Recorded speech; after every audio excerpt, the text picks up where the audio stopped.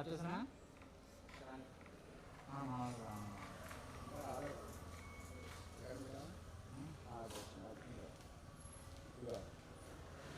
Oppo camera ఊపిపోతుందో camera వంక వచ్చేసింది వంక పెట్టండి ఓకేనా వంక పెట్టుకోండి ఇక్కడ ఉంటుంది ఇక్కడ ఉండాలి కదా పాను పక్కన ఏమైంది పక్క వచ్చింది అసలు కదా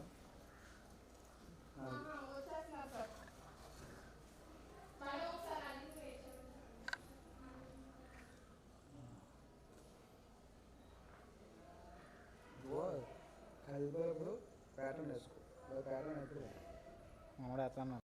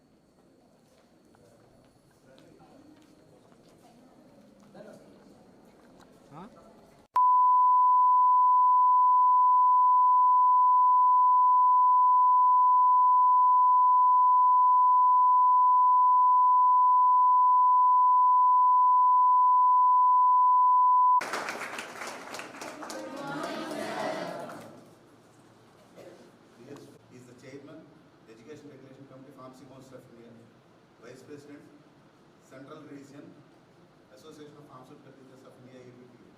We are all fortunate to have such a wonderful personality here. The syllabus anta kuda he is regulating, and he is the one who is behind the curriculum of pharmacy and pharmacy, B-pharmacy, pharmacy and M-pharmacy. So we are all fortunate to have such a wonderful person in our college. So on behalf of the management and staff and students, we thank Dr. Deependra sir for kindly accepting our invitation. So thank you so much. Thank you, sir. Thank you. I'm very hopeful that these 2 days, what you are going to I'm very hopeful that you will learn at the maximum, and you will bring or you will keep some change in you with enhanced knowledge and information from these conferences, because these conferences give us opportunity to learn about each other. Also at the same time, what the persons on the other part of the or various areas, what they are doing, how they are, even what they are thinking. So again, apart from the academic knowledge, you should have a personal interaction and have build a good relationship on that. Okay. Thank you. My best wishes to all of you. Yes, sir.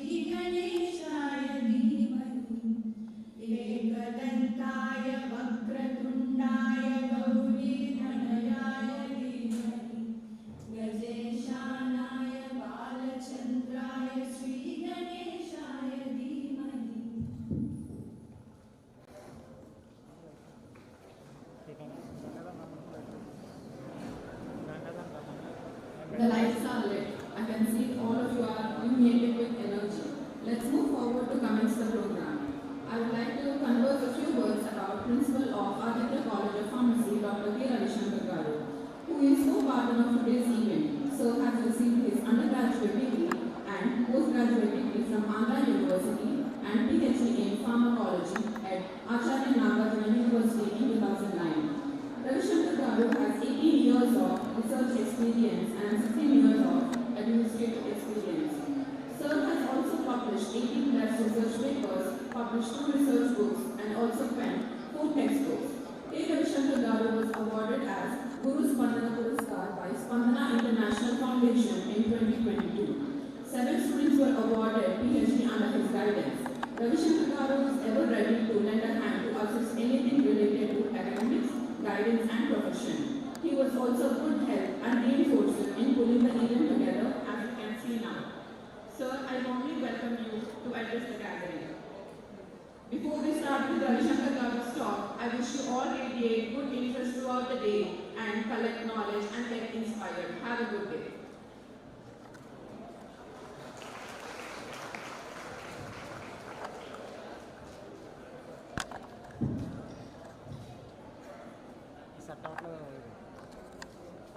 Ladies and gentlemen, a very good morning to one and all.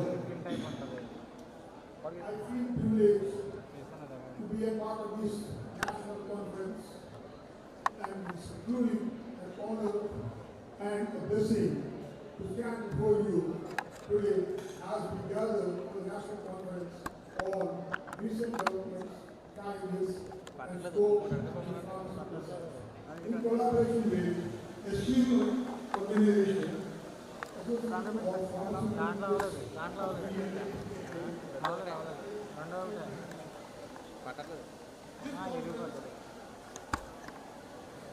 This conference serves as a vital platform for research scholars, researchers, pharmacy professionals, the future of pharmacy to come together, share insights, explore the evolving landscape of our industry. The theme of this conference underscores the dynamic nature of pharmacy research and its profound impact on healthcare and societal well-being. In today's fast-paced world, where innovation is a key to progress, the gathering becomes even more crucial. It is a melting pot of ideas, a crucible where challenges are met with integrity and the scope of pharmacy in exploring depth. The steering committee of this national conference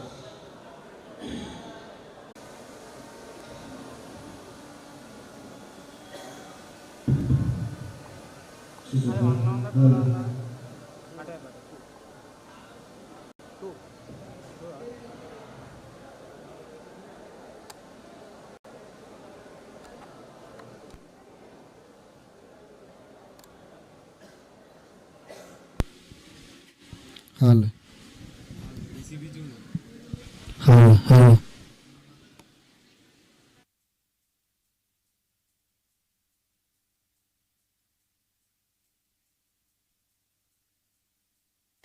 Check. अरे यहाँ pipe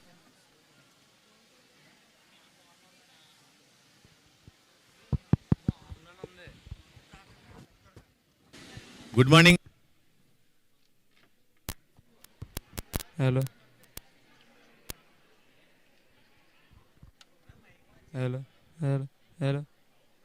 Agha. Hello.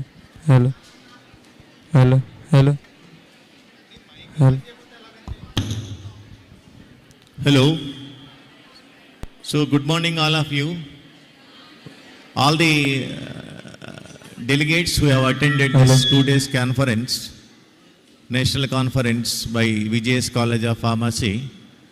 On this occasion, we are all welcoming our distinguished on the stage, my dear teacher colleagues, student friends, teaching staff, non-teaching staff of this institution, and the renowned personalities of different fields, and my principals of different colleges, and are all welcome to this 2 days national conference. So, as the conference, the motto of this conference is to enrich the knowledge as far as the students, the updating of the faculty in the pharmacy profession. So let me outset I just call upon the chief guest, the eminent personalities on the stage. Dr. Narendra, Principal of VGS College, and the NVV Jaganmohan Reddy Garu, the Petra Secretary Correspondent of VGS, and K. Venkatramana Garu, President APTI, and the guest of honors, Dr. M. Venkatramana, Member of EC, Pharmacy Council of India, and Dr. T.V. Narayana, National President IPA, and Manohar Radha Krishnamurthy Garu, Member Central Council, and SLN Prasad Reddy Garu, Member Central Council, EC Member AP State Andhra Pradesh Council, and Dr. Dipendra Singh, Vice President APTA Central Region, Chairman Education Regulation Committee, Member Central Council Pharmacy of India. Lastly, Chief Guest of this today's function, Dr. Montu M. Patel, President Pharmacy Council of India. So we are all welcome the distinguished guests on this occasion, and I will just give my opinion on this. The two behind this conference is the seminars and presentation in terms of most important tool in improving the quality of education in any institution. It is very important for a student to be skilled in making presentations and giving a seminars on topics which are important and recently under research. Seminars should be made compulsory from graduation level and should have a criteria for evaluation of the students. Then only the students will learn more and more and equip their knowledge. The teachers should be played an important role in the academic life of the students. Is very important by giving proper guidance to improve their intellectual and learning skills. A good academician should always update his knowledge and be aware of all the innovations in the field of pharmacy. In order to improve the teaching community, should attend the industrial and workshops on regular basis on compulsory.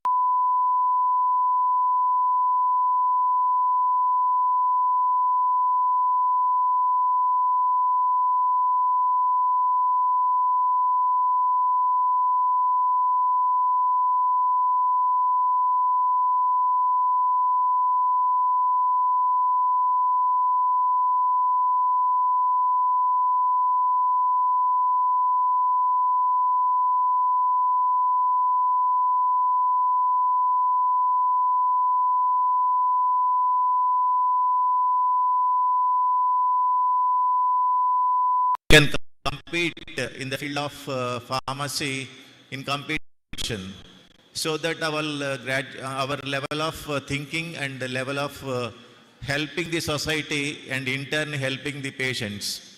So this clinical pharmacy is one of the most important branches in pharmacy.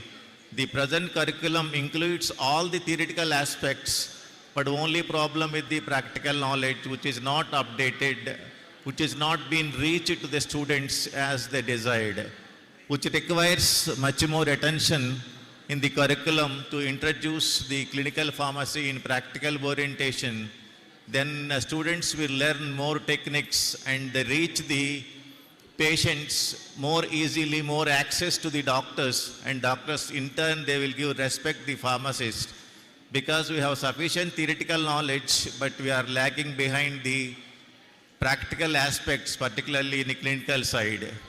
My sincere advice to the Council of Pharmacy, at least there must be case studies at the graduation level, so that we'll get our knowledge more improved and we'll get the more opportunities in working in health sectors. And one more important thing, aspect is the industry-oriented course like BPharm, but the meager payments of the industry that will not encourage the students to join in industry. That is make a point. If any Pharmacy Council of India make an attempt to see that there is a ministry, the council, apex body of this Pharmacy Council of India, to make necessary steps to make guidelines to the industry people who are adopting this. We are just recruiting the pharmacy people through graduation or post-graduation to pay some minimum, because they are trying to, the Pharmacy Council is trying to taking some efforts to fix the scales for pharmacists. What about the teaching pharmacists? And what about the pharmacy people who are graduates for not getting an opportunity in industry but with the meager payments of low payments? So that the council should make some efforts to see that the minimum payment for the people who are recruited in industry, that must be improved, so that the students community will be helpful. With all these the few words, I will welcome our convener of this program, Dr. Narendra, will continue with this speech. Thank you, one and all.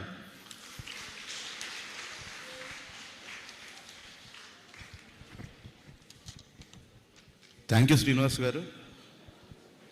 So myself, Dr. Narendra, convener of this conference, Principal VJX College of Pharmacy. Good morning to one and all. I thank all the delegates who have attended this conference. I especially thank the chief guest of today's function, Dr. Montu Patel Garu, and guest of honors, Dr. Deependra Singh garu, and Dr. M. Venkatramana garu, Dr. Prasad Reddy garu, TV Narayan garu, and Radha Krishnamurthy garu, so sparing their valuable time here. So I would like to convey my special thanks to and gratitude to the APTI, AP State Branch, for giving an opportunity for our VJS College of Pharmacy to conduct this organization. This conference. 1,800 delegates have been registered and participating in this conference from more than 50 pharmacy colleges in the entire state of Andhra Pradesh. Nearly 500 research articles or review articles have been submitted for presentation in poster as well as e-poster and oral competitions. The best participation will be awarded with cash prizes under 6 specializations. The first winner will receive a reward of 3,000, second will receive 2,000 and 1,000 for third best presentation from the students. The faculty members who are presenting the best participations will receive 5,000 for first prize and 3,000 for second prize and 2,000 for third prize during the conference. 13 plenary lectures have been arranged. All these presentations will be by the eminent pharmacy professionals, and they cover all the major aspects related to the theme of the conference, recent developments, challenges, and scope in pharmaceutical research. As a convener, I can assure you that the conference is designed to benefit each one of you to update yourself with the knowledge in recent development in pharmacy education. You enjoy the session, and I thank the management for providing this, arranging these requirements for the conduct of this national conference in association with APTI. I thank the management, and also I thank my colleagues who have supported for organizing this conference, and also the students of VJS College of Pharmacy for their voluntary support involved in each and every stage of the setup that we are going to keep for this organization, the organization of this conference. I thank all the delegates once again for participating in this conference. Now I request Dr. K. Venkatramana garu, President, APTA Andhra Pradesh State Branch, to deliver the lecture.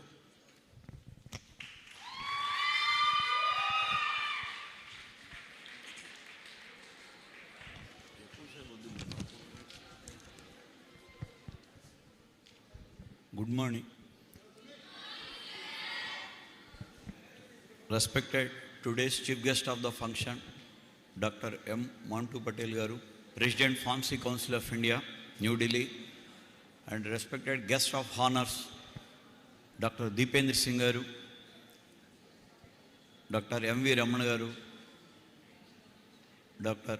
T.V. Narayan garu, National President, Indian Pharmaceutical Association, IPA, Mumbai, and respected Radha Krishnamurthy garu, respected Srinivas garu, Director of VJS College, respected Jagan Mohan Reddy garu, Chairman, VJS College of Pharmacy, and our beloved, my brother and my beloved principal, Dr. D. Narendra garu, convener of this event, National Conference, Recent Developments and Challenges, Scope in Pharmaceutical Research. The 2 days National Conference, 6th and 7th January, VJS College of Pharmacy. First of all, in association with the APTA Andhra Pradesh State Branch, associated with conducting this program, I thanks to management of VJS College of Pharmacy and faculty members and non-teaching staff and students. And my dear APTA office bearers, vice presidents, Women's Forum convener, co-convener, and joint secretaries, and EC members and coordinators, and invitees and advisory committee members, and to Dr. Montu Patalji for accepting our invitation and made his presence today at this event. You know, everybody know that they are busy in submitting their SIF, and the apex body is ready to give approvals. Even in this busy schedule, he has taken out time. Thank you, Montu sir, and I extend my warm welcome to our EC member, Dr. Dipender Singh ji, Radha Krishnamurthy garu, M. Venkatramana garu, today's convener, Dr. D. Narendra, and all the other teachers from various parts of this Andhra Pradesh. I thank everyone for joining this event and making this event a mega one. And we have made all the extensive arrangements from our side for the delegates. I ask all of you to participate in the events and enjoy the moments of this mega event. So because of the time, I have shortened my talk, but wholeheartedly I want to say one word. On this dais, you can see the apex body who are the regulators of the education on one side. On the other side, you can see the implementation of the apex bodies, that is the Teachers Association. And this is the best conglomerate we can see here, which can benefit the students.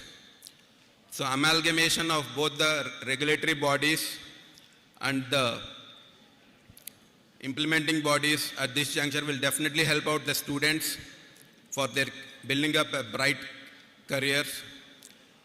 I thank particularly Dr. Venkatramana garu, M. Venkatramana garu, for initiating me to organize this event for the benefit of the student fraternity, and the initiative taken by the state APTI branch of Andhra Pradesh for recognizing the eminent personalities of the pharmacy profession and rewarding them is a welcoming thought from the APTI office bearers. We have to give them a big applause for coming forward to organize this award functions for the very first time. So thank you one and all.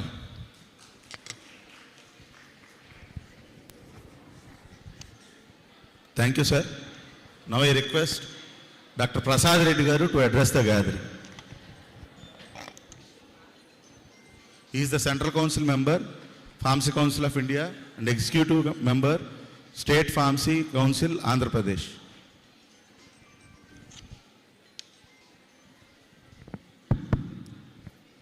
Andarki Namaskaram. With my due regards to the dignitaries and the dais, Chief Guest Dr. Montu Kumar Patel, and my colleague and a EC member, Dr. Venkatramana garu, Dr. Mannav Radha Krishnamurthy garu, Dr. T.V. Narayan garu, Dr. Dipender Singh garu, then N.V. Jagan Mohan Reddy garu, and Narendra garu. With my due regards to all these dignitaries on the dais and my good wishes to all young pharmacists of the dais and other friends and colleagues of the dais. I don't want to take much time to deliver the speech, but first of all, I like to welcome Dr. Montu Patel to our home state, that is AP state, and I like to welcome even my friend Mr. Dipender Singh to the state of AP. We are very happy to welcome you, heartily welcome you to our state AP, sir. And one thing I want to bring to the notice of this gathering is very recently the Dr. Montu Patel really helped our AP state to a greater extent to clear the approvals of many colleges that made us to have admissions in our colleges. Sir, you accepted our request. We are really grateful and thankful to your support. I always expect the support to state of AP. And coming back to the conference, I hope all the young minds, young pharmacists will utilize this opportunity and get inspiration from all the eminent speakers who are going to deliver their speeches and take it forward so that the pharmacy profession will flourish in the future. Thank you one and all for giving me the opportunity. Thank you.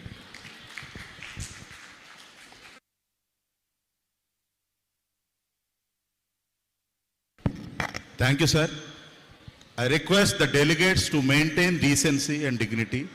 I request all the students to maintain silence. I request all the student delegates to maintain silence, please. Please. Now I request the Central Council member of Pharmacy Council of India, Dr. Mannav Radhakrishnamurthy garu, to address the gathering.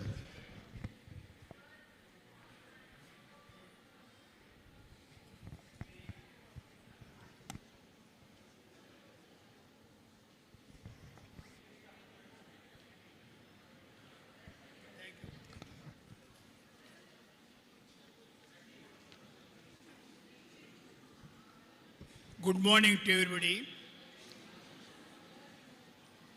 At the outset, I congratulate the organizers of this association for convening such a great meeting in Rajahmundry. At this juncture, our PCA President, Mantuji, and also other dignitaries sitting in the dais, the distinguished guests sitting before me, and the beloved students of pharmacy education, I thank you all for giving me the opportunity to talk before you.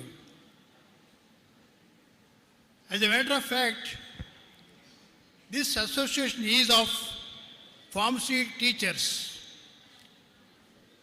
Any development of the country depends upon the industries, industrial development. The industries develop because of education only. Our India is progressing rapidly about the pharmacy industries, and probably it is rated one of the few countries in the world as the biggest, largest exporter of. The matter behind this is only our efforts, our teachers' efforts, to mold the students to go to higher levels. Our aim is to give a quality education to all the students who are studying the pharmacy. Because they are the pillars behind any educational institution. They are to be honored, they are to be protected, they are to be seen in a higher position in a teacher. That's why I advise all the teachers of pharmacy education should be taken care by the managements as well as the government. At the same time, I request all the teachers also to take care about their own students. There is no question of any. There is no question of not taking any side about groups of the people in any institution. Sometimes it is happening in so many institutions. Groups are being formed and some teachers are taking part in that particular aspect. Somehow that becomes destruction of the education. So impartially we have to look into the matters of the education. Teachers are the best sources. They are the better people who can identify the students' aptitude and attitude, and they can recommend which student is fit for what type of education. So, in this respect, the progression of the country will happen. And also, what I see recently, this meeting is meant for actually teachers and the research of the pharmacy. For the research, chemistry is the backbone. Chemistry is being looked down by many people because of so many aspects. One is about the fear of the education, complexity of the education of chemistry, and what I see that so much of drop of admissions of M.Pharmacy in chemistry in so many institutions. But chemistry is having its own links with all the branches of the pharmacy. For the development of all the branches, chemistry is the backbone. Why chemistry is not being respected? Only because the industry people are preferring raw chemistry graduates, either BSc graduate or MSc graduate of chemistry. Whereas we have to recommend the administrators, the top persons like our president and TV Narayan Garu and some administrators in the politics, they have to take care that chemistry has to be given preference. And only in the industry, the chemistry graduates of pharmacy, the postgraduates of chemistry and pharmacy are to be taken for the industry. Then only the industry also will be having its own image. So, what I recommend, chemistry has to be respected properly. In recent times, actually, I see that the admissions of the chemistry have gone down. And only the regulation affairs, regulation of the pharmacy education is going up only because of the job opportunities. Job opportunities. Not only job opportunities, we have to think about the quality of the education, quality of pharmacy. We have to strive hard for all these things. So these are the few things which I want to give a small message to our students. Chemistry is not a small subject, very good subject, and also the other things also are to be taken care of. At this juncture, I have given an opportunity to address before you. Thank you very much. Jai Hind.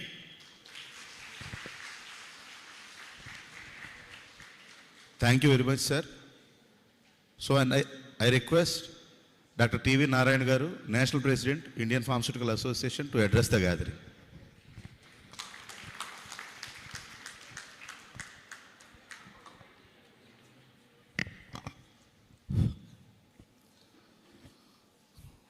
Chief guest of today's national seminar, Dr. Montu Patelji,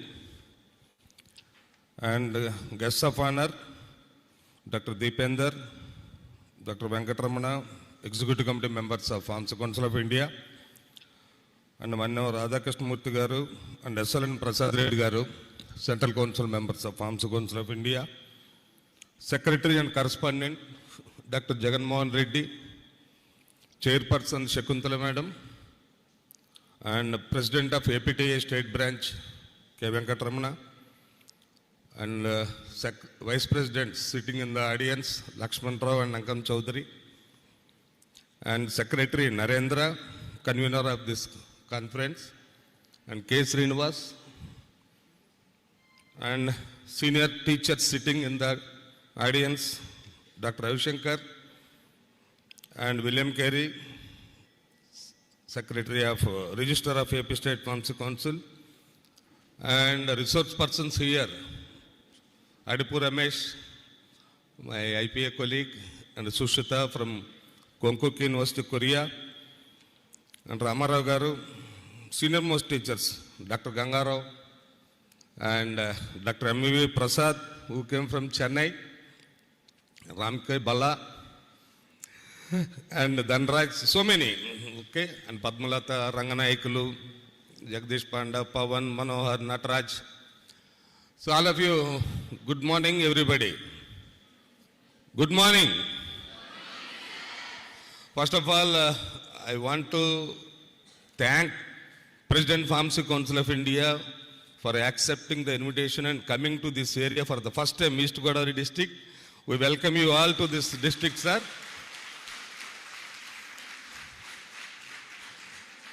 And also on behalf of Management Association, my personal thanks to you in resolving the solid crisis of approvals of all the more than 60 pharmacy colleges in this area. Because of your help, your support, we are able to come out of this crisis. In this aspect, I also thank Dr. K. Venkatramana and also Prasad Reddy, who took the initiation and made it possible, sir. Otherwise, 60 colleges' life is in stake. We sincerely thank you for the support extended to all the pharmacy colleges in the state of Andhra Pradesh. And coming to this present topic, don't worry, I will not take much of your time. Recent developments, challenges and scope in pharmaceutical research. I congratulate the organizers, particularly APTI Andhra Pradesh State Branch, who became more vibrant after these elections. In association with VGS College of Pharmacy, I congratulate both the organizers for organizing such a wonderful national, they named it as national, but I can call it as international conference, because I can see resource persons from abroad also. And this pharmaceutical research, we are way behind. Whatever we say, we are number 3 in the world. We are supplying to more than 185 countries, but we are nowhere successful, particularly in terms of research. Only we are able to produce the off-patented drugs and supply to the market and do the business. That is the exact scenario.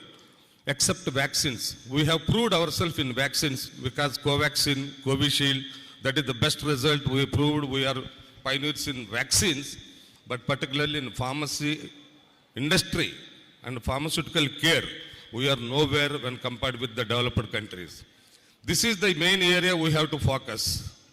And future, WHO has given, there are 10 major global threats in future where the pharmacist role is more vital and crucial. This is due to NCD, due to tobacco, due to coronary pulmonary disorders, so many disorders, and more major global threats in future. So the role of pharmacist is more crucial and vital in future days. That is what we have to remember and equip ourselves and get ready ourselves. And coming to research, the actual research starts at institutional level, where our institutions, except some universities where the research is going on, institutional level we can say it is almost negligible. So our institution should come out with R&D, encourage this R&D. For that, we request the council to introduce in the R&D component more in the curriculum, because we have seen so many regulations, but the changes brought with the present team under the dynamic leadership of Montuji only. He is capable of changing the curriculum, incorporating the needy-based curriculum. So we request President Pharmacy Council of India and Education Regulation Committee Chairman to incorporate more R&D oriented subjects in the syllabus. If you remember, PCI already taken the initiations in this regard. Last year they organized one big startup conference in Delhi to encourage the research and invited all the teachers, because they want to train the teachers first. There the teachers will train the students. That is the initiation taken by Pharmacy Council last year, if I am not wrong. It was went on very well. They invited the industry people. They identified the best startups also. And another good news I want to share with you. The Indian Pharmaceutical Association, in association with the FIP and WHO, we started the vaccination training program on 4th December. The first vaccination training of pharmacists done on 4th to 7th. And the training program consists of 2 days and 46 teachers and interns for a train, particularly PharmD. Full day vaccination training of 1 day, half day basic life support training program, accredited program, and half day the trainees. These 3 programs we organized successfully, and we have trained 46 teachers and interns of PharmD. That is the first batch where these are eligible to train further pharmacists, so that by 2030 we want to train all our pharmacists in our India. That is the big project we have taken. We request the Pharmacy Council of India to support this, and so that we can train all our pharmacists where the pharmacist is officially allowed to give the vaccination. This is what I want to share with you people. And with these few words, I thank the organizers for giving me the opportunity. I wish the 2-day deliberations will be fruitful and useful to the students of here. Thank you very much. Thank you, sir, for your valuable suggestions. So to introduce the special guest today, I request a special person, Dr. K. Ravishankar Garu. Whenever we organize any conference, he will be the backbone for VGS College of Pharmacy in supporting each and every conference that we are going to organize. I especially thank the students of Aditya College of Pharmacy and also Aditya Pharmaceutical Institutions for giving your big hand in a positive way for the successful conduct of this conference. I request Dr. K. Ravishankar Garu to introduce the today's guest of honor, Dr. Deependra Singh Garu.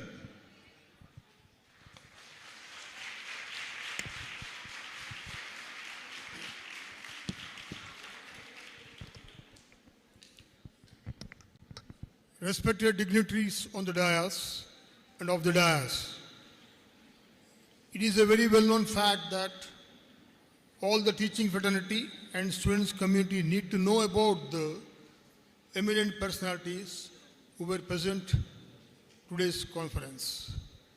It is with immense pleasure and pride that I extend a warm welcome to our distinguished guest of honor, Dr.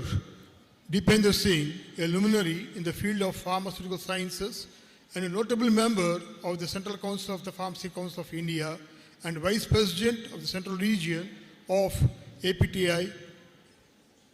Our conference on research development saying challenges and scope in pharmaceutical research in association with APTI, AP State Branch, aims to explore the ever-evolving landscape of pharmaceutical research. It is our privilege to have Dr. Deependra Singh with us, a figure whose name itself resonates with depth of commitment to the field. The very name Deependra signifies depth. And indeed, it is a depth of knowledge and expertise that Dr. Singh brings to our conference today.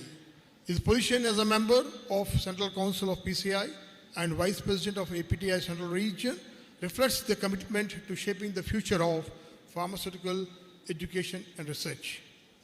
Sir, we extend our hearty welcome for this national conference held at VGS College of Pharmacy, Rajahmundry. I would like to present his small curriculum in concise manner to everyone. Dr. Deependra Singh is presently working at University Institute of Pharmacy, Pandit Ravishankar Shukla University, Raipur, which is one of the oldest and biggest universities in the state. He is a nominated member of Pharmacy Council of India, New Delhi, and is serving as the chairman of Education Regulation Committee, PCI, and is having more than 20 years of teaching experience, research experience, and mainly his prime research areas includes formulation of multiple bioactive delivery systems for wound management. And also he is having expertise in tissue culture techniques and designing of novel systems for delivery of plant activities and extracts. He has published more than 120 research papers and review papers in national and international journals with a high index of 30 and 110 index of 90 with citations more than about 4,800. He has 2 Indian and 2 international patents granted. He has completed several projects funded by UGC, IICT, ICMR, and DST. He is a recipient of Raman International Award in 2014 and UGC Research Award in 2012-14 by University Grants Commission, New Delhi. He is among the top 2% list of scientists worldwide in the field of pharmacy and pharmacology surveyed by Stanford University in the year 2021, 2022 and 2023. Recently, he is conferred with the prestigious APTI Award by LVJ Nagrund for Research Foundation, that is Shishu's Award for Research in Pharmaceutical Sciences as a recognition. He is a life member of various professional bodies like APTI, IPA, Association of Pharmacists of India, Indian Society of Pharmacognosy, and serving as Vice President Central Zone. And he has visited several countries like University of Mississippi and School of Medicine Sciences, Deccan University, Australia and Malaysia, and many other countries in Europe. He is an excellent figure for today's conference. I warmly welcome you, sir. Thank you very much for being over here, sir.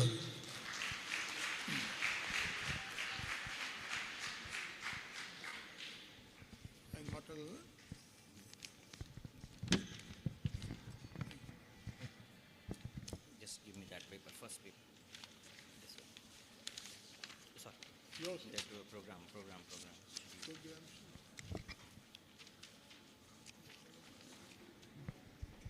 Thank you, sir. A very warm good morning to all of you. Indeed, a pleasure to be in this campus. Though this is my second visit to this place, I am fortunate that first opportunity was given me by TV Narayana Saab in 2013. I attended one conference of APTA, and again I am having this opportunity because of chairman of this institute, Reddy Saab. Indeed, I say from many platforms I shared that these conferences give us opportunity to interact and share our knowledge and views related to our field. Friends, we are living in the era of change, and if you'll see, really we are living in the era of change. If you'll see the education system, year 2020 is introduced, and whole education system is going to be changed in a different direction. If you'll see field of pharmacy, again there is a lot of changes which are being proposed. Government has proposed for commission. We are working for the new syllabus, as Dr. Narayana said, that we should focus on more job-oriented and more skill-based syllabus and courses. So friends, I am sharing you, again, we are in the process of making change in the syllabus, and that change will be very much oriented for creating a very proficient and very efficient, effective pharmacist who will be the job ready. If you'll see the current scenario, again we are living in that is a very fast changing time that AI is introduced. Few months back, people were not aware about the AI, but right now if you'll see, everybody is using AI, and they are utilizing in day-to-day life. So I'm asking from student, how many of you are using AI? Students? Few hands. So people are not aware about AI. ChatGPT, you are using it.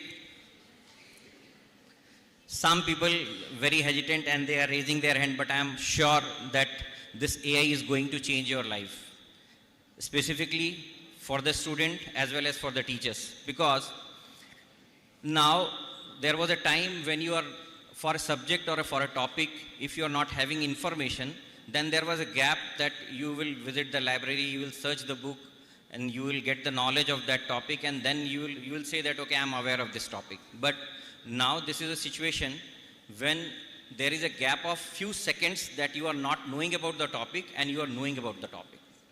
Because if you'll see those who are using ChatGPT and AI, you put a question in any of the regional languages or your language or English or Hindi, any language you will put, within few seconds it will give you answer, and very relevant answer.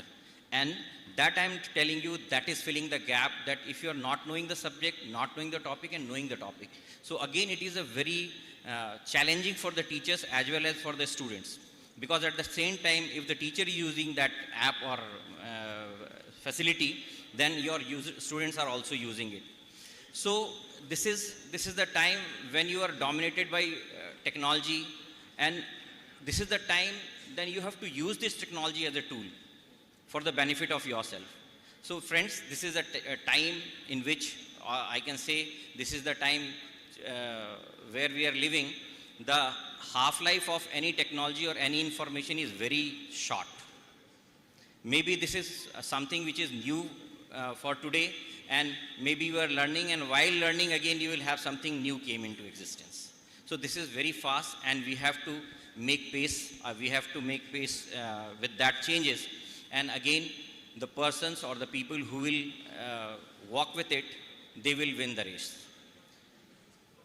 Talking about your conference topic, again, if you'll see the research and change in the research, what the efforts we are trying to make from the council, from our side, that we are trying to give opportunity to the teacher, because I'm very thankful to APTA State Branch of Andhra Pradesh, that they have organized such type of events. Because this is the platform, even it is required that we should exchange our thoughts with other colleagues and as well as with our students. Because now we are not talking about production or producing or using the technology, but we are talking about the discovery. We don't need any research. Now we are talking about discovery, and it is expected. We are talking about innovation. We are talking about entrepreneurship, because we are not talking about job. Job is okay, fine. But this is a time then we have to think about that. What new we can create? What new it is coming in mind? How we can convert into a very good business proposal out of that? So this is the time where it is required.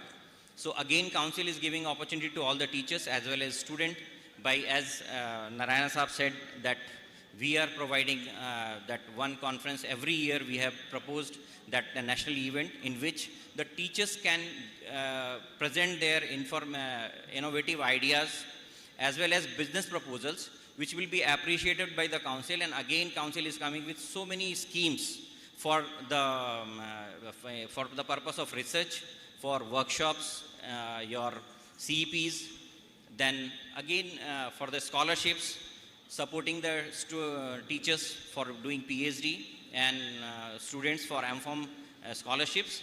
So this is the effort we are making to promote the system, to inculcate the innovation, or that how you can come with new idea. Because right now you cannot depend on government or any organization that they will provide you job. Because friends, if you see the change, what the change we are witnessing, initially we all were fighting for the respect, that okay, we are pharmacists and we need respect. But this is for our existence, I am saying. But right now, if you see the situation, we are not fighting for the existence. Now we are fighting for the respect in the society. And during the COVID, you have seen that pharmacists were recognized everywhere. Even the government of India recognized pharmacist work during the COVID. They invited us, they taken our suggestion, and even they, as a for the first time, they considered that we are very important part of healthcare system. Along with the doctor, nurses, they invited the pharmacist, and they shared one view. While it was observed that during that period, the doctors were very much occupied. They were not free to help the people, or because of the less number and burden on them. So government called all the professionals, and they asked how the pharmacists can reduce the pressure of doctors. And they took suggestions.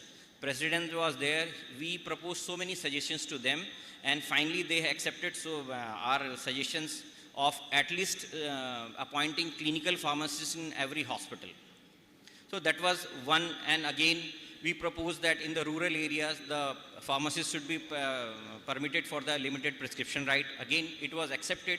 But friends, it is you know that the health ministry is dominated by the doctors, and they never want anybody that they should get the prescription rights. But again, the government considered it, and we are very hopeful that for the rural areas, they are going to permit us for the limited prescription right. And I told you that this type of effort we are making. So I'm very hopeful that these 2 days of conference will be fruitful for all of us, and you will gain knowledge and will go again something what the knowledge you are having more than that. So I'm very thankful to the management and college for giving me opportunity to interact with you. Thank you. Jai Bharat.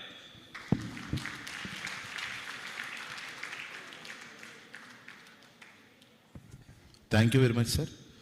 So I request Dr. K. Ravishankar Garu to introduce today's chief guest, Dr. Montu Kumar Patel, sir.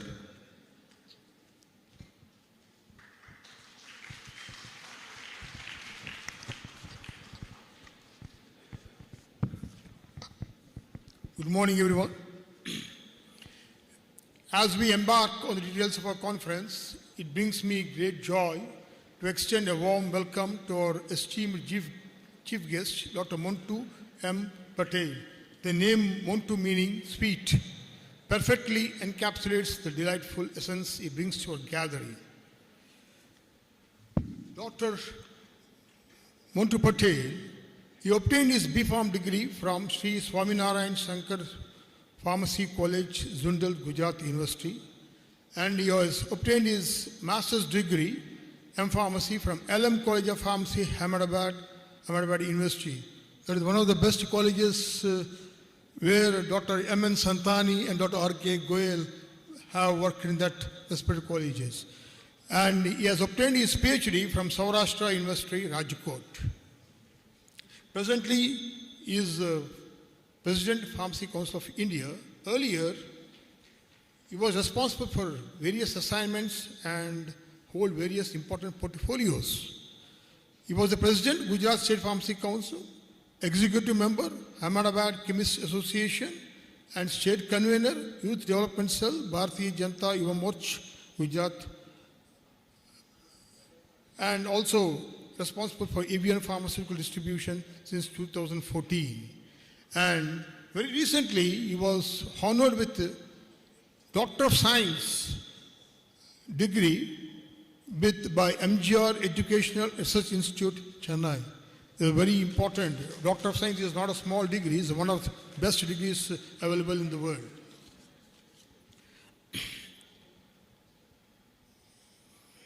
Today's presence adds a unique sweetness to our discussions as we glean inspiration from his valuable insights and experiences in the dynamic field of pharmacy. We eagerly anticipate the enriching perspectives that Dr. Montu Patel will share, sweetening our collective understanding of the pharmacy profession. And important milestones which Dr. Montu Patel achieved when he was with the Gujarat State Pharmacy Council.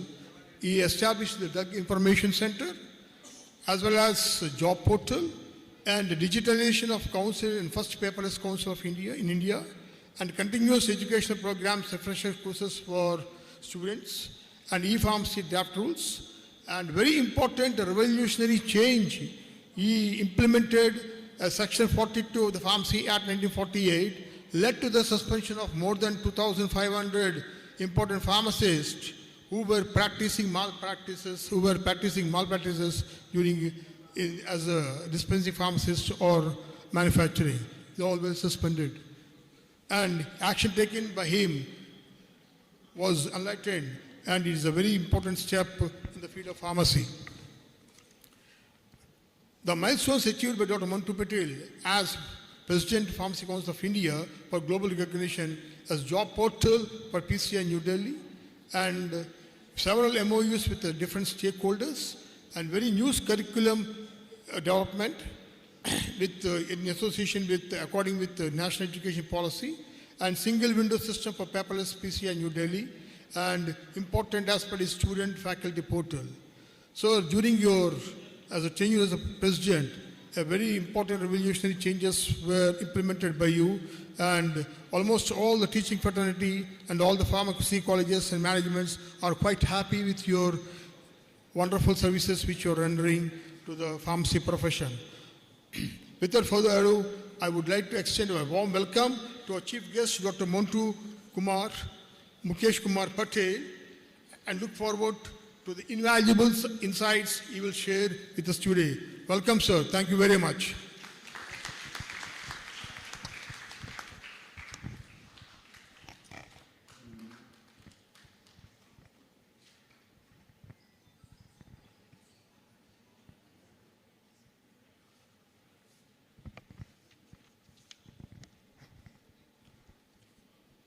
Good morning to all.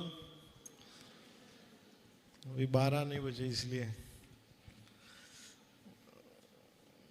Thank you for inviting in the Andhra Pradesh Vijay College of Pharmacy and for the national conference for the recent development, challenges, scope of pharmaceutical science. Our Pharmacy Council India members, Dr. Deependra Singh, ERC Chairman, Dr. Venkat Ramana, Executive Member, SLN Prasad Reddy, PCI Member, and Dr. Manav Radhakrishna Murthy, our Pharmacy Council India Member, Dr. TV Narayana, IPA President, and Dr. Narendra Conveyor, Principal of the Vijay College of Pharmacy, K. Sriniwas, Co-Conveyor, and Dr. V.V. Jaganmohan Reddy, Secretary of the Vijay College of the Pharmacy, and very distributed guests, and all principals come from the different colleges and the dear students. I think in Andhra Pradesh, very much problem are going on with the state government for the fees related. Many management are suffering, but we discuss later this problem. But Pharmacy Council India continuous working, as Dr. Deependra Singh said, we are starting a job portal. You know the father of the pharmacy? Who is the father of pharmacy? Nobody know. M.L. Shroff, Professor Dr. M.L. Shroff. So we are started the celebrating the birth anniversary of the Professor M.L. Shroff sir on 6 March, and we are declared as the National Pharmacy Education Day. And last time we arranged a program at the Vigyan Bhavan, Delhi, and the teachers and the students who have filed patent or any research in the pharmacy profession, and also we were invited the industry people who are interested to purchase their research and the patent filed by the teachers and the students. And the one single point of contact, Pharmacy Council India became on the 6 March on the Pharma Anveshan. So many teachers and students, first time they are experienced to interact with the industry for their research and the patents work. So this year also we are planning to celebrate 6 March Pharma Anveshan on the National Education Day, on the birth anniversary of the M.L. Shroff. So also all over India, all the students and the other management all sent photo. They were also sent photo to the Pharmacy Council India. So I think in the history of the Pharmacy Council India, we are just started, but you have to follow in next year and up to the 5 to 10 years, then we can get a fruitful result for the program. Another, we are started a job portal. I think no students are not aware of the job portal of the Pharmacy Council of India. We are also started the job portal by the Pharmacy Council India and the launch by the Honorable Health Minister of State Bharti Pawar Madam. And now you can apply a job on our portal. Also industry, academics and the hospital pharmacists, hospitals, they can also give their requirement in our PCI job portal, and same pharmacist can also get same requirement from the job portal without any cost. So this initiation also started by the Pharmacy Council India, on the birth anniversary of the ML Shroff sir. Another is you all aware know our new job, our Pharmacy Council India portal we develop a new portal, but all over India many complaints come from the various stakeholders and the students, because we are started single point registration system for when you are getting a degree, diploma or bachelor of pharmacy, then you can single click on the registration, then you can get a registration by the central single window system. So you have to fill all the data in the new our Digi Pharmed portal. So many students and the teachers facing problem, login issue and other things. But these systems are implemented by the new initiative by the Pharmacy Council India.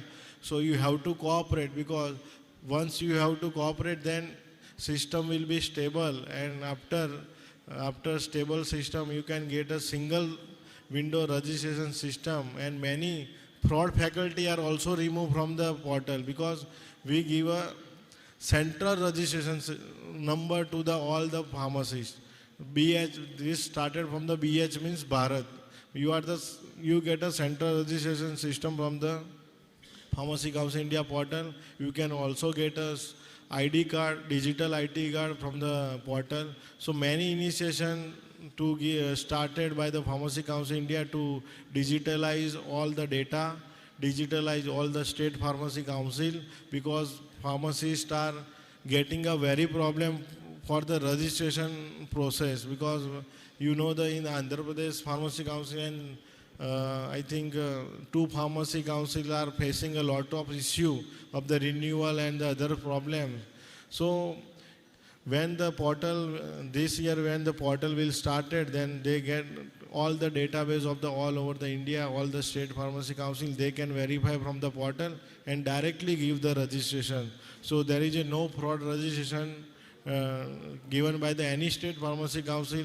Without Pharmacy Council India permission, they cannot give any wrong information in the portal. So this is also digitalized by the Pharmacy Council India to resolve the student issue, and directly student can get a job portal login from their login.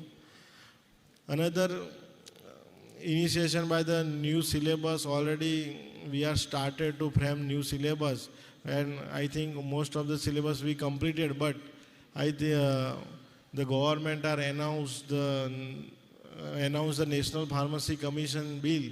So we are keeping up the hold up to the government signal. So otherwise this year we are planning to introduce new syllabus from this year, but unfortunately some people are disturbing the Pharmacy Council India continuously. So our goal of the pharmacy profession to reach very high level, very problematic.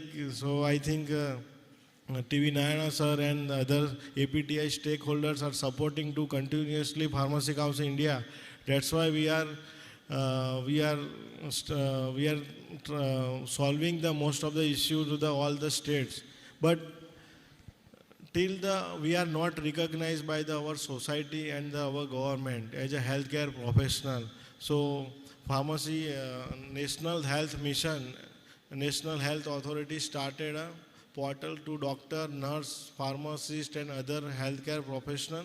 So you have to register on the portal, then you can get a recognition of you are the National Health Force for the medical professional. And recently I think within 1 month we will start. You can get a NHRA number for the registered healthcare professional number, and whenever the pandemic situation, whenever any critical situation of the medical, then government can directly contact you for the healthcare force. Although also they can get your information where you are living, where you can get a job, where you are working. So easily people can take a medical treatment or primary treatment from the pharmacist, nurse and the doctors. So this portal also started for the nurse and the doctors. Now we are enrolling from after 1 month, because we have started the process, but I think 1 month maybe occurs for the starting this number. And you can also get a Abha card, matlab Ayushman Bharat Yojana card directly from the NHRA portal. So you can take also benefit up to the 5 lakhs medical treatment of the Ayushman Bharat card. And one more initiation taken by the Department of the Pharmaceuticals and the Cooperative Minister Amit Bhai Shah Sahib and Mansukh Mandavia Sahib under the leadership of the Prime Minister. All the cooperative societies of the farmers, women, and all the credit society who are interested to start the Bharatiya Pradhan Mantri Jan Aushadhi store. Now they are started 20,000 store in all over India. Now first phase they give a more than 2,000 permission in all over India. I think in Andhra up to the 150 store already they get a consent to start the Jan Aushadhi store. So they need a pharmacist for the Jan Aushadhi store, but they didn't get the pharmacist from the public, so they are contacted the Pharmacy Council India. Now we are the Pharmacy Council India became a partner for the Jan Aushadhi Yojana to provide the pharmacist in all over states. So who are interested, teachers and the students, teacher for the coordinator and the student for the job, you can contact the coordinator also Pharmacy Council India, so we can provide a job for you in the Jan Aushadhi Yojana. So I think more than 20,000 jobs are opening for the pharmacists, but unfortunately pharmacists are not ready to take a job. So I think all pharmacists are, I think, get a very proper job in industry, in academics and the research. So that's why the Jan Aushadhi store are not getting a pharmacist. So day by day pharmacist growth are increasing, and I think API Park is also in the Andhra Pradesh. No? API Park is also in the Andhra Pradesh, Hyderabad. So medical industry, pharma industry are big in the south also. So you know India is most of the pharmacy of the world. We are the big manufacturer of the generic medicine, medical device. Now we are also, government has started the PLE, product linkage incentive scheme, to start whatever the molecules we import from the China and other countries. So government started the Make in India program to develop the molecule, develop the process. How can we manufacture the low cost medicine, low cost API in India? So government are given 1,000 crore, more than 1,000 crore to set up a medical device park and the API park. So you know the opportunity are the many, but we have to take this opportunity. How can we take this opportunity? Because government, central government are focusing on the pharma industry, day by day are growing.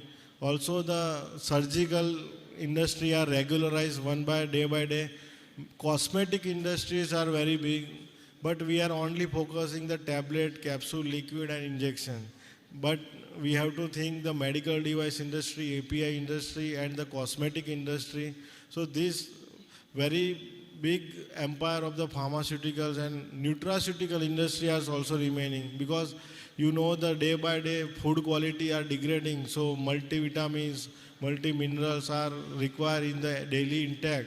So nutraceutical industry are also growing day by day. So many opportunity in the pharmacy, but our students are only focusing only tablet, capsule and liquid and ointment. So you think beyond your vision. And other thing, we are not focusing the practicing profession, because you know our chemist shop became our pharmacy profession as a trader, because you know we are pharmacists and we are the traders. We are not traders, we are the pharmacists and we are the professionals.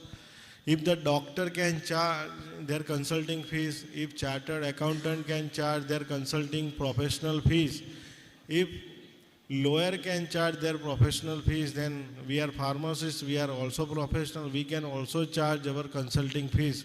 But unfortunately, we are not started, even our any organization, even our any stakeholders taken initiative for starting a pharmacy practice in India. So my request to IPA and the APTI to give the vision, teachers and the students to start the pharmacy practice in India. We can consult the patient for the prescription, how can take a medicine, how can administration the dose, how can aware of the food interaction, drug interaction, because you know the dietitian are charging 5,000, 10,000 up to the 1 lakh, 5 lakhs their fees, because they are not pharmacists. They are only study 1 year course, 2 year certificate course in dietitian, and they can charge lakhs of fees from the patients. And our pharmacists are studied 2 year diploma, 4 year B Pharma and 2 year M Pharma and PharmD 6 year, but we are not thinking for the how can we charge the patient for our consulting fees, because only dietitian know the food interaction or only food intake, but our pharmacists know the food interaction, drug interaction, how many fatty acid, how many amino acid, what is the metabolism rate. We know all the things, but we never think for the pharmacy practice. So you can think, you can visualize the what I say, and you can charge up to 50 rupees, 100 rupees from the patient who are affordable patient, not from the poor people, but who are health conscious, who are the think their health. You can provide suggestion, you can consult your advice, and you can get a charge, and you can earn work from home. Okay, so this is the scheme of the Pharmacy Council India. You have to take. You are interested then, but I think no, our people are hesitate, our pharmacists are hesitate to give the consultation to the patient. So we have to break our fear to consult the patient for charging the fees. So this is my request to IPA and APTI to start this vision to student, and they can become a self-dependable, self-reliable people from the pharmacy profession. So other countries are already working, we have to work on it, then we become a pharmacist of the world, and our practice will be recognized by the government and the people. If we will not provide any service, then how can people will recognize? Because doctor give a service, they treat the patient, nurse also take care of the patient. So we have to take care of the patient, then people and the government will recognize our service. So otherwise we can only shout against the government and our pharmacy professional friend. We are not recognized people, but we have to work for the recognition. Then we have to demand the respect from the pharmacy professionals and the government and the peoples. So whatever I said for the pharmacy practice, please implement in your state. From small level, you can also start from your colleges also, small lectures. We have started many research and initiative scheme for the teachers and the students for the development and the research in the pharmaceutical field. ICM are also given the many scheme for the teachers and students for the other country research scheme, and also in India they provide the many research grant. Another GPAT issue is currently, I think all the MPharm students are very burning issue in today. But because when we are planning to give a GPAT stipend by the Pharmacy Council of India, I think me and Dr. Dipendra Singh have started to talk the AICT chairman for the giving a stipend this year by the AICT. So they are denied, then we are taken a decision, our executive council and the central council, the Pharmacy Council India will provide the GPAT stipend, because we have already we have given the budget for the GPAT stipend. But unfortunately, when we talk the AICT chairman and the AICT team, because the technology transfer, because last year GPAT exam conducted by the IICT. And all the database and all the infrastructure of the GPAT scheme, they have and Pharmacy Council in India have no any infrastructure for the database and the other thing. So we requested to transfer the database and the technology to the Pharmacy Council India, because AICT is also government organization and PCI is also government organization. So why we waste our money, crore rupees of money to develop a new infrastructure for the GPAT exam? Then they are agreed to transfer all the technology transfer, but our team, our IT team and our team are continuous follow from last 6 months to AICT, but they are not responded well to technology transfer and other things. And then suddenly one circular come from the UGC University Grant Commission in their website. We are giving the PG grant for the MPharm and MTech students. And we are also shocking because we are continuously talking with the AICT and the Ministry of the Education and Ministry of the Health. But unfortunately, UGC are directly declared on portal they will provide the GPAT stipend. Then next, after 1 month, we have a meeting with the UGC chairman, AICT chairman, architect chairman. Me and Dr. Dipendra Singh also went in their meeting. And we asked when they are implementing the GPAT scheme from the UGC. So they are shocked. We don't know our portal are reflected the PG scheme for the GPAT, PG's MPharm student for the GPAT stipend. Then you understand what is the going on. Even they are not knowing what they are showing on their portal. How can we provide the GPAT stipend? Because there are very ambiguity are going on with the Ministry of the Education and our Pharmacy Council India. But we are ready to give the GPAT stipend from the Pharmacy Council India, but we need a clarity from the Ministry of the Education, UGC and the AICT, because this issue are stuck in the three body, UGC, AICT and the PCI, because there is no clarity from the AICT and the UGC. How can we proceed further without their clarity? So we are waiting, and last week I wrote a letter to the UGC chairman, AICT chairman, Ministry of the Health and Education Ministry to do the emergency meeting for the resolving this issue. Otherwise, the people and the student become unrest in India. So we are all continuous working to resolve the GPAT stipend issue, because government will provide the GPAT stipend, but we have to wait till the clarity, and we are aggressively working on the GPAT issue. So kindly cooperate for some time. So definitely we resolve this issue for the favoring of our pharmacy students, because we are ready to grant whatever the AICT give the grant for the teachers and students. We are giving already give the budget provision for the teachers and student research grant also.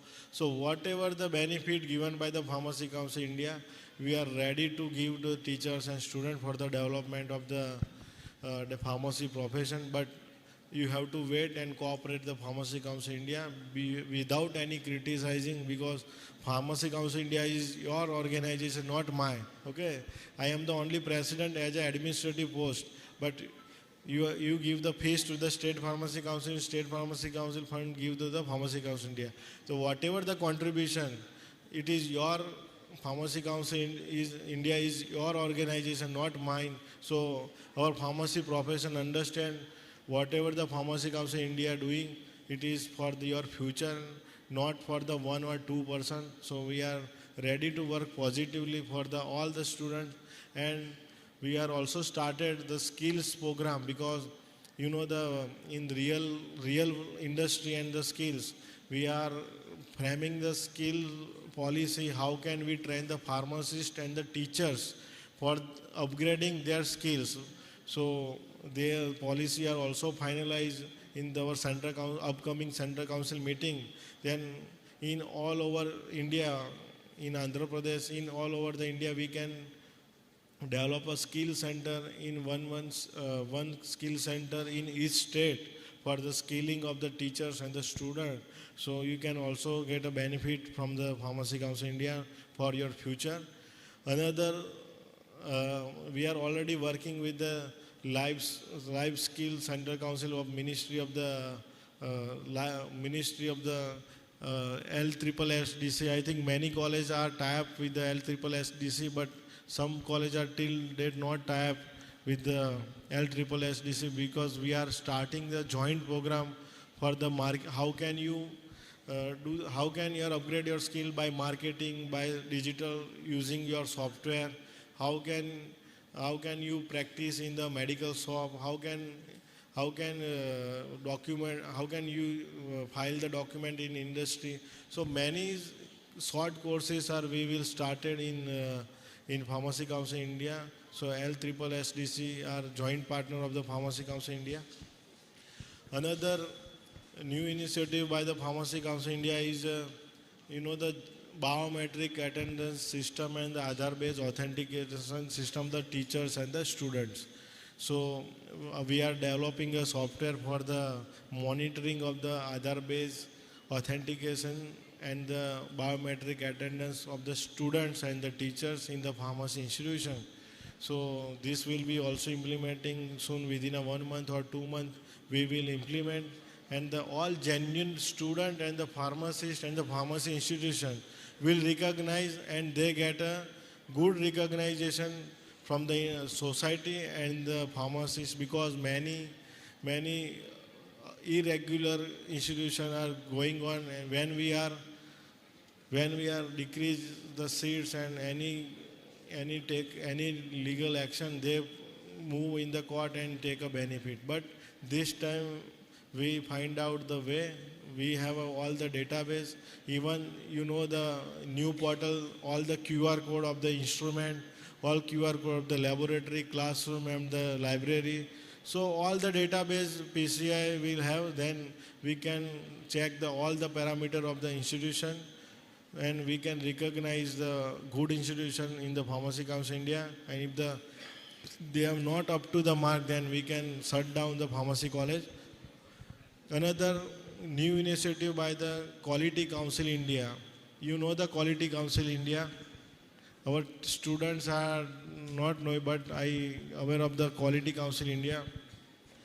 The Quality Council India, we are joining the Quality Council India for the ranking and rating of the pharmacy institutions. For the first time we started, because NAC and NBA are the education ministries accreditation system, but our health department, health ministry will started for ranking and rating of the medical college, nursing college and the pharmacy college and dental college and healthcare, all the healthcare colleges, institutions. So Pharmacy Council India started from 1st January pilot project of the ranking and rating of the pharmacy institution. How many top 100, how many top 1000 pharmacy institutions in India, you can search out on the website, and all students get a good reputed institution, and they can find out the admission in a good and reputation institution, because this 7,000 institutions in India, so good and bad institution, public cannot bifurcate the good and bad institution. Then when we started the ranking, then top 100, top 500 people can find out the ranking from the website and they get a admission in the good and reputed institution. So these are also started from 1st January. Now we are started in government and the top 10 institution in India for the pilot project, and teacher became assessor also in the Quality Council India, who can interested teacher for the become assessor. Then Quality Council India can train them first, then they become an assessor. So we are started the new initiative of the Pharmacy Council India. So many initiatives taken by our Executive Council, Center Council for the development of the pharmacy profession, for the betterment of the pharmacists and the pharmacy institution and the pharmacist words. So I think you become all the good pharmacists. Whatever the Pharmacy Council India will implement the policy, you can accept and cooperate, so we can strengthen the pharmacy profession in India, and we can recognize our pharmacy profession in the world. So thank you. Jai Hind, Jai Bharat.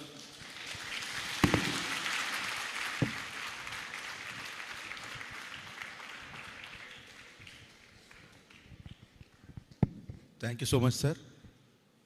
So now I request mentor of this conference, Dr. M. Venkataraman Garu, Executive Council Member, Pharmacy Council of India, Vice President, APTA Southern Region, to address the gathering.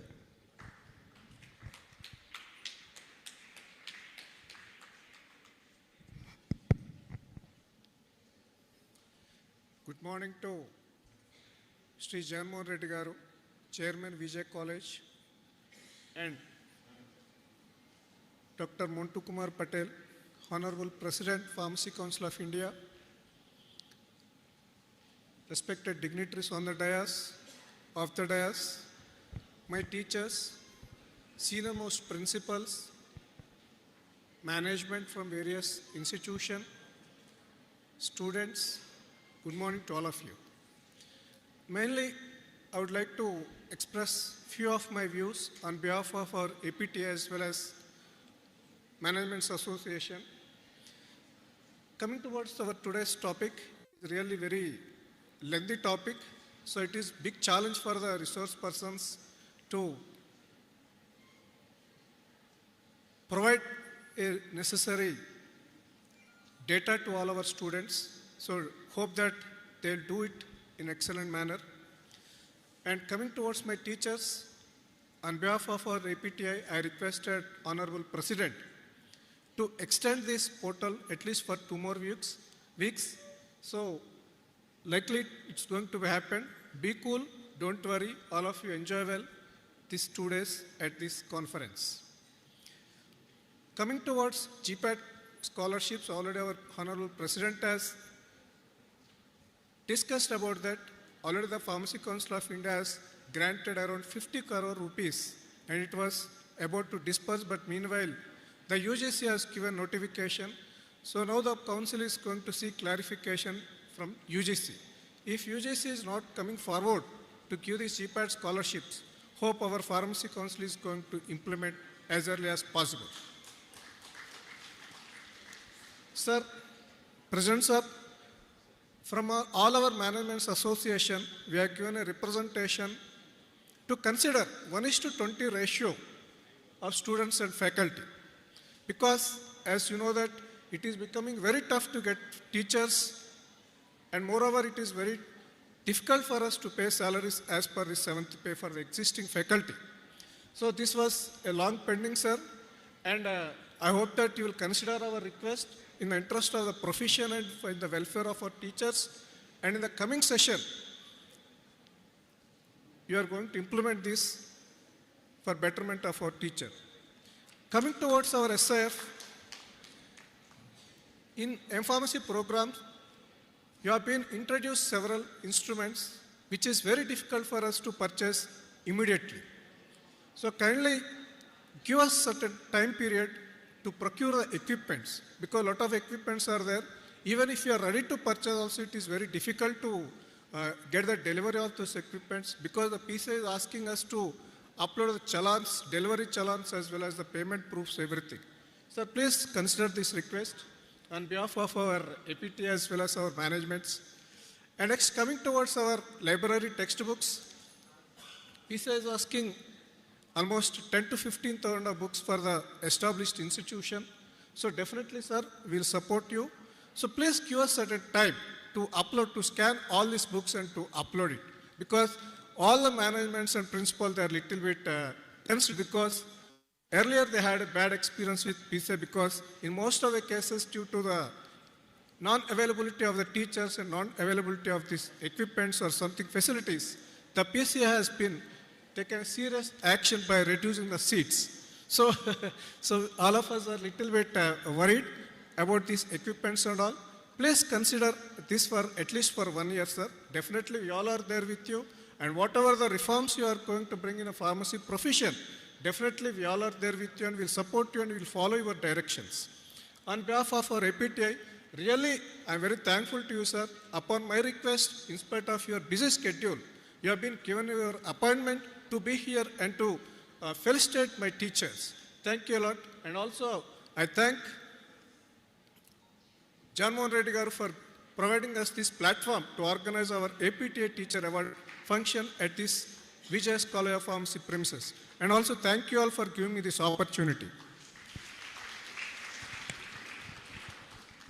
Thank you so much, sir. So, Dr. S.N. Prasad Reddy Garu want to give a message to the audience. I request Prasad Reddy Garu to address. Sir, a small memorandum to be presented to Dr. Montu Patel on behalf of our State Pharmacy Council, AP State Pharmacy Council. I like to invite Registrar, AP State Pharmacy Council to just give the memorandum. Later we will felicitate.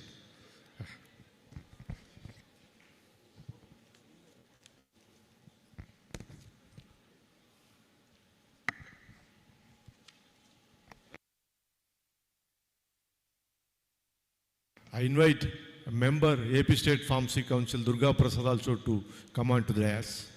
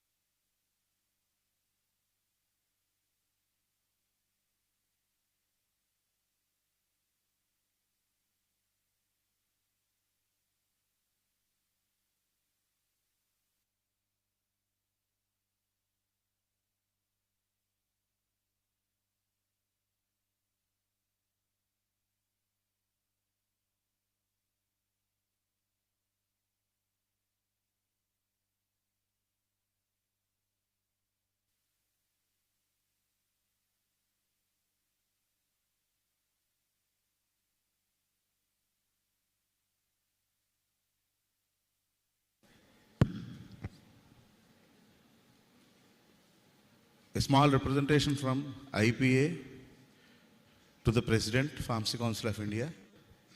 I request Ranganayakulu Garu to represent.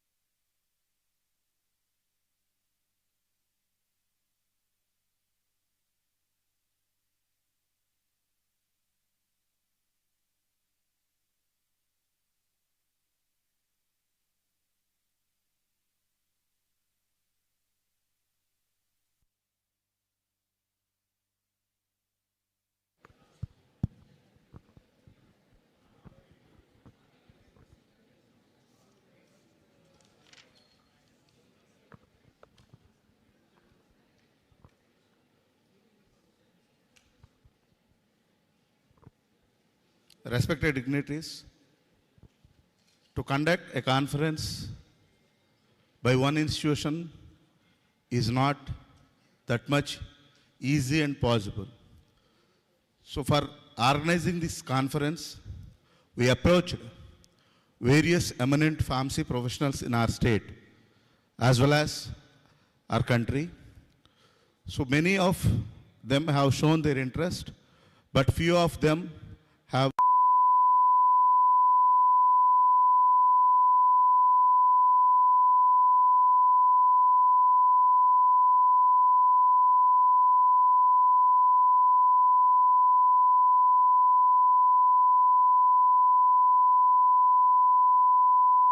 scientific presentations in our scientific sessions, I would like to thank all the speakers, starting from Guru Prasad Mohanta sir, Adipu Ramesh sir, Nilesh sir, Vijayadhara sir, Abdul Rahman sir, Sushruta sir, who is from South Korea, is the classmate of Jagan Mohan Reddy sir and accepted his invitation. He came all the way to be the part of this conference. I thank Ravi Shankar Garu. I thank Dr. Nadendra Ramarao Garu for his enormous support for arranging the speakers. And also I thank the Registrar, AP State Pharmacy Council of India, Dr. William Carey Garu also for honoring this session. I thank each and every principal, each and every management. Our co-patron, Dr. Kanakaraju sir, is here. In spite of his busy schedule, he came to greet our PCI President, Montu Patel sir. So now it's time to release the souvenir. So I request the other major office bearers of APTA Andhra Pradesh State Branch. So it is not possible to be on stage altogether. So I request the Vice President 1 of AP State APTA, Dr. Ankama Chaudhary Garu, to be part of a souvenir release. I request Ankam Chaudhary Garu to come onto the dais, along with our Vice President 2, Dr. A. Lakshman Rao Garu, and also Srimati K. Dr. Padmalata Madam, who is the convener for Women's Forum of APTA. Please come onto the dais and be part of the souvenir release. And also request our Treasurer of APTA, Dr. V.D. Sundar, to come onto the dais. Sir, please come onto the dais.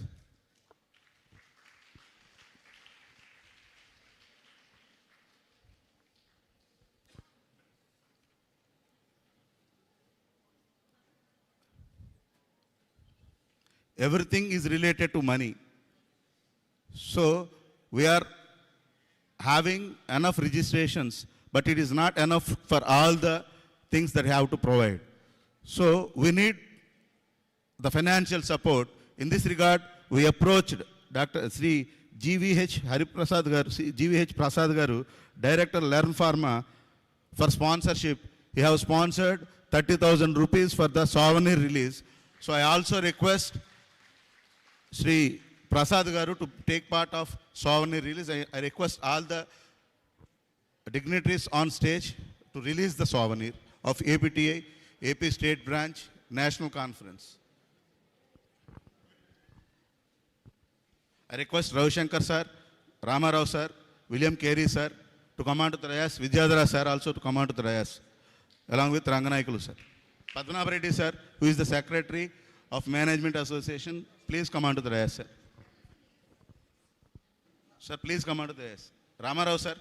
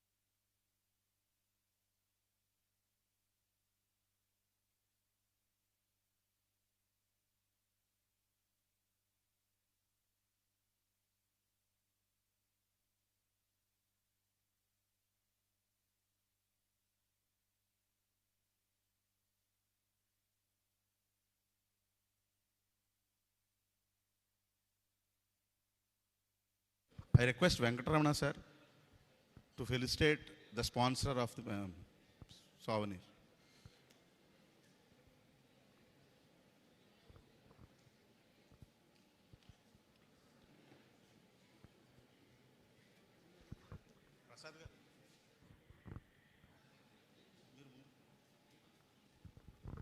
I request all the dignitaries, please come forward.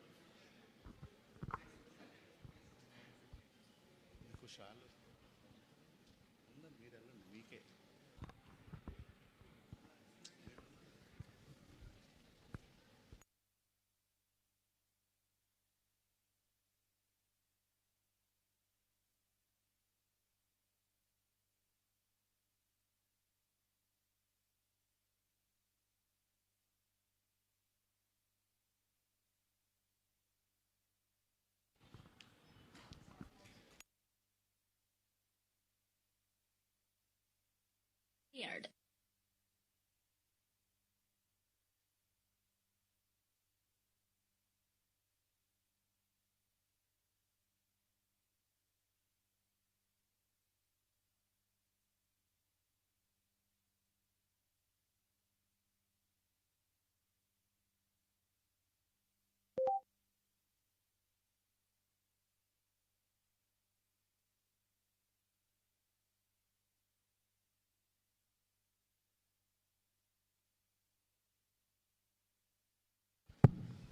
I request the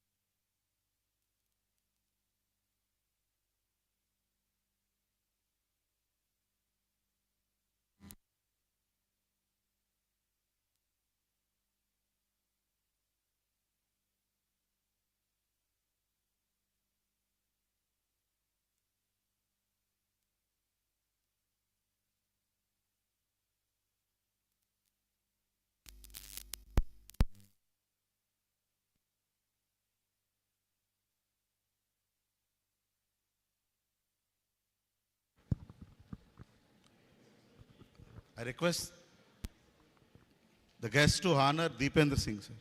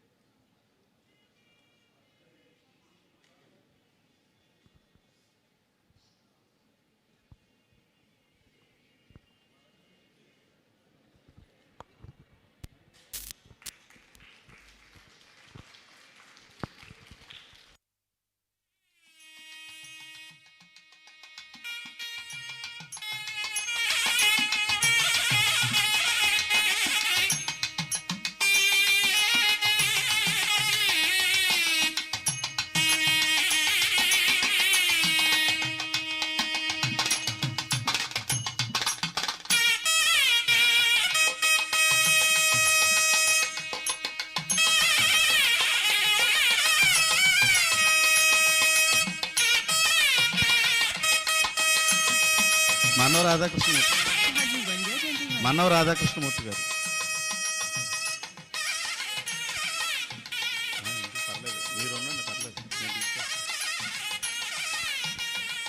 Prasad Reddy garu.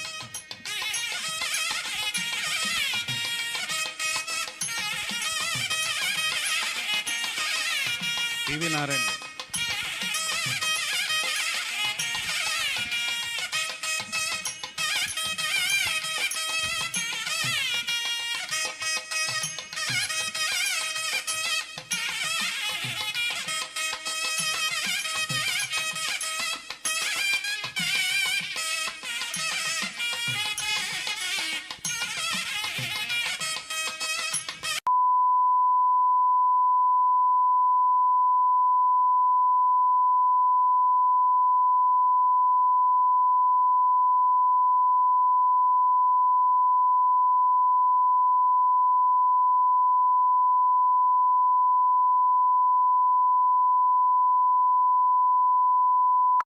Narayana గారు.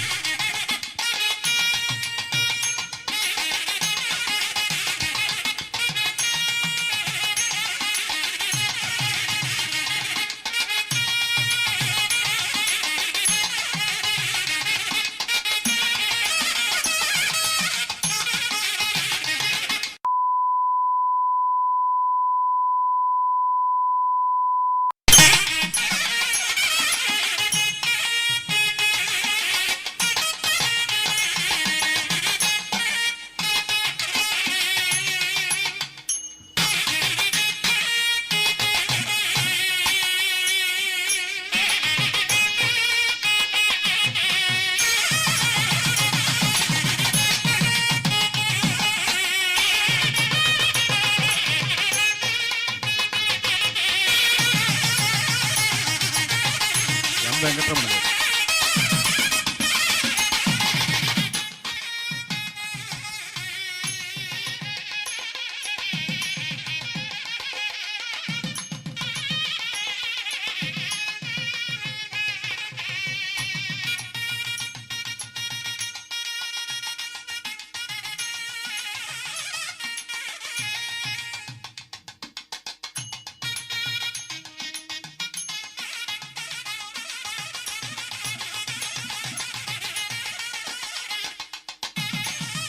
K Venkataramana గారు.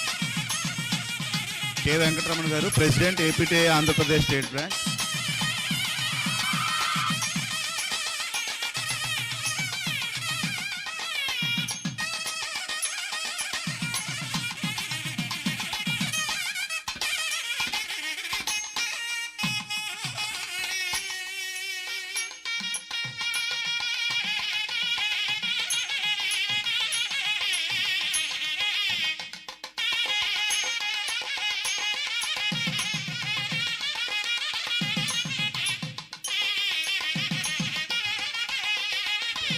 I request William Carey Garu to give the moment to the chief guest from AP State Pharmacy Council. AP State Pharmacy Council members want to felicitate our today's chief guest, Montu Kumar Patel.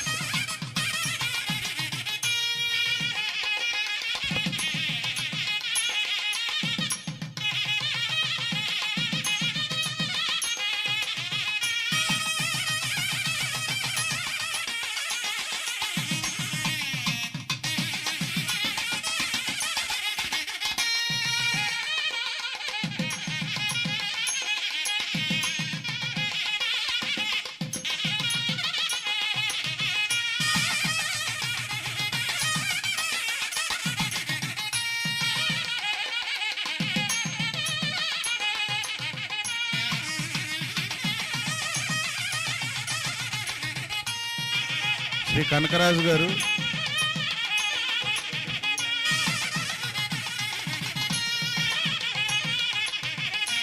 Yapi Management Association of Pharmacy Colleges would like to felicitate our chief guest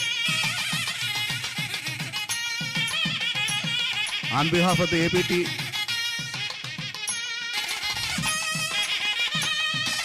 President TV Narayana garu, Secretary Padmanabh Reddy garu, Treasurer Kanakaraju sir want to felicitate our chief guest.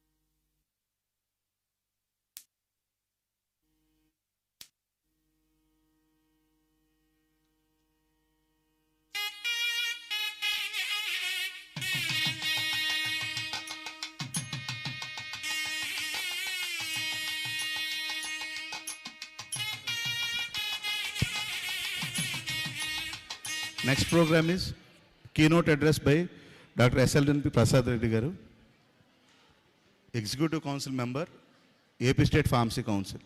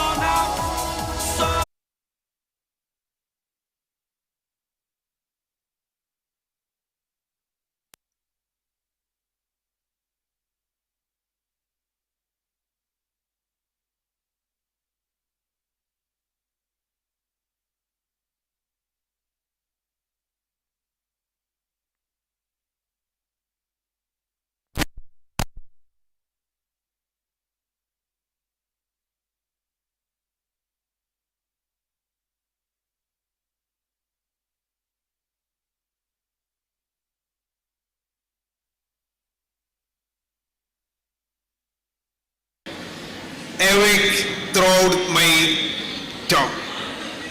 Pardon me if I am not able to make you, so don't worry, because it is public health, somebody's health, not your health or my health. It is public health. Friends, next please.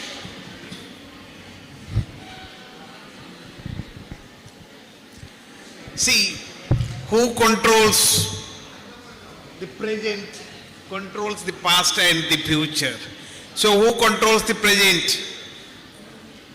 It is the youth who controls, and you are all here.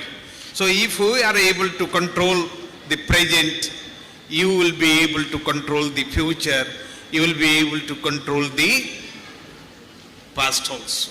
Because you are going to do whatever today that is going to decide. Next please. We are talking of the medicines. Medicine is our domain and everybody requires medicine. Next please. So my presentation will be under these few items and chronologically we'll go. Next please.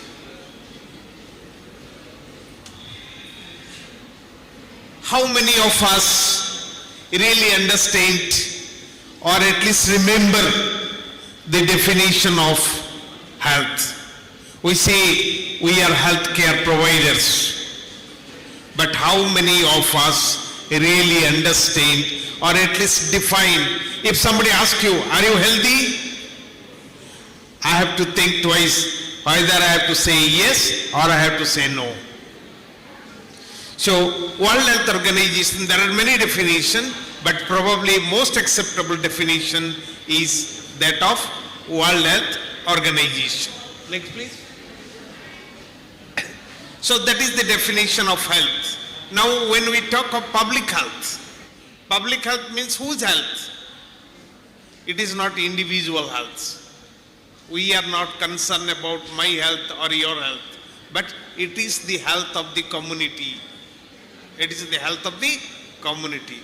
So health of the community is more important or less important, I am not going to tell that. But when we look at the health of the community that we have seen during the COVID-19, if my neighbors are healthy, if my neighbors do not have problem, I am safe. So is the public health.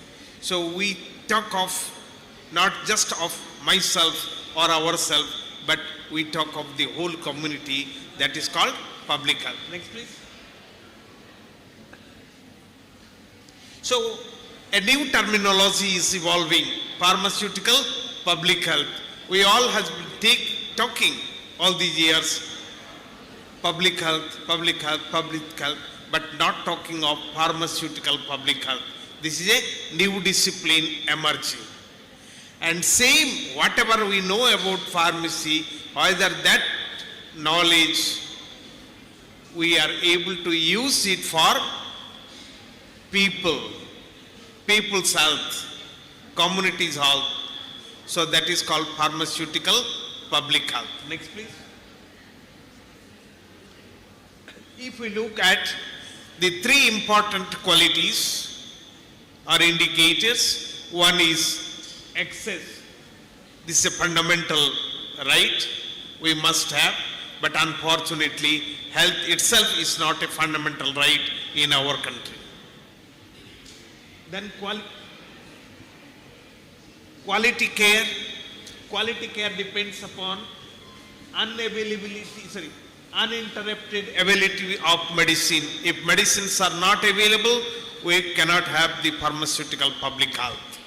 Next, third one is the biggest challenge we are facing is antimicrobial resistance. Now we have medicines. If we do not use these antimicrobial agents properly, so it is not that only the patient requires, everybody requires these medicines, but these medicines must be made effective. And sustaining their effectiveness is possible only if AMR can be combated. It cannot be prevented, but it can be at least combated.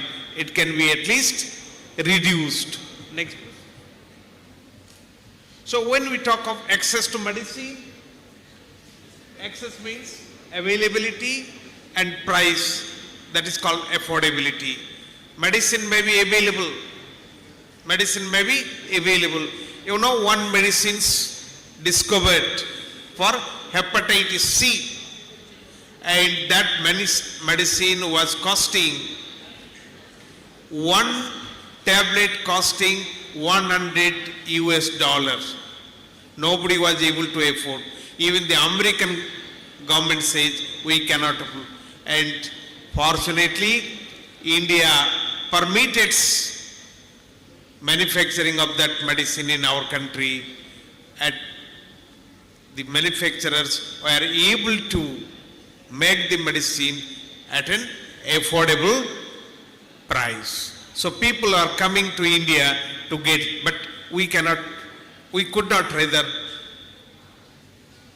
make the medicine supply to outside this country, because under the Patent Protection Act that was not allowed. Next.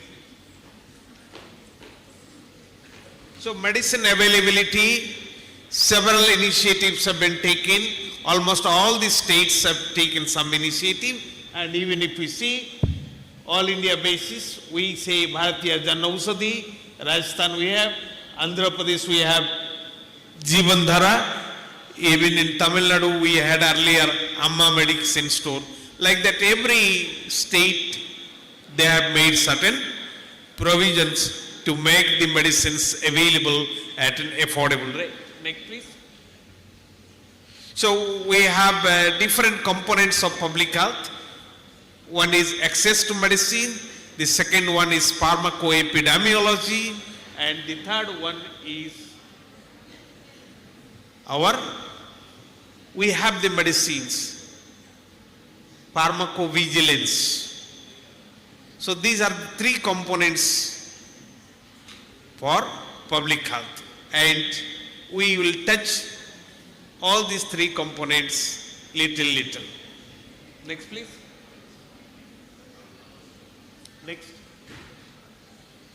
So three challenges we face. What are the three challenges? First challenge is clean care is safer care. It is not within our domain. This is surgery.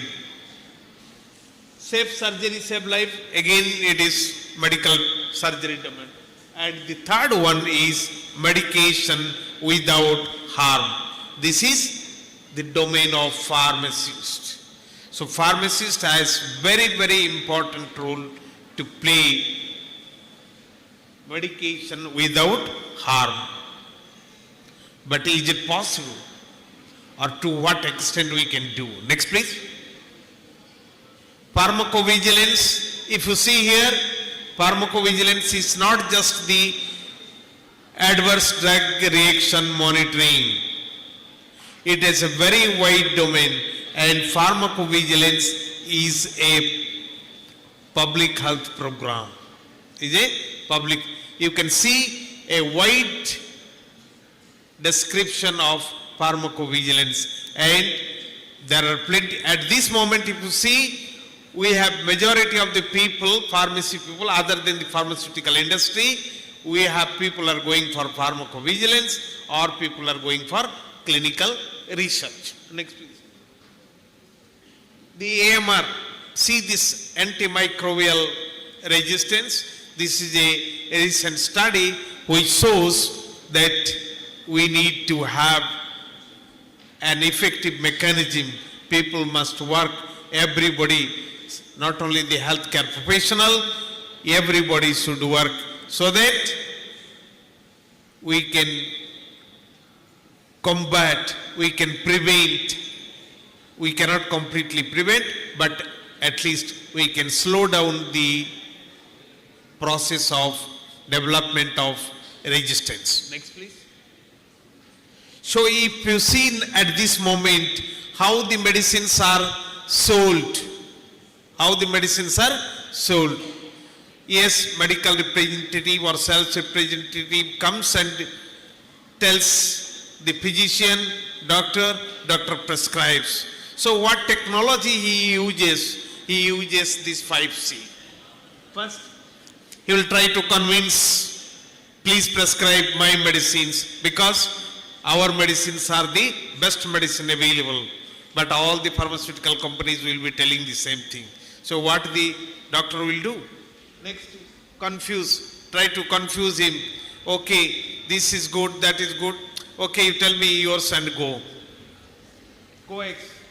Continuously try to pursue him. More time you visit, the doctor will be under obligation. Then corrupt.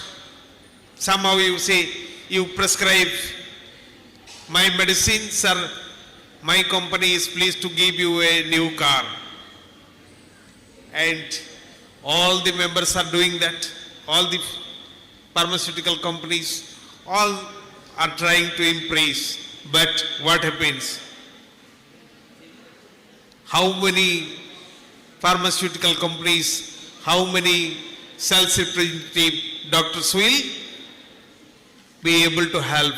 So lastly what the representative does, sir, if you don't prescribe, my job is at stake.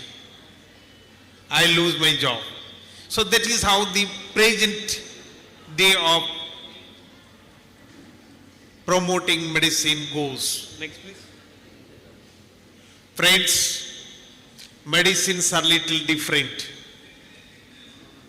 Medicines are than other commodities. You want to buy a watch, you want to buy a smartwatch, you want to buy a television, you want to buy computer, laptop, mobile. Who decides? You decide, because you are going to pay. But medicines, neither you decides. Somebody decides. But who pays? You pay. Patient pays. Patient has no capacity to decide. And what is the main thing that is involved in this? It is all the economics of medicine. Next, please. We have not been spending, but still we say it is not enough. We have been spending, but it is not enough. Next, please. See here. These are some of the leading newspapers report. Next, please.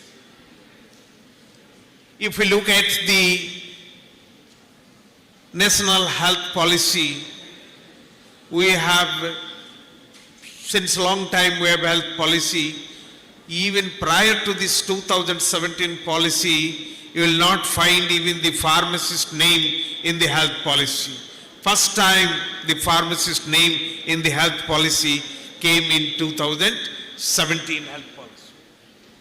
So this health policy, what it says, that will increase the health expenditure by 2025, and we have to see just 1 year left out. And many programs, number of Jan Aushadhi, you can see at this moment is 9,003 Jan Aushadhi stores. And number of Jan Aushadhi stores is likely, even our President of Pharmacy Council said that Jan Aushadhi provides a good avenues for self-employment. Next, please. So, when we talk of spending, how much we spend on medicine? Because some parts we spend for prescription medicine and some parts we spend for OTC medicine. Though OTC is not a legal terminology in our country. At the price difference between the retail price and the tender price with which the government buys, 100% to 5,600%. So is a big business, pharmaceuticals. No other commodities have such profit margin as the pharmaceutical sale. Next, please. So many of these health expenditures are not really needed. Many of the health expenditure are. These are some of the findings. If you see, many of these health activities that we see, they are not really needed. So that means they are waste. Next, please. Survey shows 40 countries showed that in the public and private sector, generic medicines for the treatment of acute, but here we try to compare the generic medicine with the shots available and the branded shots available. How do we compare? We need to educate the public. It is not that generic medicine, we have a separate standards. Next, please. So what we see, we want to see how to strengthen the public health system, because people are using, majority of the people are using the public health system. And very few people with insurance can go to the private health system. Next, please. So, if we want to see medicines available, and we need to see the pharmacoeconomics, and there are different tools in the pharmacoeconomics, and these tools we need to be aware of how to utilize these tools for our health facilities. Next, please. Cost minimization. Yes, when we even go to the market to buy tomato, we see the 10 fellows selling tomato, and we see wherever we want. But are we comparing medicine when we are buying medicine?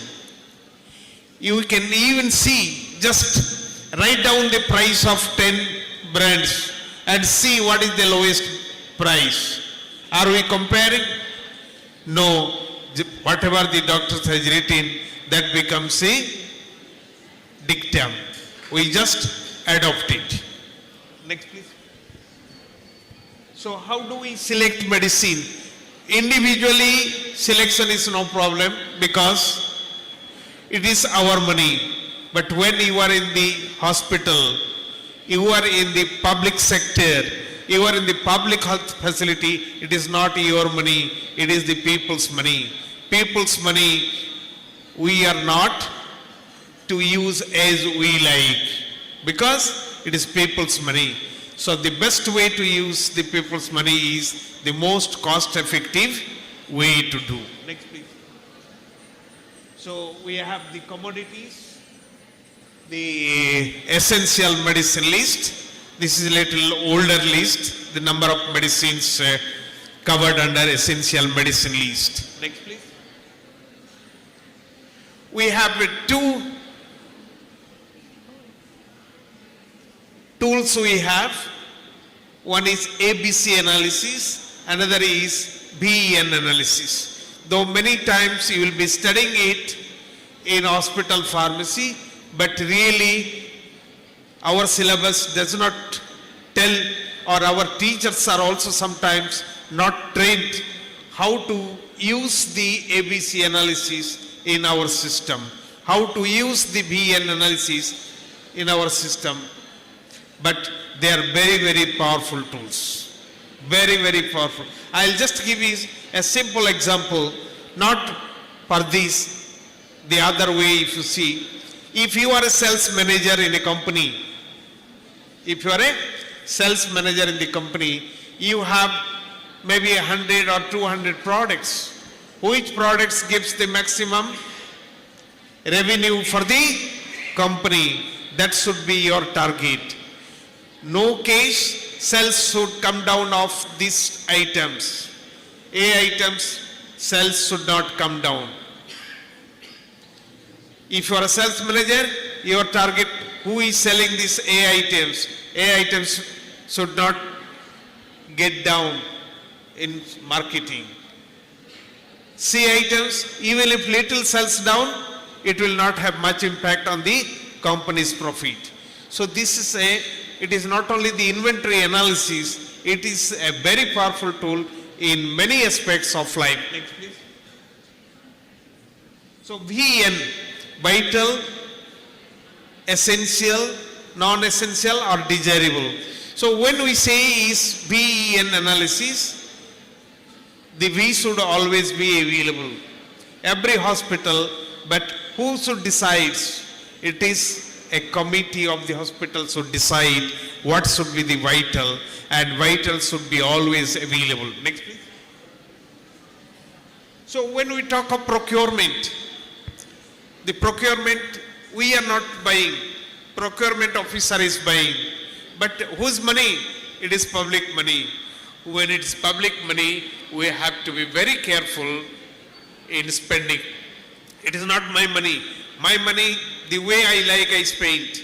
But when it is public money, I have to be very careful because public should get the maximum benefit. So if I procure it properly, that is why they say is buying is the first step. If buying is done properly, half of the work is done. And this procurement, even pharmaceutical industry is careful because if the procurement price of raw materials is high, the product automatically cost will be high. But here we are not talking in that way.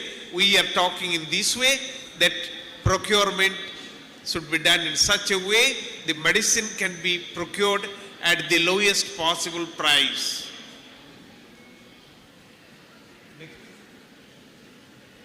Next, please.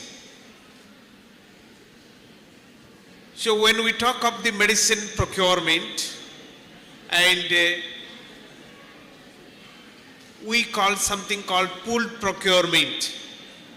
Even I suggest when a college has several departments, the stationaries, why should individual department buy the stationery? They can pull together what is the requirement of the college for 1 year. We can buy stationery together. So that is called pooled procurement.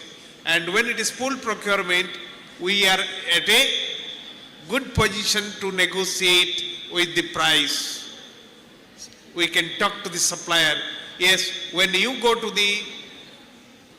any textile store, they will show, sir, our price are fixed, not negotiable price. But you tell, no, I am going to buy for my son's marriage, daughter's marriage, all the cloths I want to, textile materials I want to buy. Sir, you sit down, take coffee, and we can negotiate the price. So that is what happens in pool procurement. Next, please. One more thing, this friends, you may be knowing this, 80:20. 80% of the materials and 20% of the materials. Which gives you the most price? And that should be our target. And even 80:20 in any organization, 20% of the people give 80% productivity and 80% of the people give 20% productivity. Next, please. So the A is the most expensive materials. So we classify them into A, B, C, and our attention should be always with A category materials. Next, please. Next. So A category medicines is very easy to do. Just spread an Excel sheet. It will give you ABC, which medicines are or which items comes under A category. A very simple, but unfortunately, sometimes we struggle to do a simple analysis. Next, please. So ABC analysis is useful not only in procurement but also in the selection of medicine and all other fields. Wherever we are using medicines, ABC analysis is useful. Next please. Procurement, how we do here. And these PowerPoints are available. You can take from the organizers and you can read leisurely. ABC analysis can be used for distribution, application, distribution, next procurement, distribution, then use. So everywhere we can use the ABC analysis. Next please. See, few cartoons we have. The person who is a procurement officer in a hospital, he finds it difficult. So many AI items. Next please. How much? All my money goes in procuring the AI items. What happens? How I will manage the whole system? Next please.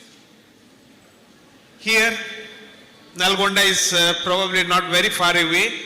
As pharmacist from Nalgonda, a pharmacist from Nalgonda is Silkari Paramatma. He fought against this our system. How to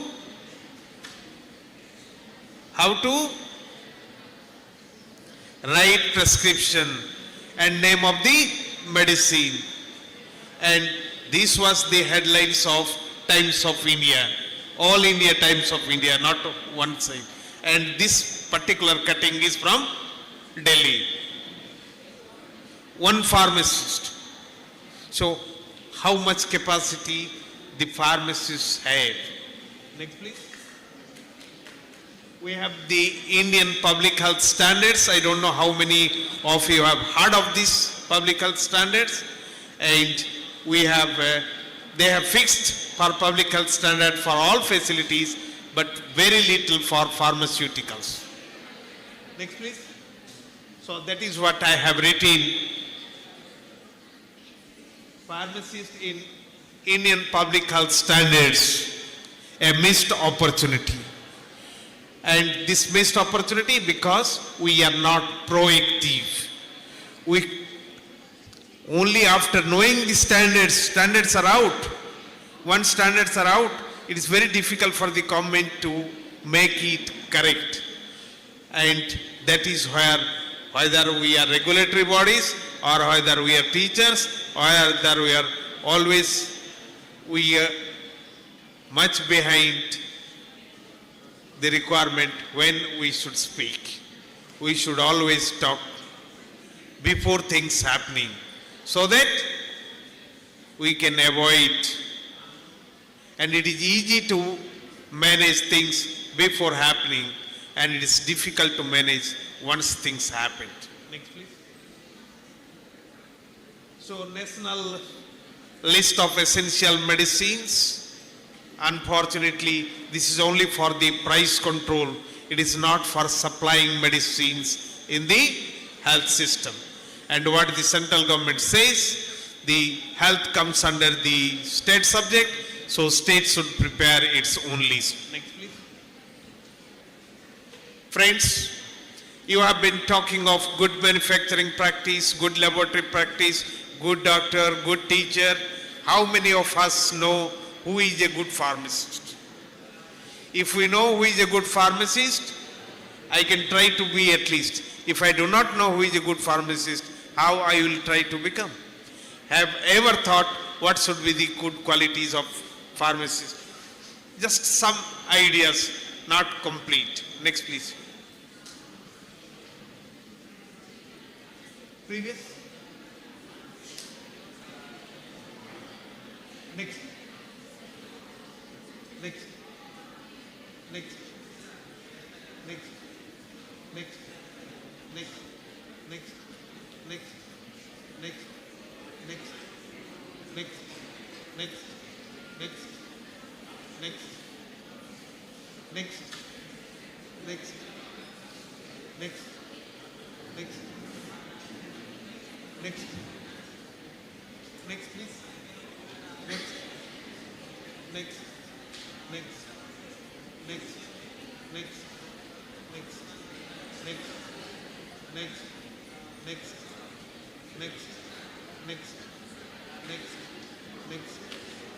Next. Next. Next. Next. Next. Next. Next. I'm going 6 no. Please come forward. Sorry.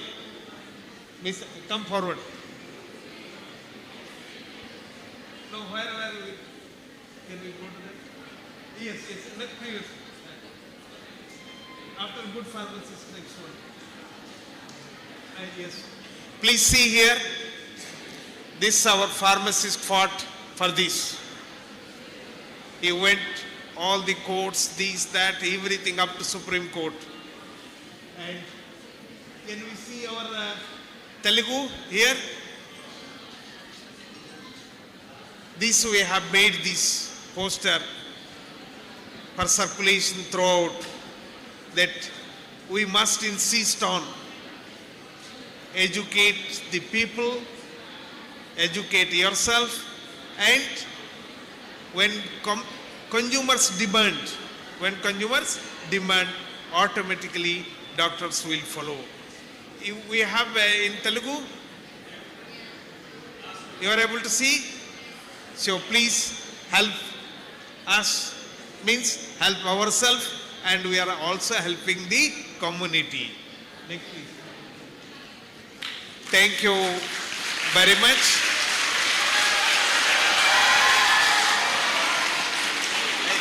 You know this dialogue? Chennai Express.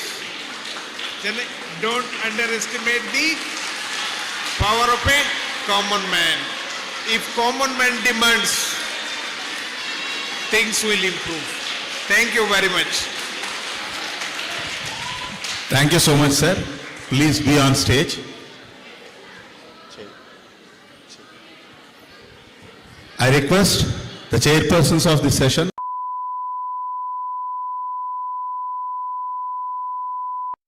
and also I request the convener of Women's Forum APTI, Dr. K. Padmanatha Garu, to come on to the dais.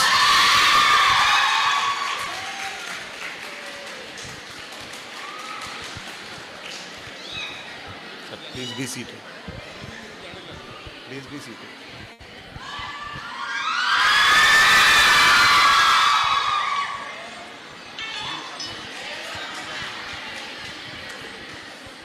Good afternoon to all of you. I think you have very good energy after a good lunch. Okay, so ఇవాళ ఏం తెలుసుకున్నారు?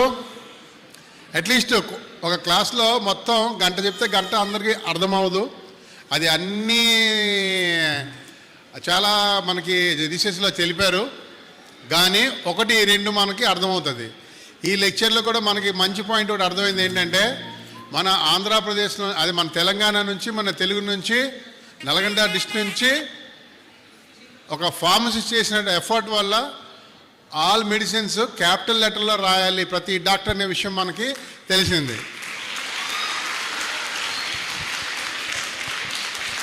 ఇటువంటి ఇక్కడ మీరు 2 విషయాలు గుర్తించాలి. నాకు పెద్దన్న లాంటి వాళ్ళు మహాంత గారు చాలా 20 years నుంచి పరిచయం ఉన్న వ్యక్తి. ఇవాళ ఆయన ఏజ్ వాళ్ళ శ్రీమతితో కలిసి ఇవాళ ఇక్కడికి వచ్చి మిమ్మల్ని అందరికీ తనకు తెలిసినటువంటి విషయం ప్రతి పిల్లలందరికీ తెలియాలనేటువంటి గొప్ప అద్భుతమైనటువంటి తన యొక్క అంతా తను చెప్పాలని పిల్లలకి ఇంత దూరం వచ్చారు. నిజంగా మీకు హృదయపూర్వక నమస్కారాలు సార్, మీ యొక్క నిజంగా ధన్యవాదాలు. మీలాంటి వాళ్ళు inspiring to the not only young students, for we like young teachers also this very good inspiration. And చాలా వరకు the things which you spoke today, those items were not in our curriculum when we studied, and present B Pharmacy curriculum also that was not there. And as you are teaching the specific other Pharma D program like you are teaching, so you are studied that. Yeah, that is there. Is not there in syllabus. This is out of the syllabus. Okay, this is what the syllabus is supposed to change. Okay, so public health is very important. Public health is important, and main medicines are very important, because 250 rupees ki, because the vaccine you could get free of cost. That's why everyone got vaccinated. This is the what public health. And thank you, sir. Give a big round of applause.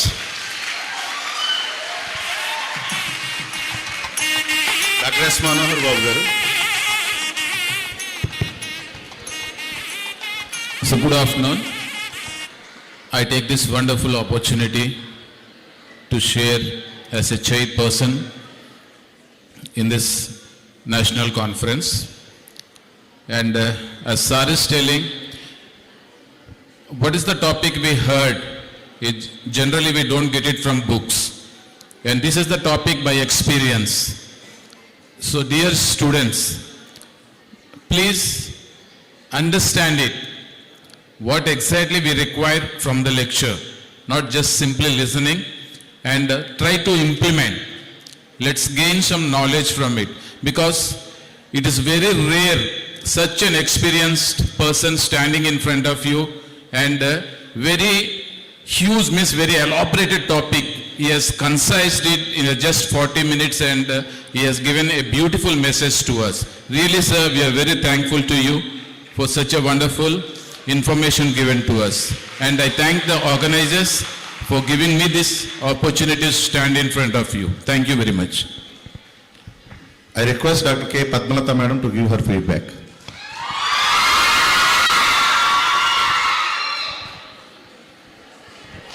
Today speaker గారికి నమస్కారాలు. అలాగే audience అందరూ students ఉన్నారు. మీరు అల్లరి చేయండి, but ఏం జరుగుతుందో కూడా గమనించుకోండి. చిలుకూరి పరమాత్మ గారు అని స్లైడ్ వచ్చినప్పుడు మన తెలుగు వాళ్ళ వలన ప్రిస్క్రిప్షన్ రాసే పద్ధతి మారింది అనేది మీరు గ్రహించలేదు, తప్పట్లు కొట్టలేదు. We felt very bad sitting in front seats. ఎందుకంటే మీరందరూ మీ ఓన్ వరల్డ్లో ఉన్నారు, కానీ వాట్ ఈజ్ హ్యాపెనింగ్ మన తెలుగు వాళ్ళు అంత కారణంగా వర్క్ చేసినప్పుడు వాళ్ళకి హానర్ ఇవ్వడం కూడా మీరు మర్చిపోతే అది బాధాకరం. So I hope all of you concentrate on the topics what are going on. So I hope all of you remember, Chilukuri పరమాత్మ గారి వలన ప్రిస్క్రిప్షన్ రైటింగ్ మారింది. ఇది మీ జనరేషన్లోనే జరిగింది, మీ టైంలో అనేది మీ లైఫ్ లాంగ్ గుర్తుపెట్టుకుంటారు. మీతో పాటు మేము కూడా గుర్తుపెట్టుకుంటాం. సార్ దయ వల్ల ఆ పేరు ఇవాళ నాకు కూడా తెలిసింది. I'm very much thankful to sir. Thank you. Thank you, madam. I request the guests to honor our speaker.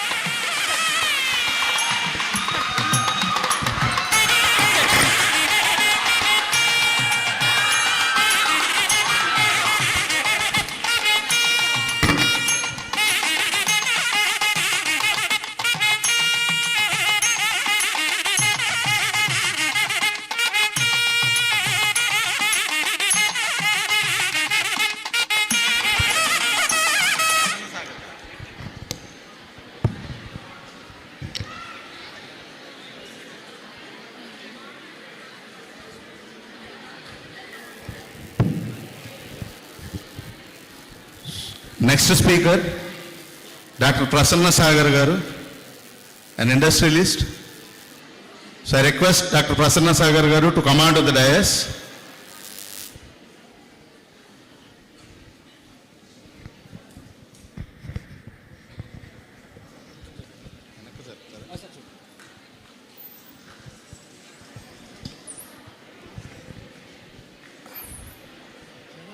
I request Professor Umadevi Madam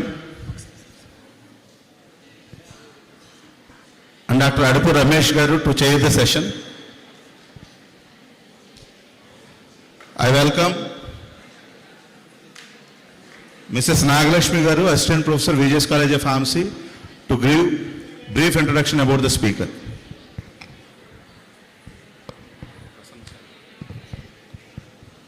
It is an honor and privilege to me to introduce Dr. Prasanna Sagar Sir, Director, Orbicular Pharma Technologies Private Limited, Hyderabad. Sir has overall 22 years of formulation R&D experience. Sir is responsible for end-to-end development and life cycle management of injectable developed dosage forms. Some of the US projects worked involve first to file ANDA with Para 4 certification litigations and also NCE-1. Sir is conversant with FDP, MHRA and ICH guidelines and documentation required for product development and dossier submission for regulatory markets.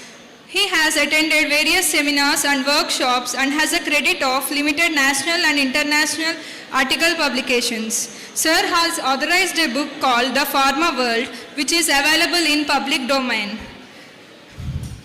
Sir also serving as academic counselor and board member to Chalapati Pharmacy College, Guntur. He is also serving as academic council member, BLDE Pharmacy College, Bijapur, Karnataka. Now I request Dr. Prasanna Sagar Sir to deliver a talk on pharmaceutical quality by design, product and process development, a generic industry perspective. Thank you.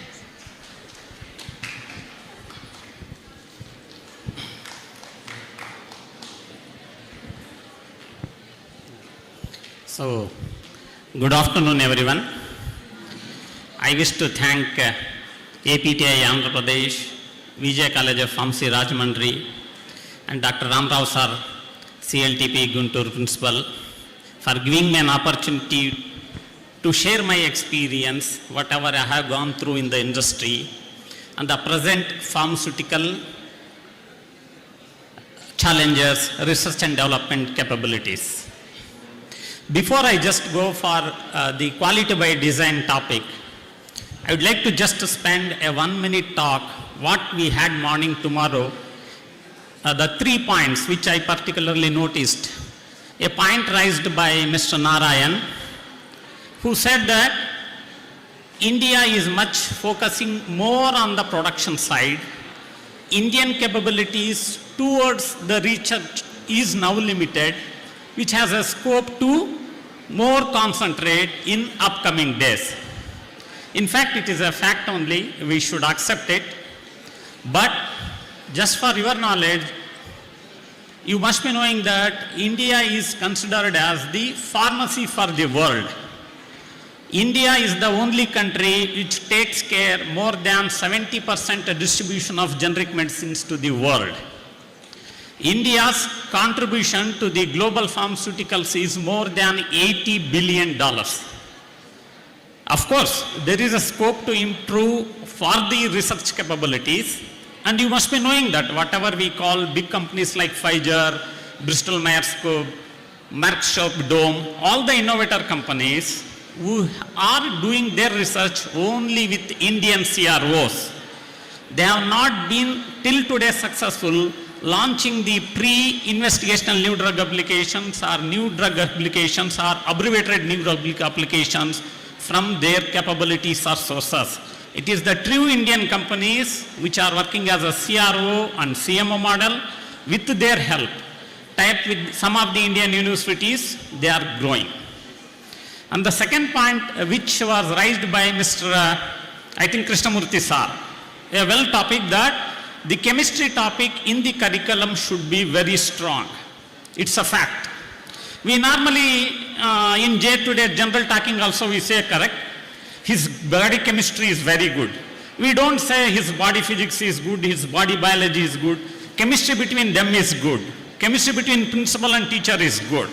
It is the chemistry which survives the product quality. When we go to market, we ask for a tablet having the higher shelf life.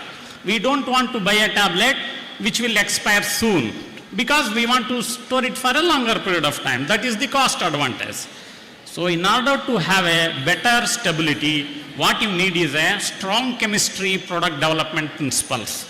If at all you want to develop a product having a quality, that should have a strong chemistry. So of course there is a need. Chemistry should be strong in the day-to-day product development process as well as the generic drug product process. Chemistry should be utmost strong. The third most important point which the PCI President Mr. Mohanta Patel said that our people, coming generation should take care of pharmacy practice. It is correct only. When lawyers are charging for their consultancy, when chartered accountant is consulting for his consultancy, when doctor is taking for his consultancy, when an architect is taking for his consultancy, why can't a pharmacist? A pharmacist also should charge for a consultancy. But only thing we need to keep it in mind is that we are playing with the public health. It is not that just an architect consultancy or a lawyer consultancy which is nothing to do with life. Whereas a pharmacist is directly linked with the patient health. The health is directly proportional to the pharmacist knowledge. We should know the drug-drug interactions, we should know drug-food interactions, we should know the proper posology, we should know the patient health, we should know the patient history. Then and then only we should be in a position to do a better counseling as well as a better pharmacy practice. Otherwise, we will have a curse by a patient for having written a wrong prescription. So these are all the three important factors. Why I emphasized here is the college and APTI Andhra Pradesh is putting so much effort, so much expenditure must have been done. It is only for the benefit of students. So students should take care of this. Students should acknowledge all the efforts being put to make this National Pharmacy Week a grand success. It is only for the sake of students. Nobody is going to get in anything. The only student gets benefit by knowing the various facts from the so many speakers. So after having said these 3 points, I would like to just go to the today's topic. Today's topic is nothing but the quality by design in product and process development. Of course, you must be knowing that there is a one regulatory body called ICH, which is nothing but International Conference on Harmonization, which is a regulatory body which wants to harmonize the process across the various countries. Like in US, there is a regulatory body called US FDA. In India, there is a regulatory called CDSCO. In UK, there is a regulatory body called UKMHRA. In Brazil, a regulatory body, ANVISA. Everybody may be having a different rules and regulations. But however, everybody's aim is to only manufacture the medicine. When everybody's aim is to manufacture medicine and supply medicine, everybody should have an harmonized rule. Nobody can have a different rule, because in order to develop a quality medicine, the ICH came into force, which is nothing but International Conference on Harmonization. They ruled a principle called 3 major electives called ICH 8, ICH 9, ICH Q10. Q8 basically talks on the pharmaceutical development. Q9 basically talks on quality risk management. Q10 basically talks on pharmaceutical development systems. These 3 elements are nothing but the pharmaceutical quality by design. Next slide. So in this slide, we'll basically see what is the product development cycle, what is the flow chart, then what is nothing but QBD, and what benefit we get by following the QBD, then what are the basic steps involved in the QBD, then what are the various tools and designs, and finally what we conclude. So these are all the few topics we will try to understand by a QBD. This is called the development cycle. For example, you assume that you completed your MPharm course, now you want to join an industry.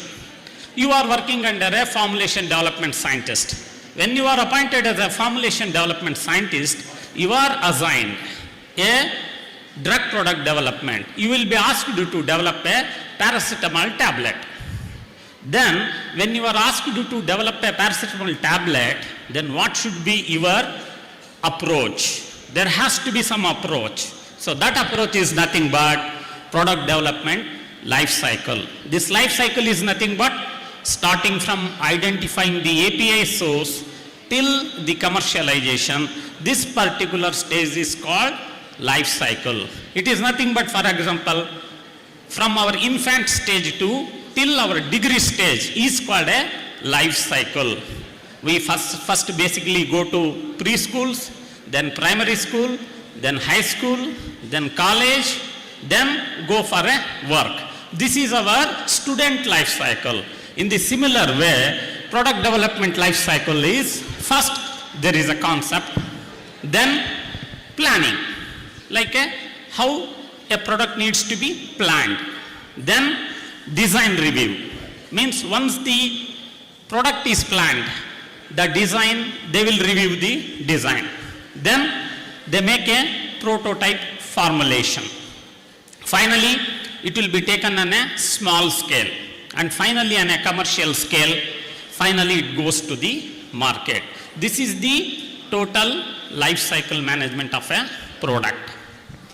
So in a nutshell, for example, you want to do any practical. Today, if your teacher asks you to do the viscosity experiment, you will not directly go and take the viscometer and do it, correct? First, you will understand what is meant by viscosity, what is the definition of viscosity, what is the instrument being used to measure the viscosity, what is the unit being used to measure the viscosity, what happens if the measured viscosity is out of the limit, then what is the importance of viscosity. So these are all the total life cycle in your day-to-day practical school. In the similar way, the product development cycle also is designed in this way. So for example, what is the flow chart? A flow chart is nothing but first, if you are asked to develop a paracetamol tablet, so what you need to do first, you have to take the paracetamol drug substance, correct, no? If at all you want to make chapati or you want to make roti, first you have to have the wheat flour or jowar flour. Your jowar flour or a wheat flour is here a drug substance. That is the first which you need to identify it. The second most important, you have to identify the critical quality attribute. For example, assume that you have a paracetamol where you feel that the product, the drug substance is highly hygroscopic in nature, or the drug substance is highly deliquescent in nature, or the drug substance has a low melting point. So these are all the critical quality attributes which you need to understand very carefully from the certificate of analysis of the drug. So this is called a critical quality attribute. Then next, after understanding the excipient, process and the drug substance, you have to propose a formulation, like for example wet granulation or a direct granulation or a direct binding. So you have to identify that. Then risk analysis. Risk analysis in the sense, by understanding the nature of drug substance, nature of the excipient, nature of the process, you have to identify certain risks. That is called the risk evaluation. Then proposed parameters to invite DOE. DOE is nothing but design of experiments. After you understand certain problems from the drug substance, excipient, in order to mitigate that risks, you have to design the experiment to come out from those particular risks. Next. So this is something called Hope you must be knowing that by the year 2010, the quality by design concept came into effective in the industry. Those many days, the drug product development was going on a traditional way. When in 2010, the QBD concept came into the organization. What is the advantage? I will just let you know with a small example. Assume that I want to buy a mobile. I want to buy a mobile. What I did is I simply went to a mobile shop, took some mobile. For example, I had only 11,000 in my pocket. I took 11,000 mobile and came back home. That is called a traditional approach. That is a traditional approach. What is the advantage if you apply a QBD approach? What is the advantage you approach a QBD is you will evaluate before you buy a mobile. What you will do is how much budget I have. What is the mobile which I want to buy? What is the screen size which I would like to take? Which company I would like to take the mobile? What is the sound clarity which I am expecting from a mobile? What is the camera in a megaplex which I am expecting from a mobile?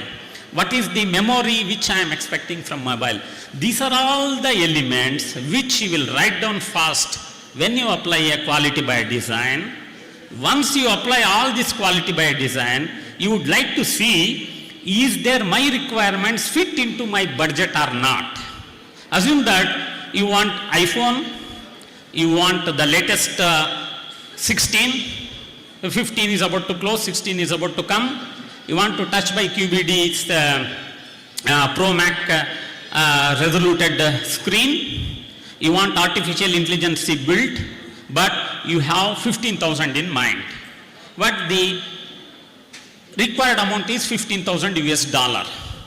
Then you want to do the risk evaluation. What is that risk evaluation? You need additional fund. Then you will think, is there any financial plans which I would like to take it in an EMI scheme? But your intention is to buy that Pro Mac iPhone only, where we have this thing. This is how, if you apply a quality risk management, quality by design principles, you are very particular about your goals, you are very particular about your aims, you want to meet that.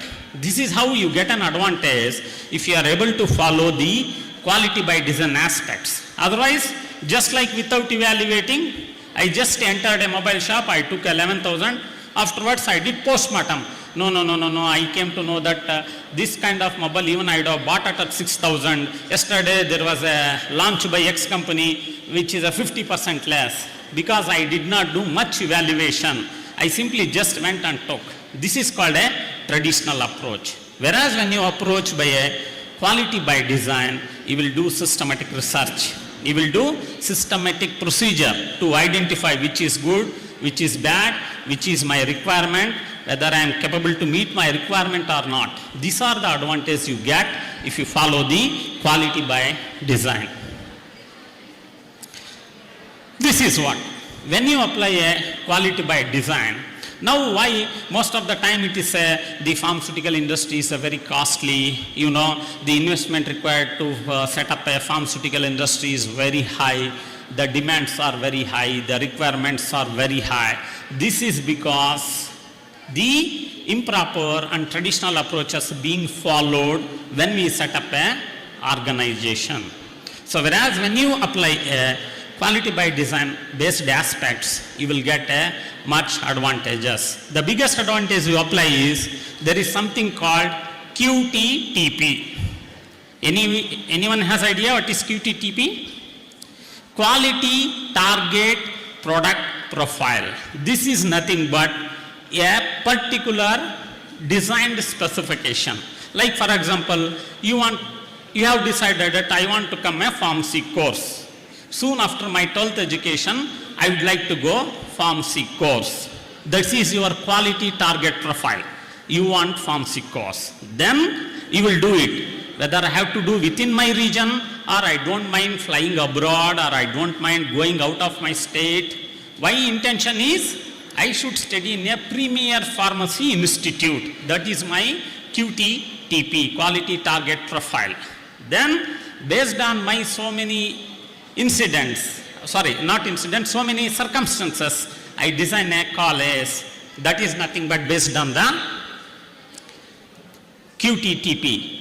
I did not go in deep with respect to the Form C because I know going in deep with Form C may not be able to understand by you people. That's the reason I am giving always some relevant examples like identifying college, going a mobile shop, going a cloth, buying a cloth and afterwards this thing. The reason is here, the same principle is being applied here in the Form C only. It is just like a kitchen work. For example, you want to adjust water for cooking rice, 1 cup or 2 cup will varies when you want to do the 50 kg rice. Correct?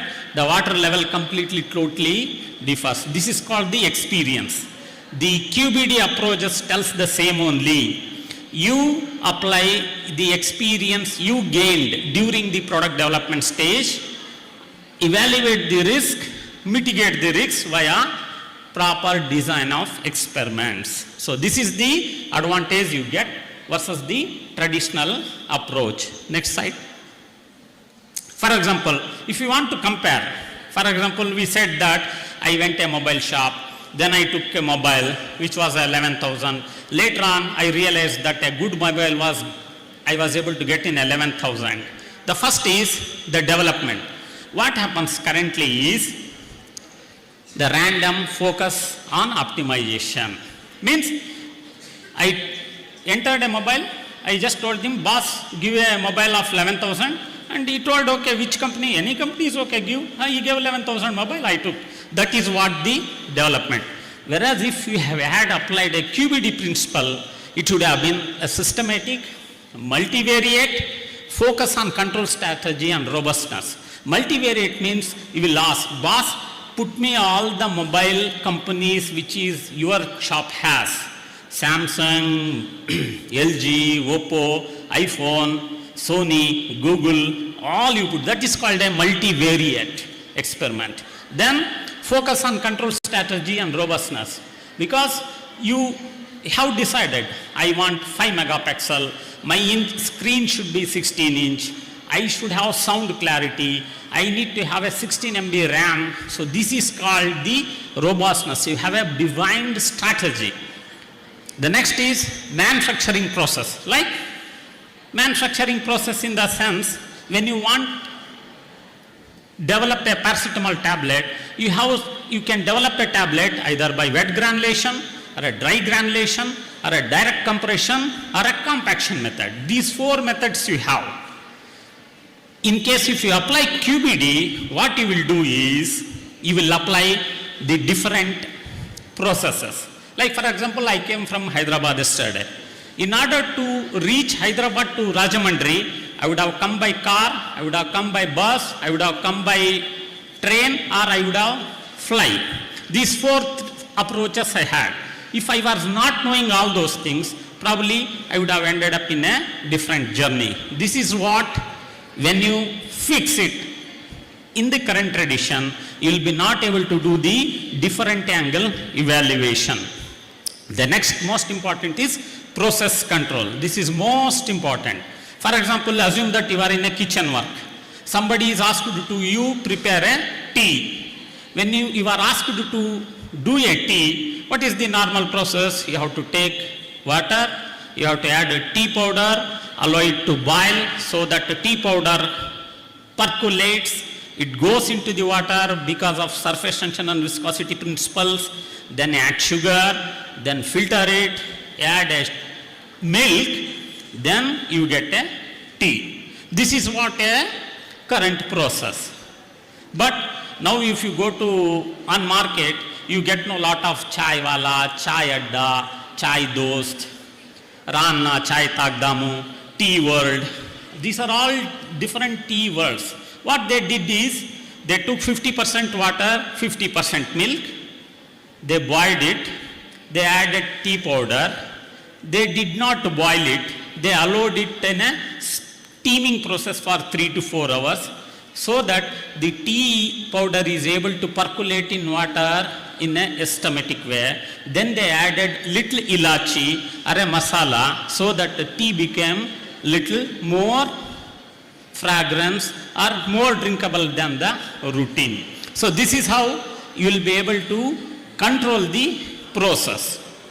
The next is product specification. This is something like you are very particular about your product.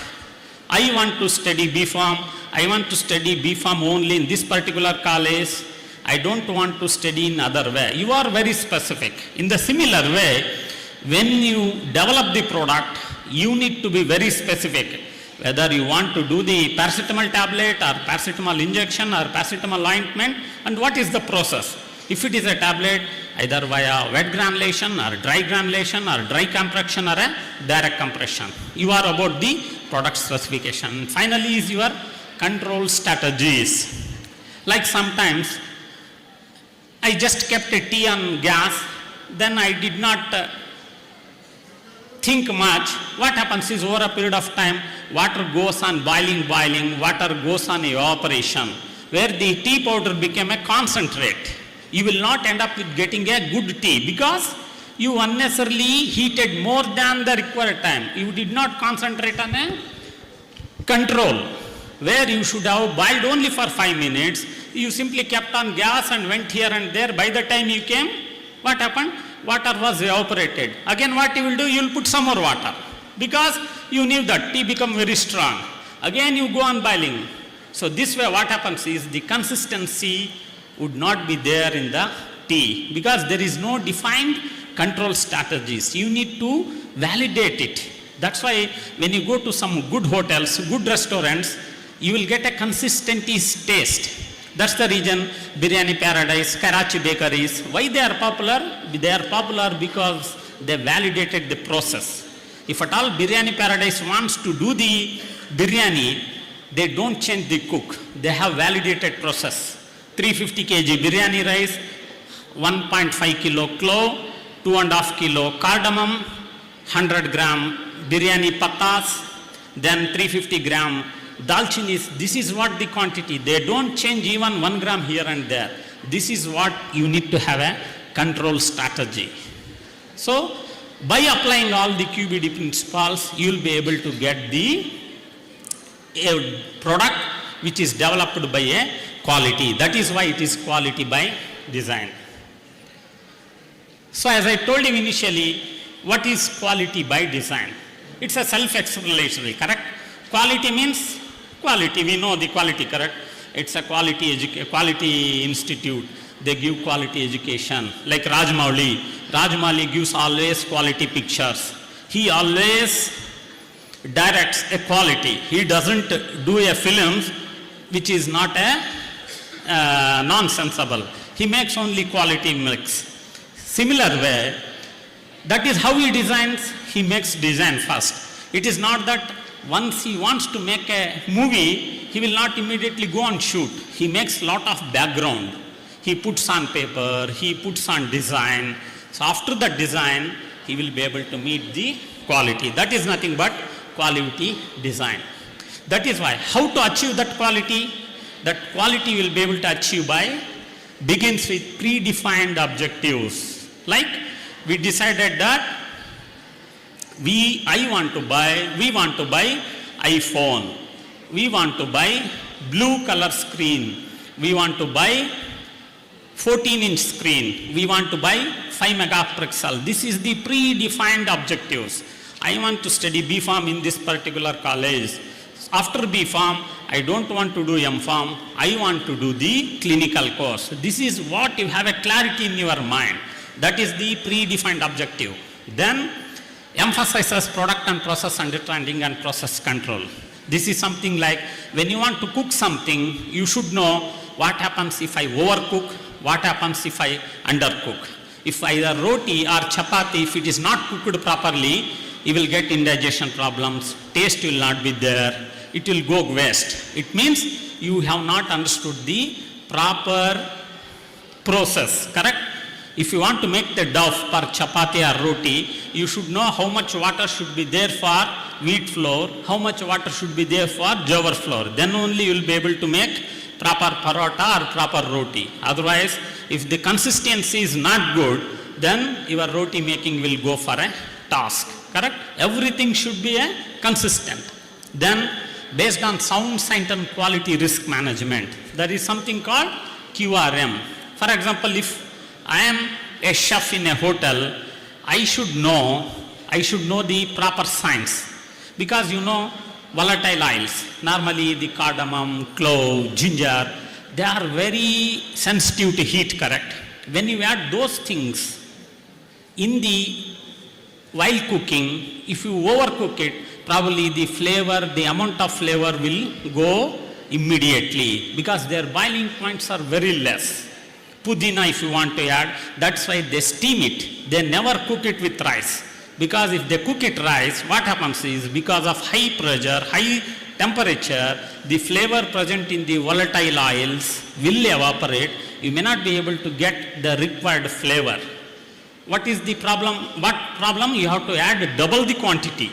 Then cost will not fit into your economy, correct? That's the reason they just steam it. Once the rice is cooked, they just put it and allow it for 2 hours, so that because of that heat, it will be able to extract. That is called, you should have that science. You should know the science properly. Then your quality risk management. What happens in the unlikely event if it is charged? What should I do? Do I have any step-by mechanism so that it can be immediately triggered or troubleshooted? So with all those things, you will get a proper QBD. It means designing and developing formulation and manufacture to ensure predefined quality. Like your aim is to make paracetamol 100 mg tablet.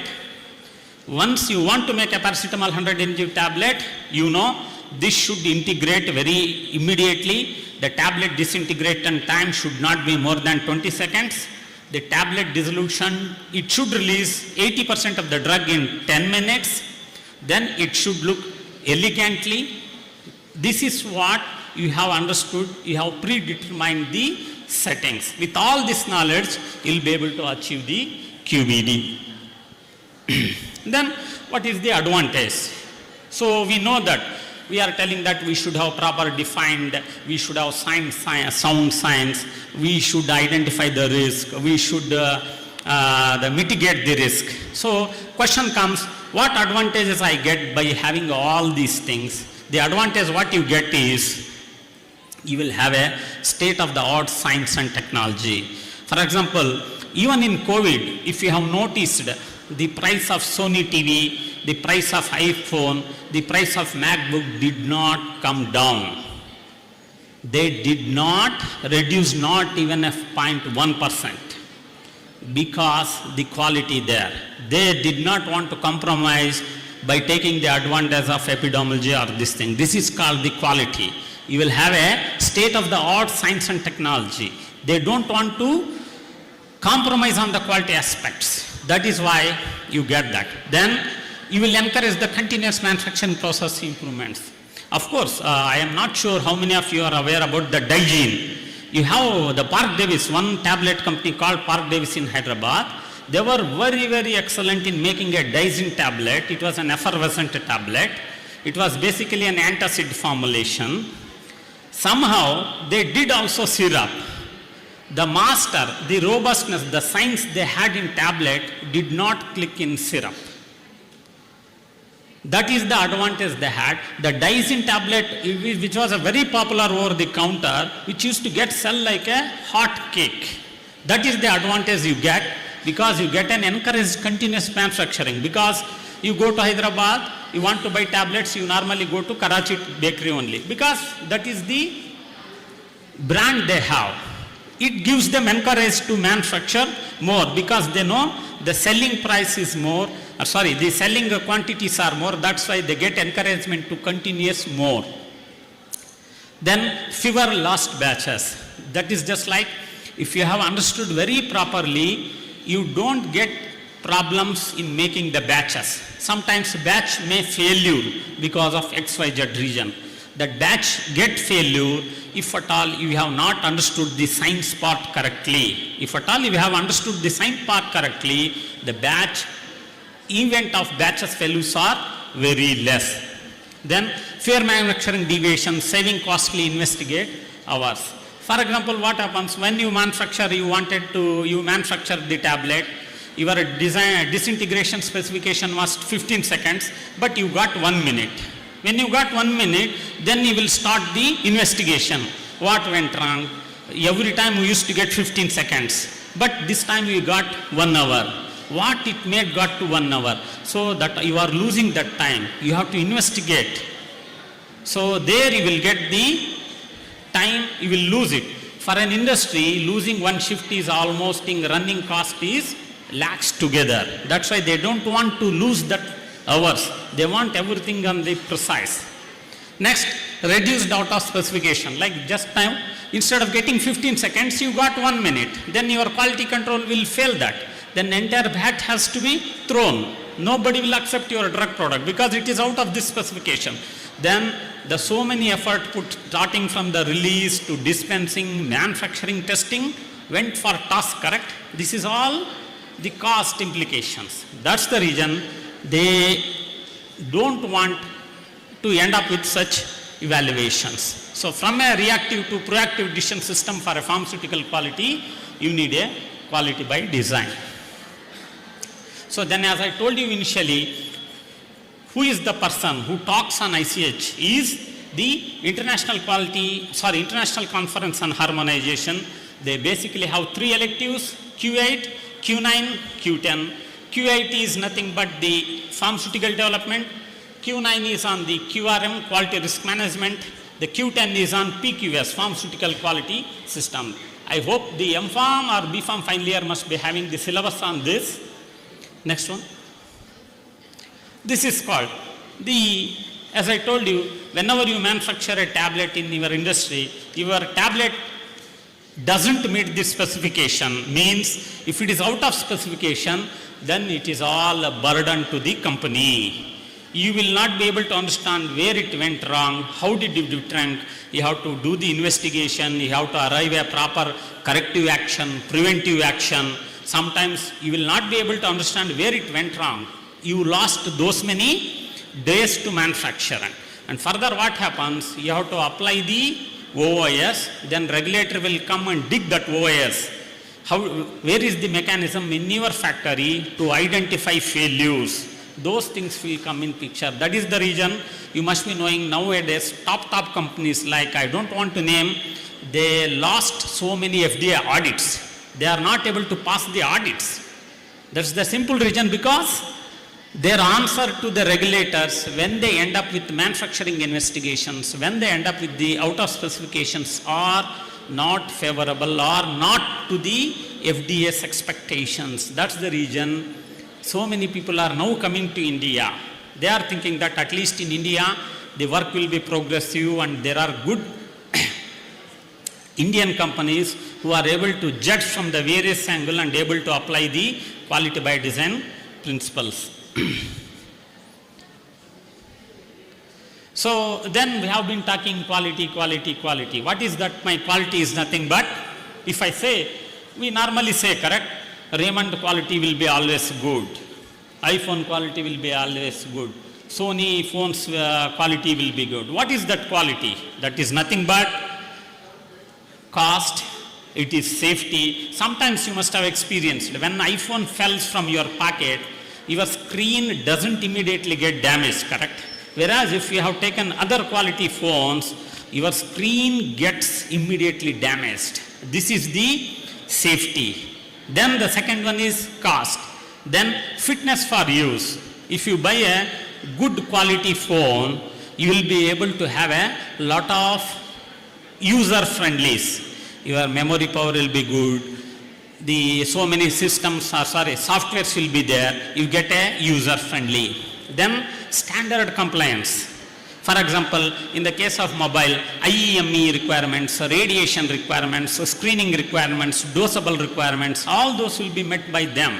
That is, they want to compliance. Like in pharmacy, as I told you, in case if I want to manufacture tablet for India, we should obey CDSCO regulatory requirements. Like for US, US FDA, UK MHRA. Then easy maintenance because you have understood properly and thoroughly where you do not have any confusion with respect to your process. Then you have a satisfaction, means you get a night's sleep, correct? You should not be in a trouble, oh, batches are happening in night, I think God only should save, I don't know, till morning our chemist phone comes, I don't get sleep at all. Because last time also when batch happened, the batch went for task, again I will get call from my manager. Those, you want to have a peaceful life means your background work should be very strong.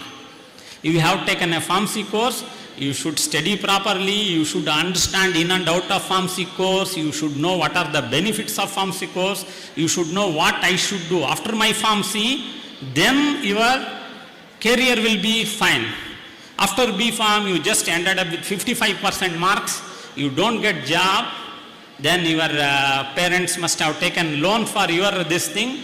Since you didn't do good in your studies, then you will repent, pharmacy is waste, pharmacy I should not have done, better I should have done that, this. So, that satisfaction if you want means always your groundwork should be very strong. If your groundwork is strong, then you will get satisfaction. This is the total QBD, means you have a product knowledge, you have a product specification. Once you develop the product, you will be able to get a desired product performance. Because of this, what happens is continuous improvement. Like when you go to some good quality restaurant, you get consistency taste. It's not like today it is sweet, tomorrow it is something like sour, day after tomorrow it will be like spicy. No, there is a consistent improvement. That is called, you will get a continuous improvement. So as I told you, what are the basic elements means quality, target, product profile, then critical quality attributes. Critical quality attributes means, for example, you want to buy a car. You want to buy a car means, what are the important elements which you should take? The engine, radiator, cushion, tires. These are the four which are very, very, very important for your car. These are critical quality attributes. Other than this, we normally see the design, interior part, we see the speaker, we see the car color, but we forget to see the engine, cushion, tire and radiator, which are the heart, kidney, brain of the body.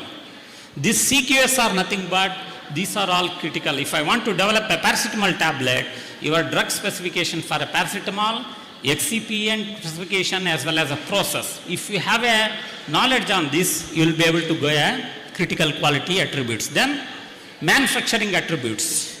Like as I told you, how much you have to granulate, what is the rate limiting step, those things. Then critical process parameters. Finally, you will be able to get a proper product life cycle. Next. So next, I told you. So then what are the various tools? The various tools are nothing but, one is the risk assessment. You identified the risk. If I want to make it a tea, I need water, milk, tea powder, sugar and gas or any kind of heat energy. This is what you did the risk assessment, and quantity also. For example, you want to make tea for 5 members, you came to know that I have tea powder only 2 spoons, which will not be sufficient for 5 people, correct? You didn't do this risk evaluation. You simply went and switched on the water. This is called risk assessment. Then design of experiment. Next most important, whether you have to add water first or milk first, whether you have to add a tea powder at the end or first, or how much time I have to boil it. After boiling, whether should I filter or without filtering, if I give the tea, then it will not be good. So this is called the design of experiment. Then creating design space. This is something called new. For example, you want to develop an injection. You know anybody what is the pH of blood? pH of blood? No idea. You need to have, like for example, sugar or a blood pressure.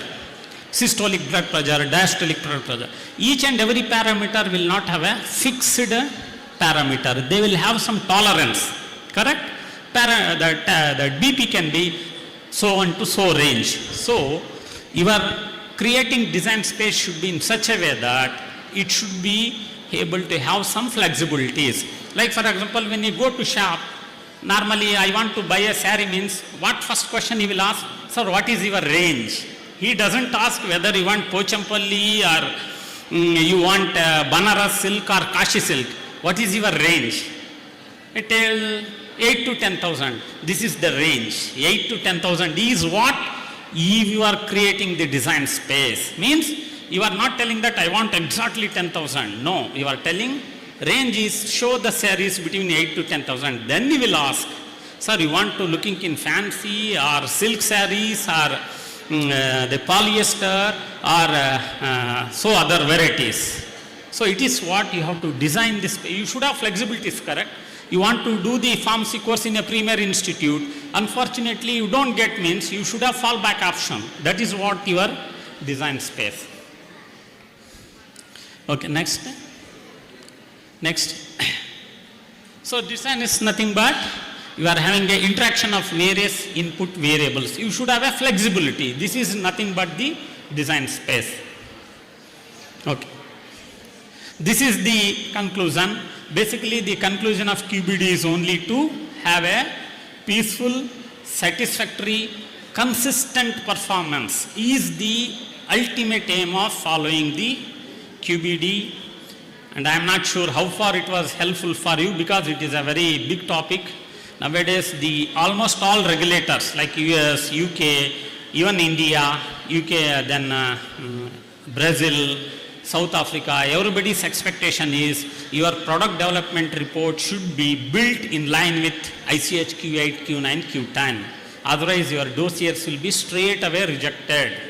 One dossier fees is $2 lakh US. One dossier fees. Just it's the fees for filing with US FDA. Forget about the investment made on developing this. See, this all will be inquired in loss. That is the reason. If you want a safe, consistent, effective, satisfied means basically you have to apply a quality bid. Means in a nutshell you understand that your groundwork should be very strong. Unless your groundwork is strong, you will not get not only success in product development, even in our personal life also we will not get success. I wish you all the very best for students. I also wish you all the very best for VJs. And I thank management and I request PCI and VJs to come forward to arrange such so many seminars, especially for the benefit of students. Once again, wish you all the very best. Thank you so much, sir. Please be on stage, sir. I request our Dean, K. Srinivas Garu, to come onto the dais along with Padmata Madam. So I request the chairpersons to give their feedback.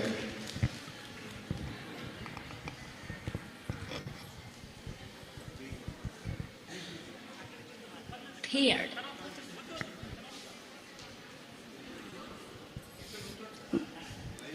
Hello everybody, good afternoon. I think we all should thank Dr. Prasanna Sagar sir for simply explaining the youth about how to choose a college or how to succeed. For a college to succeed, if you think product is a student, we have to follow all these rules, what we are following in the industry.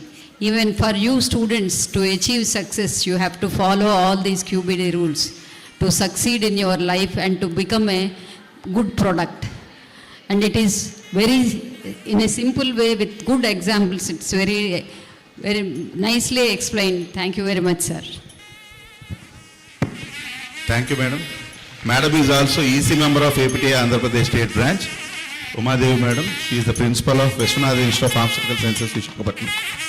I request Adapu Ramesh Garu, Director, Vikas Institute of Pharmaceutical Sciences, Suryapeta, to give his valuable feedback. Thank you, sir. First of all, I should thank the VJ team giving me this opportunity. More important is today I learned the best thing. See, 20 years of consistent experience is put in half an hour. Just in half an hour, he narrated the whole quality by design does not mean that it is a simple task. I'm watching, he's engrossed in his concept and the students are enjoying in their own world. Getting such kind of lectures, you don't know the value of this. In industry, if he has to present this concept, probably they have to pay 2 to 3 lakh rupee for 1 hour lecture. See, that is the value of his lecture. And unfortunately, the way it is just happening here, I felt a moment, so much concept is going in, so much knowledge is pouring out. Are we ready to take that concept? It is all because for you.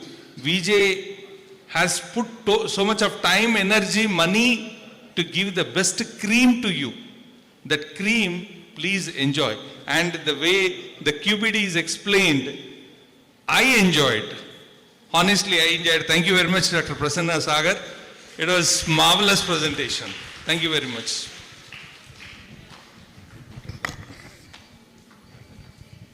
So I request the guest to felicitate the speaker. Finally, he accepted to sit in.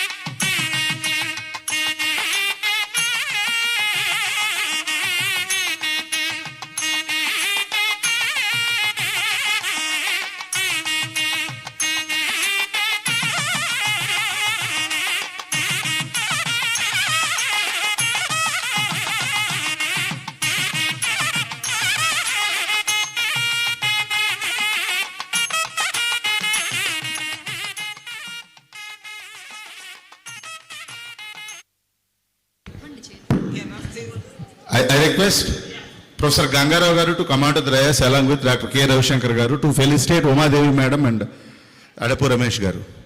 I request Professor B. Gangarao Garu, my guru, my mentor, former registrar of Adikavu Nanna University, former principal AU College of Pharmaceutical Sciences. Please come on to the dais. K. Ravishankar Garu also. క్లాస్మేట్కి సన్మానం చేయరా sir? సన్మానం ఇది సన్మానం నాకు చేయాల్సింది కదండి, ఆయనకి సన్మానం చేశారు కదా చాలు.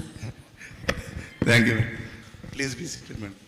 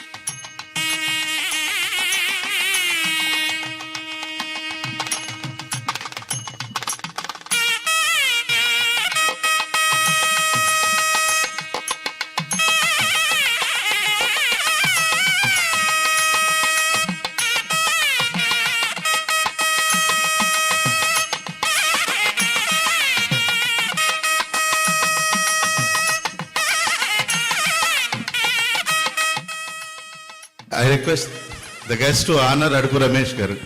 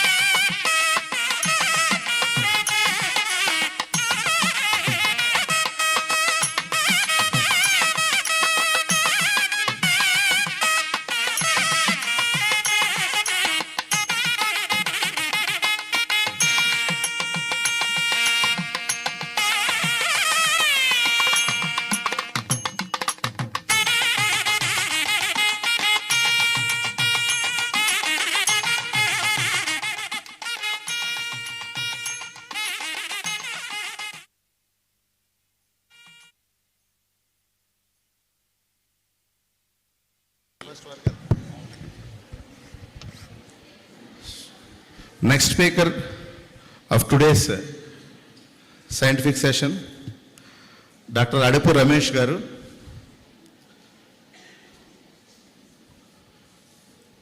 I request Spandana Madam and Dr. William Carey Garu to come on to the dais to chair the session.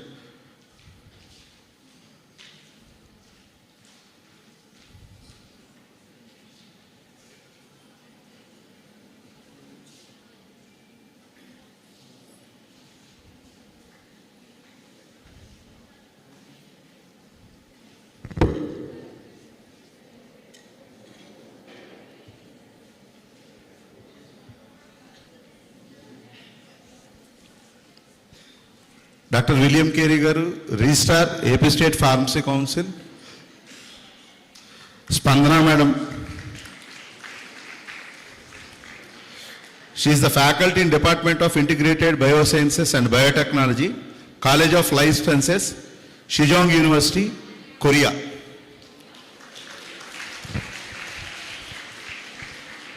So I request Ramesh Garu to continue the session. Thank you.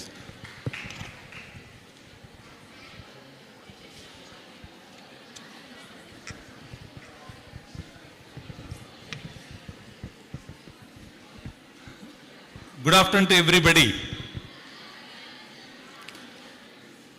Energy is going down, I believe, because something interesting or something motivating should be there.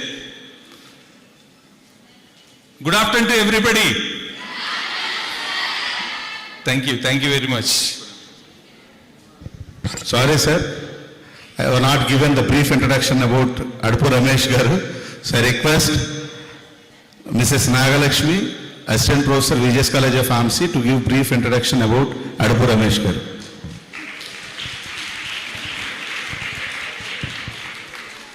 I am grateful to introduce about Dr. Ramesh Adipu sir, Principal of Vikas College of Pharmaceutical Sciences, Suryapet, Telangana. Sir graduated from Kakatiya University and is the first batch student of M.Pharm Pharmacy Practice from JSS College of Pharmacy.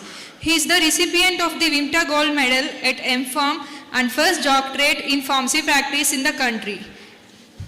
Currently, he is working as Principal cum Director at Vikas College of Pharmaceutical Sciences, Suryapet, Telangana since January 2017. Functioning as the immediate past Vice President of Indian Pharmaceutical Association and Chairman of the Hospital Pharmacy Division IPA, he has been a key resource person for numerous training programs, national and international conferences and workshops in pharmacy practice, maternal health and pharmacovigilance among us many others. He actively supports capacity building and training practicing pharmacists and pharmacy students. Sir has guided more than 50 PG students, 40 pharmacy students and 2 PhDs. Sir has 62 research publications in national and international journals, 3 textbook chapters and 1 textbook to his credit. He supervised more than 50 lakh worth of research grants received from UGC, AICTE and ICMR. Under his able guidance, a clinical decision support system software was developed and marketed under the name of Clinirex by Taichi Innovations Private Limited.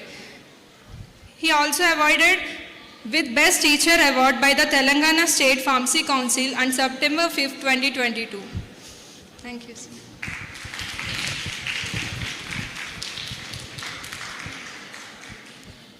Thank you very much, madam, for giving a good introduction about me.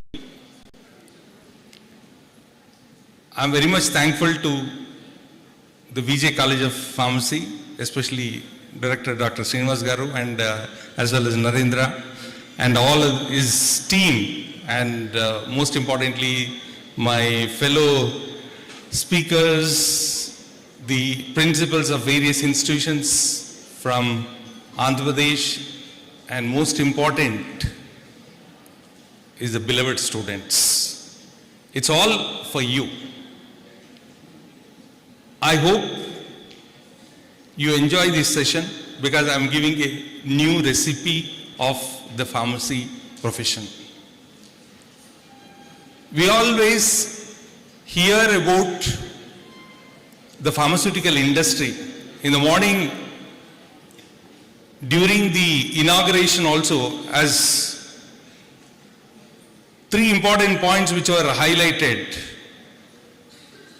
One, with respect to the research component, we need to go far ahead, and it is only possible through you, because you are in right position to take it forward. We only can mentor you, but you have to have that dedication, the passion, so that you can take it forward. Second one, most importantly, it's my area of expertise, is the practice. Anybody, I think all of us have the experience of visiting one or the other time to a pharmacy, purchasing some medicines. By any chance, do we find a fellow with an apron to fill the prescription? Anybody found any pharmacist in the pharmacy to give the medicine to you? How many of you found that in all pharmacies do we get that kind of the experience? In majority pharmacies we don't find pharmacist at all, because the pharmacist will be hanging on the wall.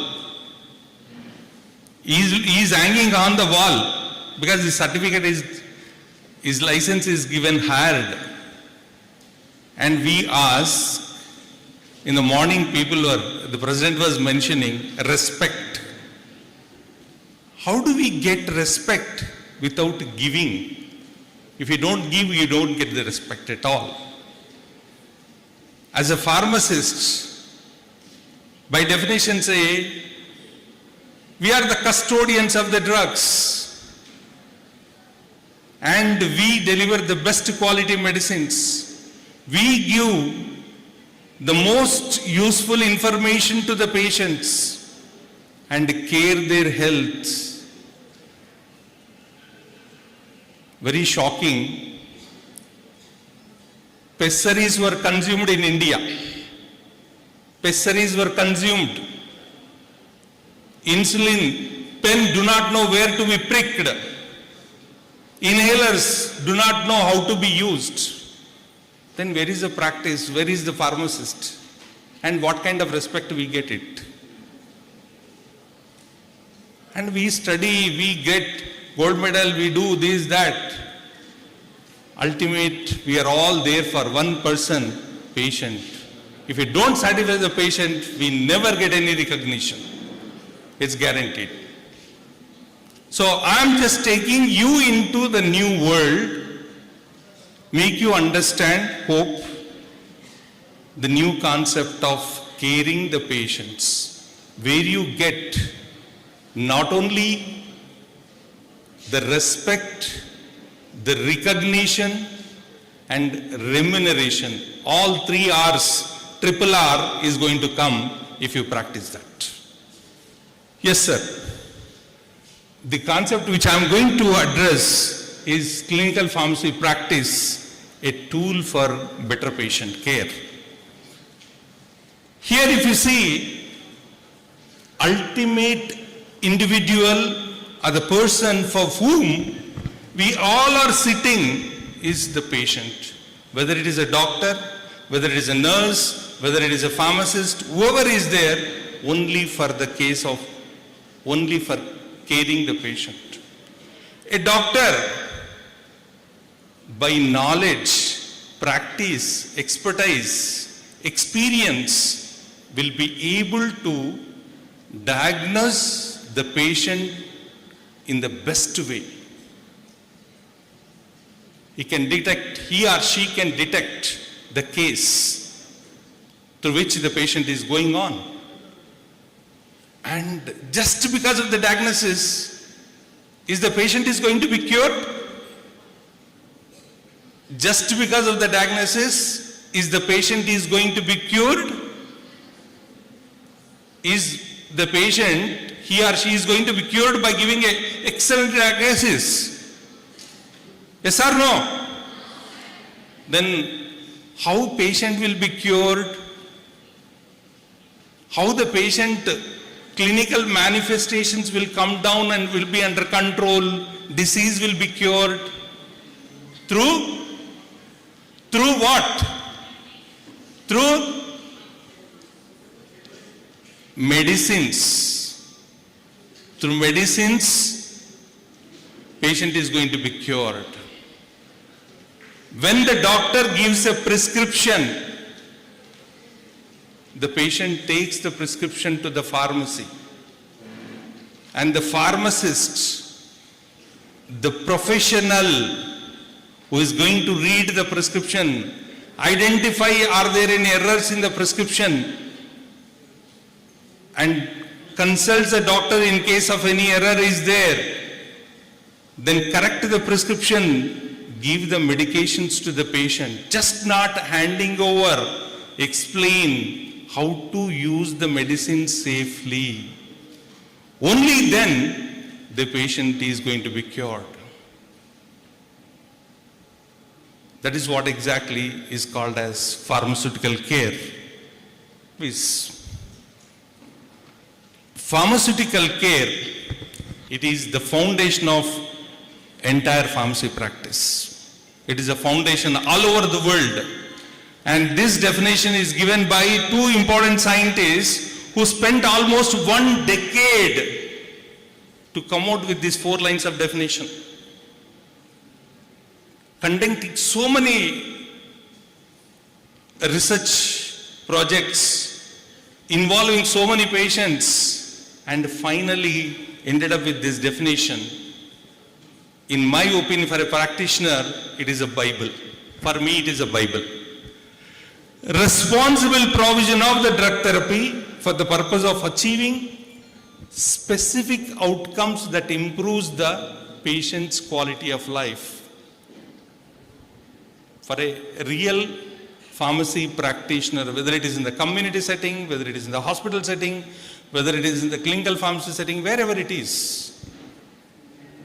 I tell you, even the midnight, late midnight, if somebody wakes you up and asks, if you are able to tell this, that means you are the real practitioner.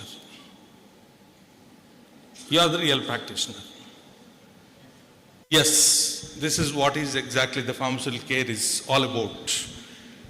Douglas C. Hepler and Linda M. Strand, they were the people who gave the definition of pharmaceutical care, and it is accepted by the International Pharmaceutical Federation. All over the world, it is a common definition. Now it is being used.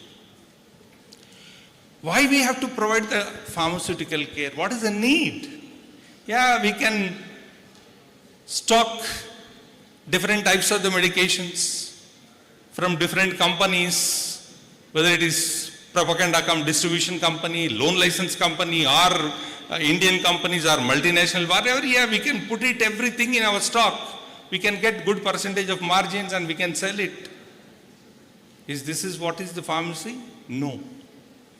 The pharmaceutical care very clearly explains.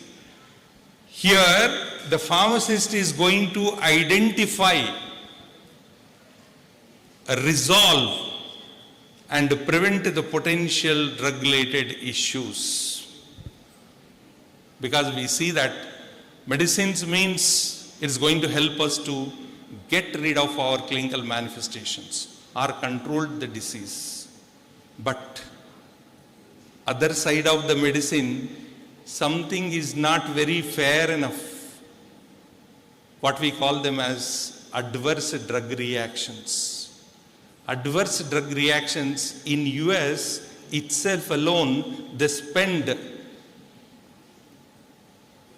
$200 million to prevent the ADRs, to manage the ADRs which has occurred. See, that is the biggest challenge. We conducted in our hospital, we found to cure one ADR in Indian currency, it takes minimum 3 to 5,000 rupees. How does it cost? Say many of you might be using the NSAIDs, very commonly being used. And NSAIDs, as we think, they are not very safe. They cause gastritis. They cause even cutaneous adverse drug reactions. And when it is cutaneous adverse drug reactions, then the problem occurs. Then you have to consult a dermatologist, get the treatment. You have to invest money for getting completely cured. So imagine how much trauma you have to undergo. So that's why the pharmaceutical care plays a very important role in minimizing all these kind of drug-related issues. What are these drug-related issues, by the way? There are 8 categories of drug-related problems. One is the overdose, adverse drug reactions, drug-drug interactions, drug use without indication, untreated indication, improper drug selection, subtherapeutic dose, and failure to receive the medication. These are the very important 8 categories of drug-related problems. There are different types of the classifications, but this is US-based classification. Even pharmaceutical care network group of Europe say they have their own classification. Like different countries, they have their own classification. But this is very common.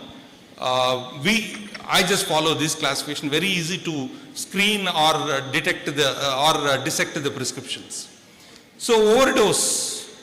Many times what happens, more than the required, sometimes the doctors will give the prescription having an overdose based on the age. We have learnt in pharmacology, Young's formula, Dilling formula, Clark's formula, all these formulas to calculate the dose for a child based on the age, body weight and body surface area. But how many pediatricians they apply that? Here is a pharmacist who can look at that perspective and calculate the correct dose. Adverse drug reactions, just now I said. Drug-drug interactions. If you take more than 2 medications, 2 or more medications likely to interact either kinetically or dynamically and likely to cause an unpleasant effect. So that's a drug-drug interaction. Drug use without indication. If you see the pharmacoepidemiological evaluation, proton pump inhibitors, many a times, many consultants, they simply use the proton pump inhibitors. Are there candies? Are proton pump inhibitors, are there candies, by the way? Do they come free of cost? Each proton pump inhibitor, maybe it is pantoprazole or rabeprazole or omeprazole, whatever zole, you have to pay minimum 5 to 6 rupees to 10 rupees, depending upon the brand, for one single either tablet or a capsule. And for your kind information, I have seen a case, personally seen a case, after using proton pump inhibitor, the patient experienced toxic epidermal necrolysis. Have you heard about this word? Toxic epidermal necrolysis, TEN. The one side of the body got totally charred. Is a male person. In case if it is a female individual, just imagine if it is like you, a girl. If the other one side of the body is completely blackened, how difficult it is to bear psychologically and financially, how much money you have to spend on that. So when that is the challenge with that medication, you see every prescription, go and see in the market, every prescription contains one or the other brand of proton pump inhibitor, as if it is a candy. Drug utilization evaluation studies have clearly mentioned it is a useless medication.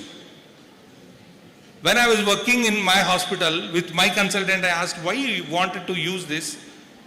No, I just wanted to, because they are in the hospital, they undergo the stress, psychological stress releases the gastric secretion, so that's why I wanted to. Just a pat says you are good, don't worry, you'll be all right. That keeps them cool and they don't need any extra unnecessary proton pump inhibitors. You are saving the cost, you are also saving getting into this kind of risk. Untreated indications. I've seen so many patients, especially women patients who come from the rural side, whose hemoglobin is 6 gram percent to 8 gram percent, and there is no medication for them. No medication. They need the medication. The medication is not there. When I ask, no, I'll just suggest them with the diet. Patient coming from rural area, do they know anything about the diet? Give some hematinics. At least you are trying to help them out. That is drug. Untreated indication. Improper drug selections. This is something little beyond, because I'll tell you, it is nothing but evidence-based medicine. If you are thorough with evidence-based medicine concept, you can shoulder to shoulder doctor while they are prescribing the medication. They can't question you. Now if you ask, who is the doctor? Am I or you? No, but if you know this concept, when you tell this patient don't require this medicine, his renal parameters are this, so this medicine does not work, or you have to adjust the dose. Straight away when you talk to the doctor will listen to you. See, that is the advantage. Evidence-based medicine. If you have that confidence and competency on pharmacotherapeutics, you can dictate terms to the doctors. Subtherapeutic dose, as many times medication is prescribed, but the proper dosing is not there. That's where you can correct it. Failure to receive medications. This is another biggest challenge with patients. Patients, they only take medications, the prescription, and they get it filled, but they don't know how to use the medication. Who should educate them to take the medications properly? Who should educate? Who should educate the patients? The budding pharmacists are here and they don't know what is the pharmacist. Pharmacists should educate the patients.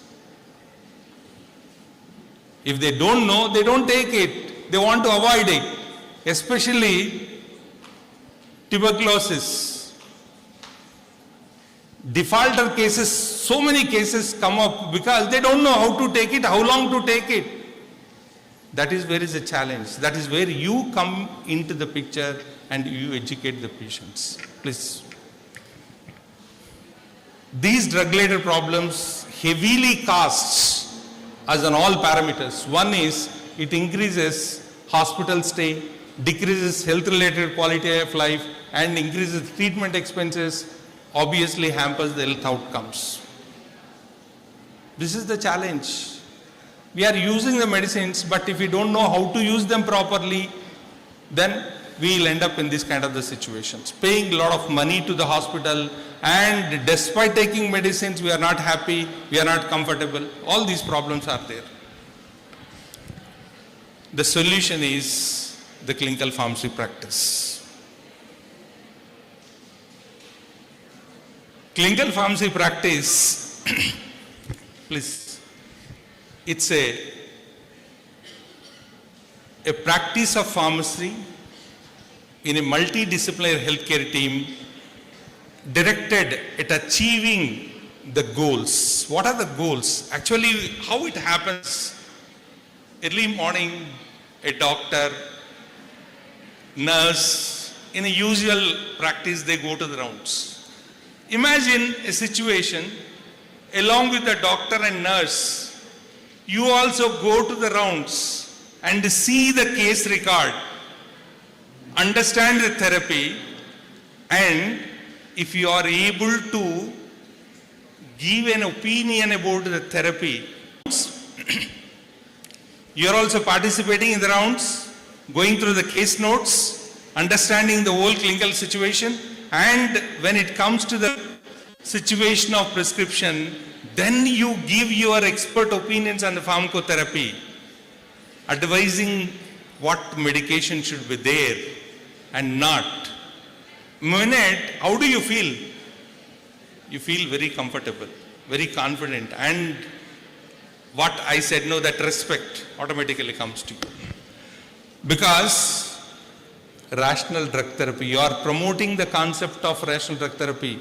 Right patient receives the right medications in the right dose, and it is only to avoid the drug-related issues and improve the health-related quality of life. These two words, drug-related issues and health-related quality of life, that word to explain, books are there. So days together it takes. So that much knowledge is there in that concept. Please next. So does the clinical pharmacy practice is going to do any good? Yes. If you are providing the pharmaceutical care, it maximizes the clinical effect. What effort the doctor is putting, you are trying to maximize it so that the patient gets the benefit. That means you are doing good. Your practice is good. Minimizes the risk of treatment. You are warning. See, I'll just give an example of my own experiences because I'm a teacher practitioner. I teach to the students. I'll also work in the hospital. I go along with the doctors. I understand everything, and where needed, I advise my consultants. HIV patients, Zidovudin, the first line therapy. Whenever the Zidovudin is there, automatically it is going to affect on the hemoglobin levels. Immediately my knowledge, when the patient is on that, I'll check it, what is his hemoglobin levels and what medications he is already on and what is the diet. Based on that, I tailor a therapy so that the patient hemoglobin level maintains and the best effect of Zidovudin is given to the patient. See, this is how the clinical pharmacist does. So, doing good and doing no harm. Minimizes the cost of treatment. My friend has explained in the morning about the pharmacoeconomics. Today,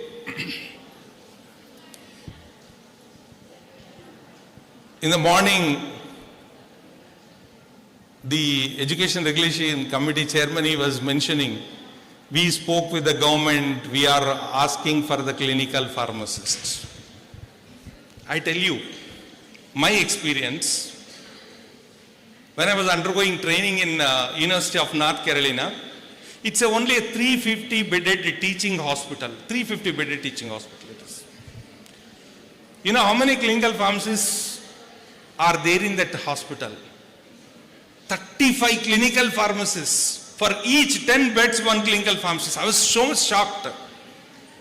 Then I was having discussion with the director of pharmacy. How you could be able to manage 35 clinical pharmacists? And for your kind information, for a clinical pharmacist, the salary is 1.5 lakh dollars per annum.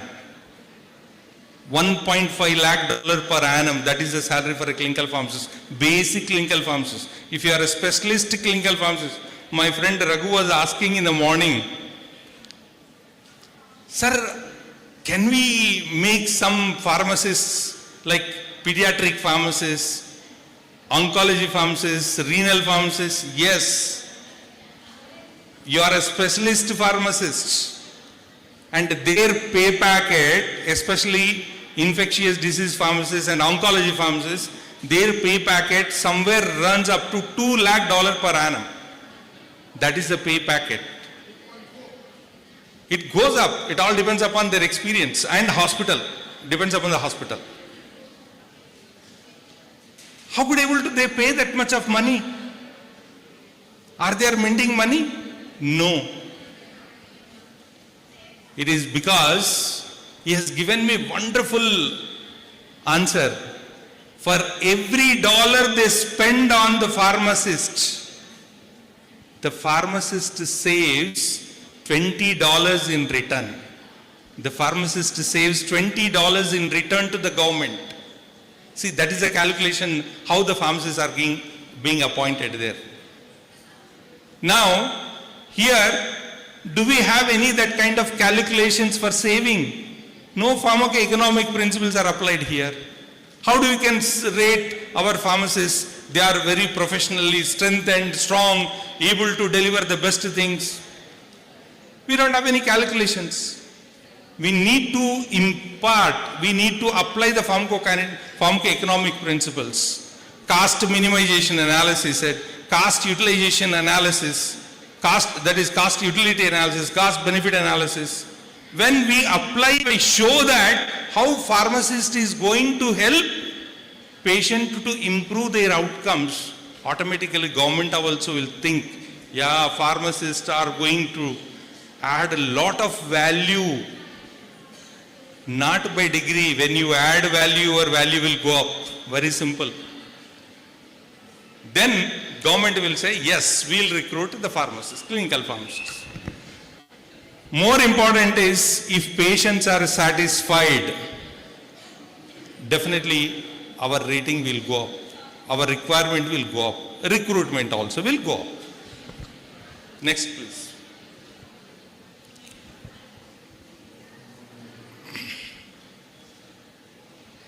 So what are the important roles and responsibilities of the clinical pharmacists? Clinical pharmacists, basic first role is ward round participation. Then once I start entering into the ward, I go through the case record. I try to understand what exactly is the clinical situation of the patient, past medical history, present clinical history, what labs are there, what therapy is being given or was taking, how it is going to impose or how it is influencing the current situation. All those ideas, all those clarities, I'll get it. Then I look at the treatment, whether the drugs, what is being prescribed is right dose, right duration, right strength. Then drug-related issues, any drug-drug interactions, adverse drug reactions, all such kind of things, I look at it. Then I analyze, I prevent the drug-related problems. Where doctors require information about the safe use of medications, I give the quality use. I give the quality information by, it is what you call as unbiased. I don't go through any pharmaceutical company. It is the literature, what is being published. I dissect according to the patient situation. I tailor the information and give it to the patient, to the doctor. Counseling the patient, it's a most important activity which builds a rapport between you and the patient and the doctor, because doctors don't find time to spend educating about the safe use of medicines. It's you. You have to step in, take that responsibility and guide the patient. I'll tell you, this simple act will improve the bonding between you, doctor, and the patient. So you are winning. It's a win-win situation. Pharmacovigilance is another area. And if you are very good at, because I am experiencing my hospital, it's a teaching hospital.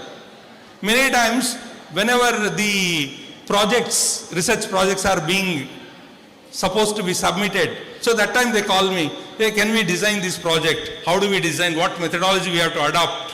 What kind of statistics we have to do? And whenever they are writing the papers, research papers, they call me and they ask me, can you assist us in preparing the draft? That is your expertise. That's where we are going into the hearts of the doctors and to the patients, and of course, we make ourselves visible. These are all the roles of the clinical pharmacist. Next, please. Yeah, these are all the activities generally we do. Ward round participation in the team of the doctors. I go, I look at the case, understand everything. Wherever doctor needs an information, I'll give the unbiased information. My ultimate goal, the patient should get the best treatment. That is, optimizing the treatment is my ultimate goal. Next, please. This is where, along with the doctor, looking at the therapy, having a one-to-one discussion whether this medicine is needed or not, dissecting, giving the proper information so that the doctor tailors appropriate prescription. Please. Another important service a pharmacist only can do. because of by virtue of your knowledge on pharmacology, pharmacoeconomics, pharmacoepidemiology, and pharmaceutics, you can give the best information. Every year, 20,000 biomedical journals are publishing. A normal human being, a doctor, how much time they can spend to read that? This is an opportunity for you to filter the information, give the best information, and you can also have an opportunity to work with the industry as a medical writer. See, this is the area where your expertise gives that opportunity. Next, please.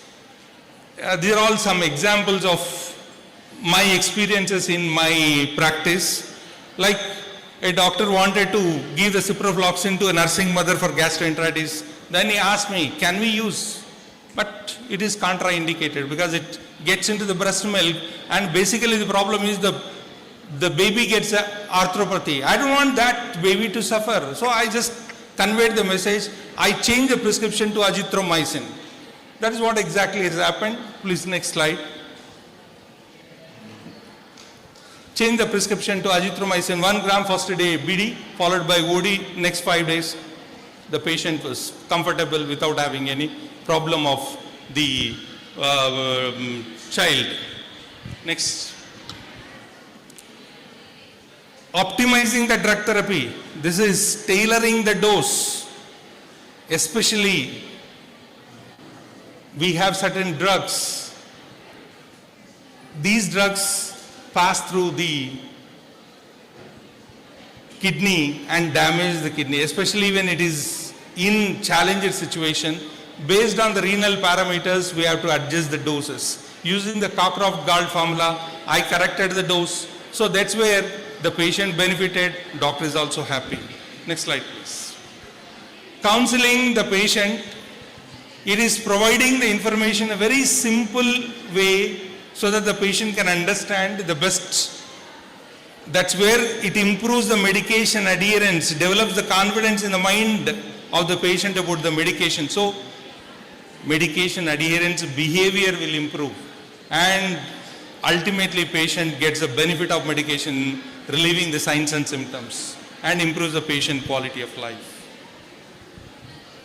So we have used this kind of the leaflets, charts, the slips to help the patient to understand how to use their medication properly. Next, please.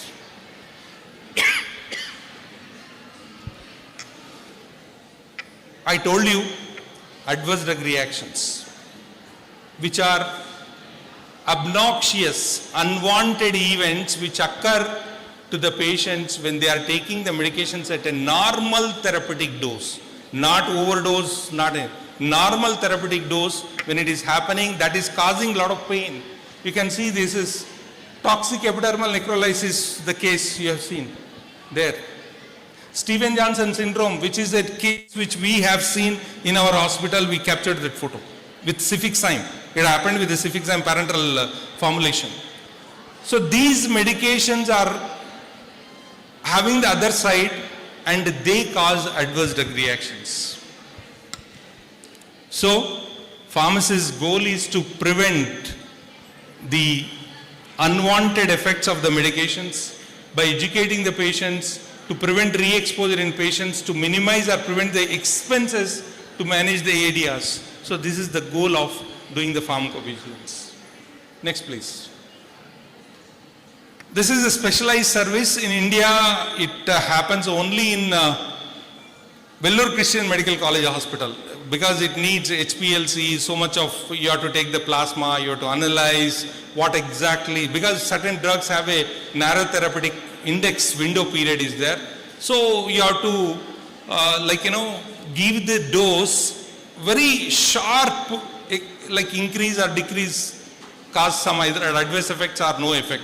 So that's why TDMs is commonly being used. It is to optimize the therapy for drugs with the narrow therapeutic index, to minimize the drug toxicity, to assess the potential drug interactions, and to assess ADRs.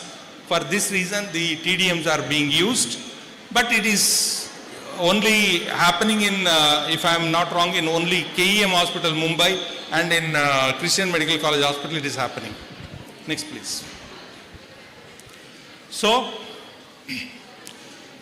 clinical pharmacist, a professional with a supporting help from clinician or the nurse, the pharmacy, you are going to support the patient. We have to be in the limelight, or we have to have that expertise where doctors can recognize, where patients can recognize, nurses, because I worked with nurses also, especially drug administration guidelines. When admixing the fluids, that's where I used to step in and support my nursing staff. So obviously we have that kind of the relationship. So as a clinical pharmacist, you have so much scope to be in the healthcare system. Friends, with 1.4 billion population, more than 1 lakh formulations in India. Just imagine what is the drug load on the individuals, and there is no evidence-based medicine prescription. That is a big challenge. Scope for the drug-related problem is so high in this country. To minimize the drug-related problems, solution is clinical pharmacy practice. If you wanted to help patients, if you wanted to improve your recognition status as a pharmacist, yes, whether it is being the community setting or whether it is being the hospital setting, whether it is being in the clinical setting, yes, this is an opportunity. So, clinical pharmacists do add value to the entire healthcare system. So my friends, I hope you got some message how a pharmacist can influence a doctor in the prescription and how a pharmacist can assist the nurse in drug preparation, admixtures, and how a pharmacist can help patient to take the medications safely and regularly, get the benefit of medications.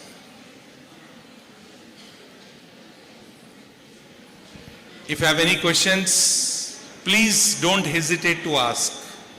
If you have any questions with regarding the future of clinical pharmacists, opportunities for clinical pharmacists, scope for clinical pharmacists, please, this platform is open. I am ready to answer any question. Thank you very much for your patient listening.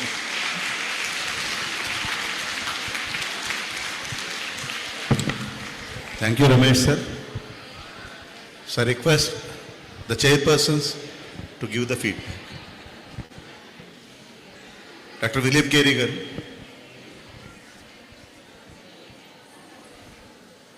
Sir.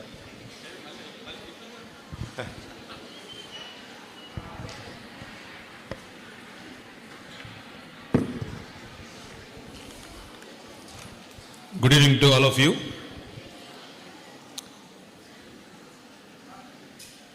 So the evening, maybe this is the last one.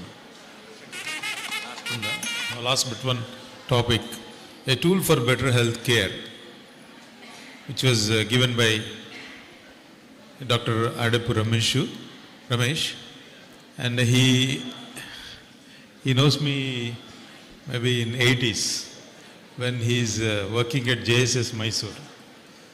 And that time I used to attend the various hospital pharmacy related seminars and workshops, because I worked in Polytechnic in the Diploma College, which was introduced hospital pharmacy at that Education Regulations 91. So I used to attend certain seminars and workshops at various places to learn about the hospital pharmacy. Now it is very much introduced and known by all the pharmacists. And I would like to stress 2 points about Sir's lecture. That is, one is the role of pharmacy at retail or retail shop or any medical shop. So it is true, sir, that many pharmacists doesn't know about the inhalation, how to use the inhalator, or which is the site where they have to give the insulin or whatever it may be. And recently I heard that even the IPA president, he said that they are giving training to the pharmacists for vaccination. So that is a very welcoming step. And from our state, from this month, we are starting the continuing education program for working pharmacists. We want to make it as a mandatory for renewal. For every 5 years, they have to undergo 2 refresher courses or continuing education programs. So I request Mahanta sir and Ramesh sir to give me certain lectures. What are the lectures they have to give to the pharmacists? And it is a one-day program. Please. So that at that time I keep these things in my mind, and I to see that the present pharmacists who are working should know the latest developments and the types of dosage forms which are available in the present market. Then another aspect I would like to tell you is the clinical pharmacist. What you said is correct, sir. In the government setup, they don't know what is clinical pharmacist, what they do. And recently, in October 12th, we conducted one program by the Pharmacy Council. So I invited the Commissioner of Medical Education. When I met him, he asked me, many people, pharmacy people are coming to us for employment. We don't know really what the pharmacy people will do the job in pharmacy, because they don't have proper knowledge about the clinical pharmacist role, and also they don't know about where the pharmacy people will suit in the government setup. So I requested him that I'll come back again with a note, and I'll give what are the areas where the pharmacy people can be employed in government setup. And shortly we are going to meet the Commissioner of Medical Education, sir. And I'll apprise the role of pharmacy qualified people which can work in government setup. And but another thing is, when I interact with certain students while coming for registration, but many pharmacy students, I don't want to mention the college names, but the internship they are doing, it is simply like industry training what they do in B.Pharm. So that is the main problem, and the students are also not having the proper knowledge about their job or why they have done this pharmacy course. This is another important area. So that can be considered in various seminars in our state or in any other place, that we have to educate them about the pharmacy students, about their course and their objective, and where they can get the employment, and all these things we can concentrate in the upcoming seminars or workshops, sir. So these are the findings I found in while interacting with the students, and also I thank the speaker for giving the wonderful lecture. I hope many people got the advantage, and request all the students, please be silent. So while giving the lecture, you are talking.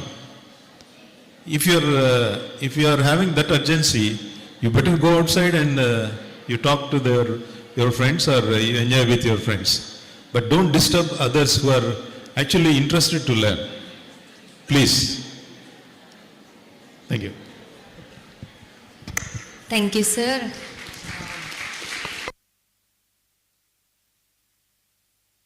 Thank you so much for giving me this opportunity to be the chairperson on this lovely day. Well, students, I don't know how many of you followed this presentation from the beginning. If you have heard about the presentation, you have known the power of yourself. Today, you are all the budding pharmacists. When I was studying pharmacy, people used to ask me, because I have my sibling who is an IT professional. She is studying BTech, so everybody knows about BTech. When everybody was asking about me, what are you studying? I used to say that time we were studying B.Pharm. They used to say that B.Com.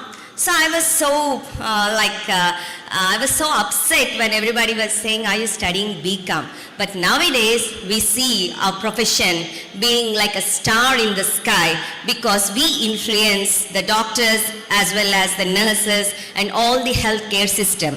That is what Dr. Ramesh sir has clearly explained. What are the powers of a pharmacist is, and particularly the clinical pharmacist is. So now, as you are in, you are all in first grade, second, third, and fourth grade, so you have a passion that you influence the healthcare system, and you are a part of disease curing in this world. Thank you, sir, for the lovely presentation. Thank you. Thank you, madam. I request Dr. Padmalata madam to come onto the dais. I request Dr. P. Pavan Kumar Garu to come onto the dais.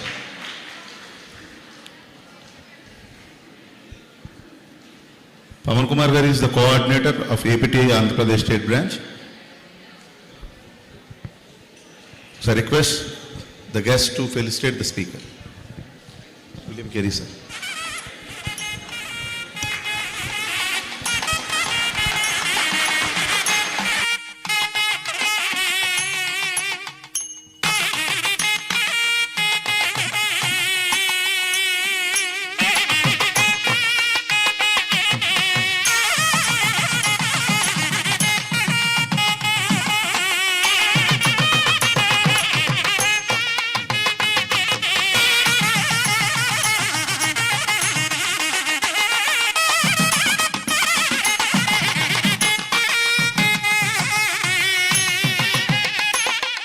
I request Susruta Garu to come onto the dais and be part of felicitation of Mrs. Susruta. So I request Susruta sir to come onto the dais.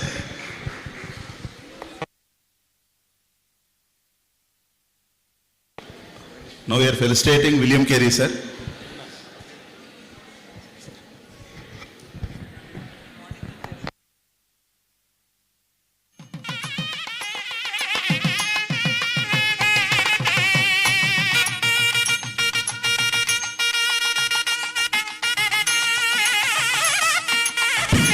He is from South Korea. He is very close friend of our Secretary Jagan Mohan Reddy sir.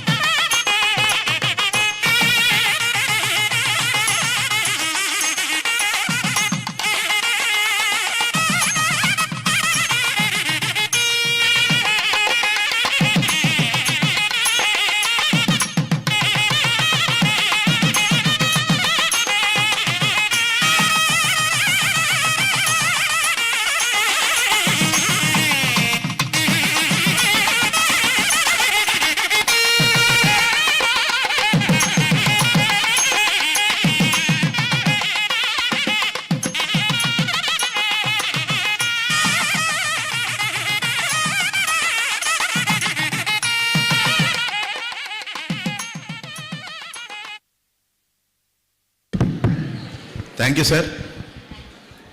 So the next session is the last session in the scientific sessions by speakers today. So I request Dr. K. Ravishankar Garu to come on to the dais.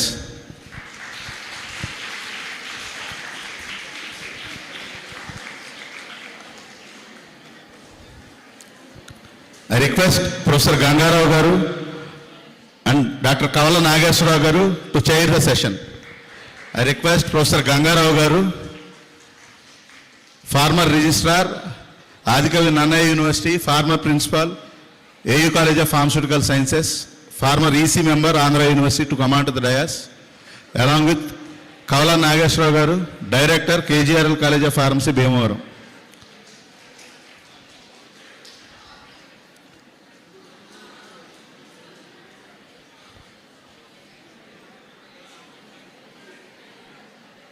Now I call upon stage Mrs. Nagalakshmi, Assistant Professor, VJS College of Pharmacy, to give brief introduction about the speaker, Dr. K. Ravishankar Garu.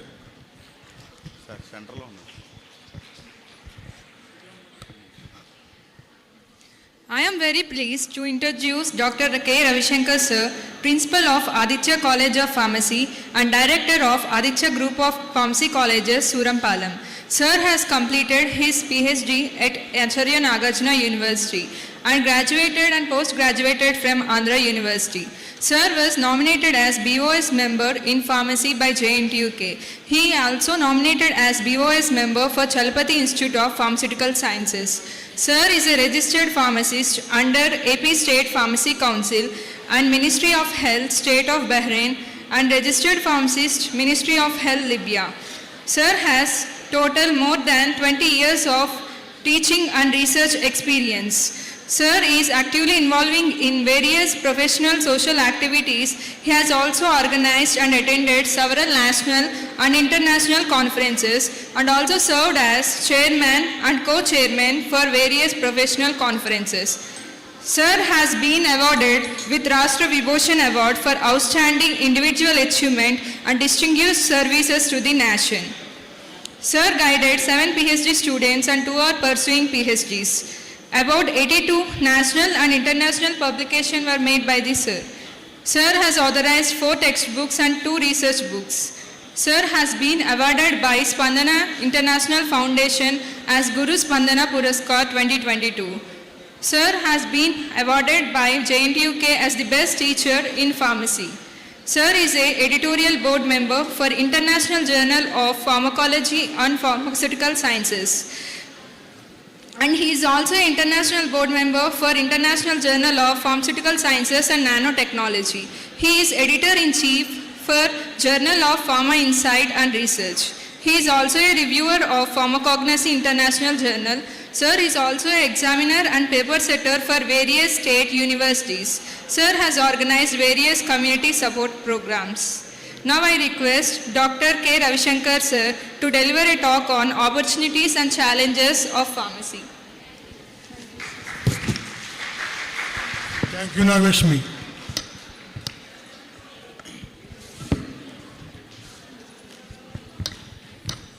Good evening, everyone. Respected chairpersons, at the outset, as this is the last session, I would like to conclude very fastly. And I need to thank Dr. Adipuramesh for completing and giving information about 25% what I want to tell. So I don't have to talk about anything about registered pharmacist or clinical pharmacist. And there are 2 tycoons over here who have worked in abroad. Dr. B. Gangarao from UK and Kavala Nageswara Garu from Ministry of Health, Saudi Arabia. So first I will start from our Middle East. In India, a diploma pharmacist get a job as a pharmacist only in pharmacy. At this point of juncture, I would like to mention that we are not supposed to say medical shop. It is only pharmacy. In Arabic, they say sadliya. Sadliya means it's a pharmacy. So a B.Pharm graduate or master's degree graduates, they take up jobs either in industry, in various sectors, as well as research organizations, as well as academia. But coming to Middle East, first of all, because this is a very important aspect for all the B.Pharm and PharmD students who are likely to complete their B.Pharm program and PharmD program very shortly, and they can explore the opportunities which are available in abroad particularly. First, Middle East. In Middle East, diploma pharmacist can work only in inventory control or in stores. He is not considered to be a person who can dispense medicines in the pharmacy. A legalized, professional, quality, competent person who is deemed as a pharmacist is the only person who can handle the medicines or drugs. No other person. No other person. And it is a very good saying, they say in Middle East, it is a person who dispenses the medicine is more powerful than a person who writes a prescription. A person who gives a medicine is more powerful than a person who writes a prescription.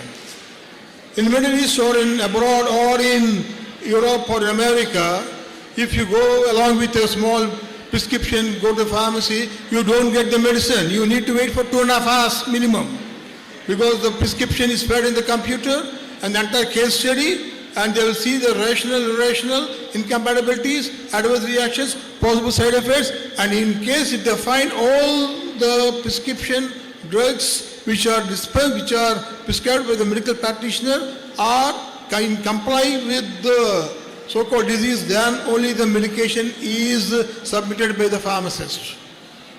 In the morning, our PCA president was telling that everyone is getting the expertise fees, why not the pharmacist? But this was being practiced since last 30 years in Europe and America. If the prescription contains 4 medicines, they take, the pharmacist is eligible to take at least 4 into 5, $20 as is expertise fees for a pharmacist. As an expertise fees as a pharmacist. That is the smallest amount which one can take.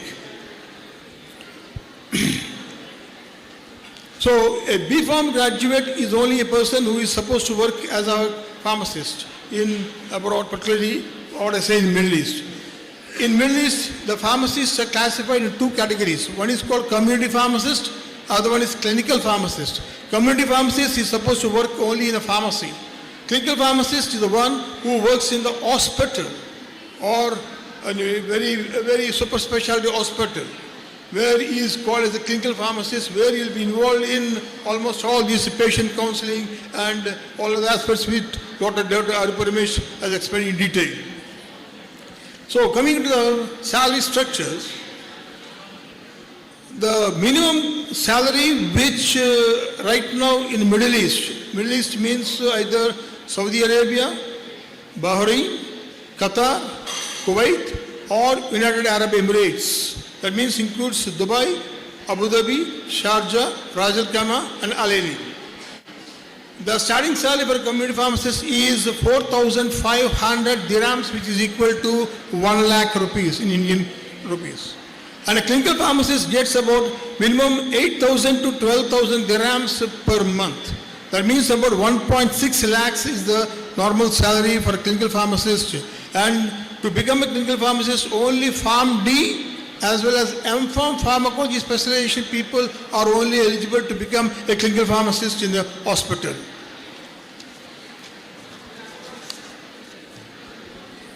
Probably about 30 years ago, Dr. Kamal Nageswarar was in Saudi Arabia. Myself also, I was in Bahrain for about 5 years, 3 years in Oman and 3 years or 2 years in Libya. At that time, we were not getting that much of salary. I was drawing the salary of about 350 dinars. Might be you being in Ministry of Health, Saudi Arabia, Kingdom of Saudi Arabia, I think you must be getting about 2,500 Saudi riyals if I am not wrong. So the present scenario is this very, very enormous amounts. And earlier Dr. Ramesh was telling about the pharmacy specializations as oncology and gastro and all that. They say that starting from minimum $100,000 to $260,000 as per the latest information which we have received is being, they are getting in USA. Almost is similar with even Canada also. But Canada, America, the opportunities are wide, very, very large, and it's full of bed roses. So, to become a pharmacist in Middle East, one should need at least 2 or 3 years of experience as a pharmacist in India, and he should be a registered pharmacist in State Pharmacy Council. Then he can apply for a job. Earlier in 1980s or 90s, one need to go and sit before some agency and pay huge amounts and go to that country as a pharmacist. But now the system is completely different. The respective government of all these countries, they are conducting examinations once or twice in a year, that is Minister of Health. Once you get to the examination, you will be immediately given a call as per the vacancies arises, and you can take up a job there. In countries like Saudi Arabia, Arabic is a must. Arabic is a must, but that Arabic also one can learn while they carry out the work. But in many other countries like Bahrain or Kuwait or UAE, English, a little bit of Arabic knowledge, working knowledge is sufficient.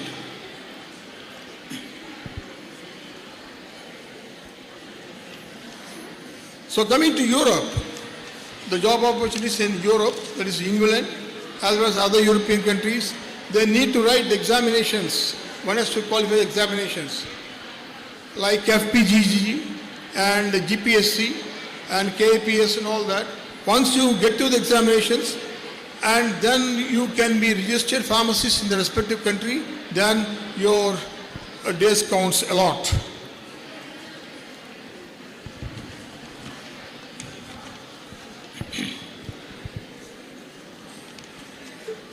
America or Canada or Middle East is not a bed of bed roses. There are many challenges. The challenges are that the pharmacy is a very noble and pious profession and is very, very difficult until unless they are very much thorough with pharmacotherapeutics or pharmacology or clinical pharmacy practice. It is very difficult for them to work in an environment. And the insurance is very important. This is a very important aspect. Normally, in case the pharmacist is employed by the organization like Walgreens Pharmacy. Walgreens Pharmacy is one of the famous pharmacies in America, which was established in 1823, which they are having about more than 5,000 pharmacies across the country. There, not only the salary, they will see to it that the pharmacy is insured. Because in case if there is any type of dispensing error that is committed by the pharmacist, the insurance will pay. Otherwise, it is very difficult for anyone to meet the legalized cases that one has to meet in the court of law, either in America or European countries. It's very, very important. So, the commitment with reference to the profession.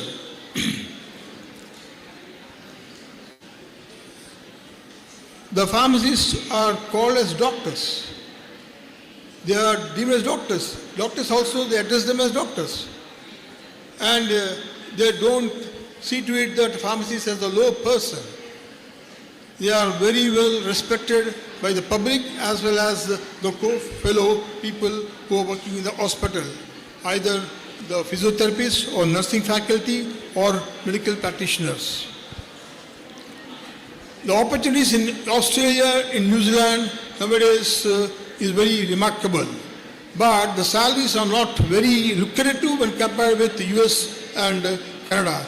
However, if they can qualify the examinations, even they can take up a job in Australia or New Zealand, and in vice versa, they can transfer, they can change from New Zealand to Australia or from Australia to New Zealand very easily without much visa problems. Similarly with even USA and Canada, people who are registered in pharmacies in Canada, they can migrate to America as well as from America to Canada very easy.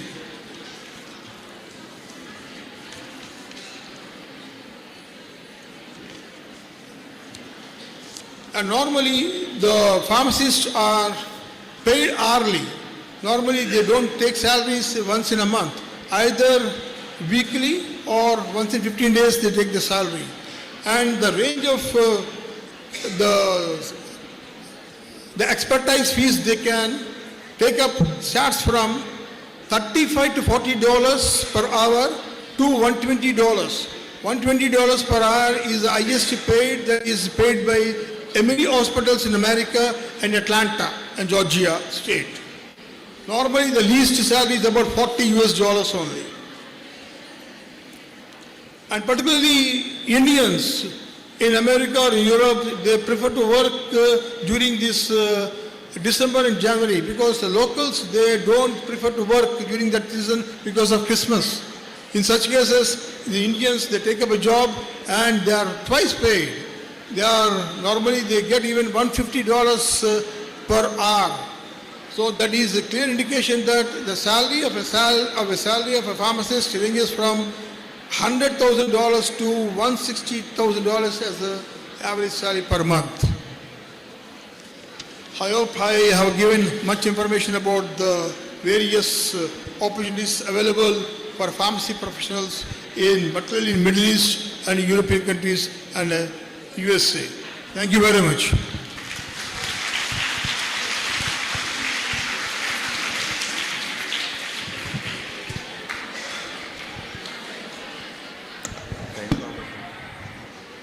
Thank you, sir.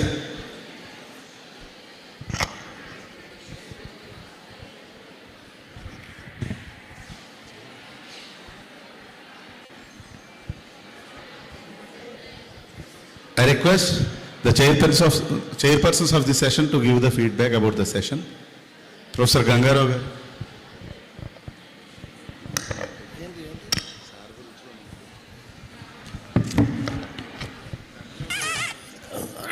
Good afternoon, everyone. Dr. Ravi Shankar, he is my classmate in B Pharmacy, and he happened to be research scholar under my guidance. He took his PhD under my guidance in Nagatna.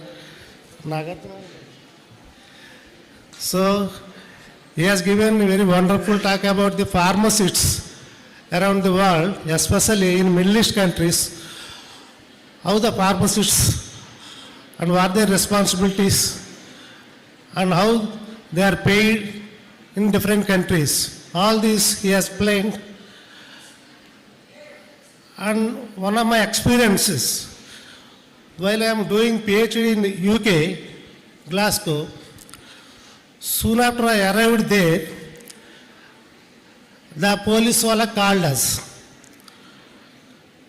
I have to register with the police, and then I have to register with GP, general practitioner, nearby hospital. Immediately they have called us because they took my number, or my number was given to the police and GP. When I went there, GP, and introduced doctor is the responsibility of doctor is diagnose the disease. Then he is called nurse. Nurse will administer the dose, and the pharmacist will prescribe based on the diagnosis or disease. Pharmacist will prepare the prescription. So as he said, it will take 2.5 hours to prepare the prescription. Yes, for me also, it was like that. And occasionally, polices and GPs are used to call us, how is your health, how is your family, like that. So this is the way of pharmacist role in different countries. But in our country, you know everything in our country. Now, I thank Ravi Shankar for giving the wonderful talk. Thank you very much.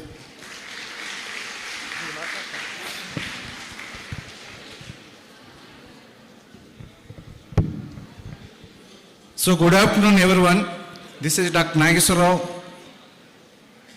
presently working as the Director, KGL College of Pharmacy, Bhimavaram. So at the outset, Dr. Ravi Shankar has explained about the opportunities for pharmacists in abroad. See, as far as myself, So that time in Andhra University only 30 students, for entire Andhra Pradesh, 30 students of B.Pharm, 1970s. Among my classmates, out of 30, 25 are in states. Only 5 people on patriotic grounds, we remain in India. One, I was there. Because of the patriotism, I remained in India, not to go abroad, what to do there. So ultimately it is written that you have to leave this country. After testing my patience and everything, I had put up 22 years of industrial experience, just matter of second, 22 years of industrial experience in pharma industry in India, then 10 years in abroad as a community pharmacist in Saudi Arabia, then last 17 years I am in academics. So today I proudly say I am the happiest person in the world. I am the happiest person in the world. So how we can say, today I am the happiest person? I wanted to say and reveal the fact. So God has tested me in all aspects throughout my life so far, up to 98. He has tested all my patience. Because of the patience, I could succeed in my life. And today, all my daughters, they are settled well, having 4 granddaughters and 2 grandchildren. And for the last 17 years, I am in academics and I am sharing my knowledge to all the budding pharmacists and student community.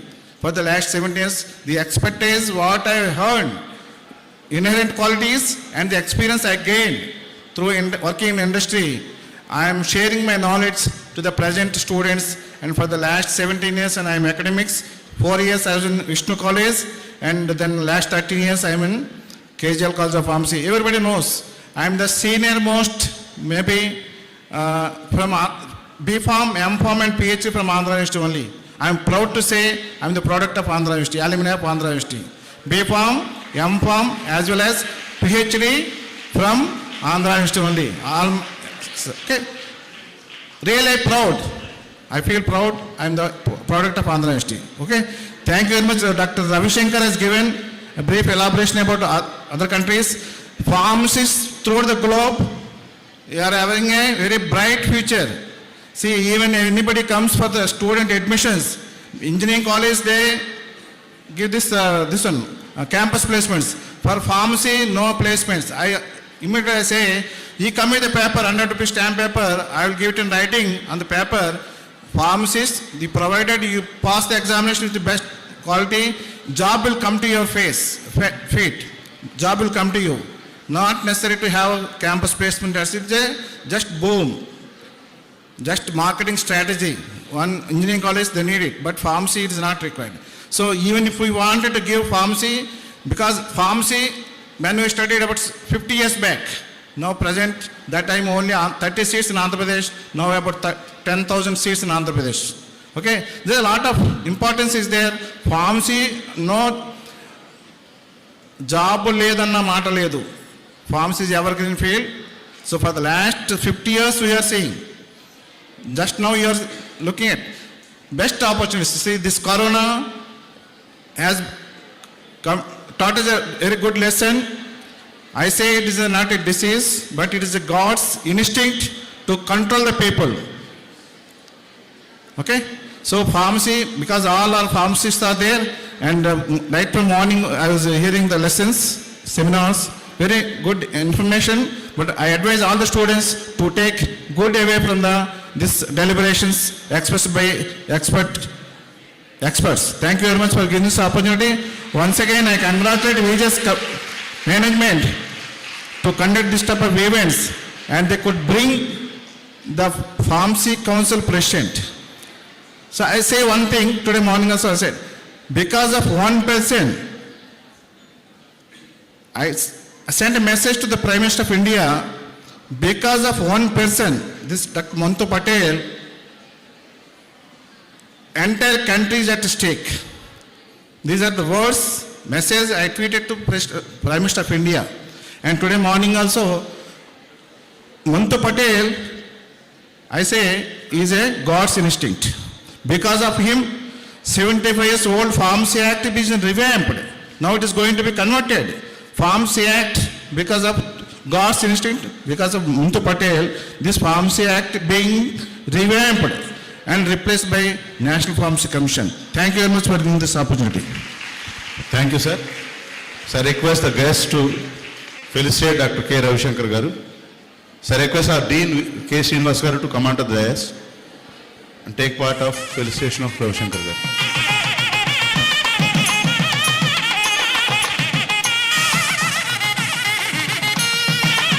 I also request the guests to felicitate another speaker who have delivered the talk in VGS College of Pharmacy, Sirnar Hall, Dr. Abdul Rahman. Please come on to the dais for felicitation. And also request Dr. Parmi Ravi and Kamal Kumari Madam, who chaired the session of Dr. Rahman Garu, also come on to the dais.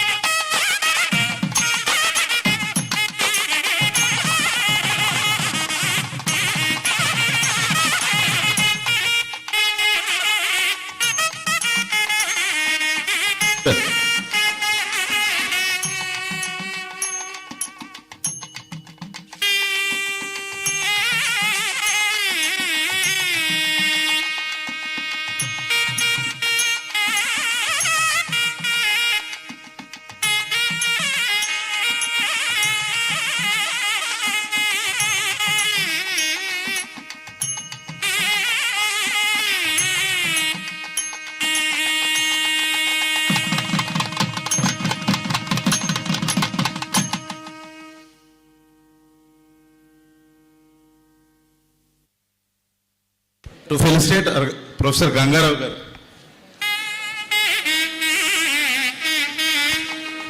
I request Prasad sir to come on to the dais. I request Prasad sir. Ramakrishna, please come on to the dais. Ramakrishna Garu, Prasad Garu to come on to the dais. Please come on to the dais.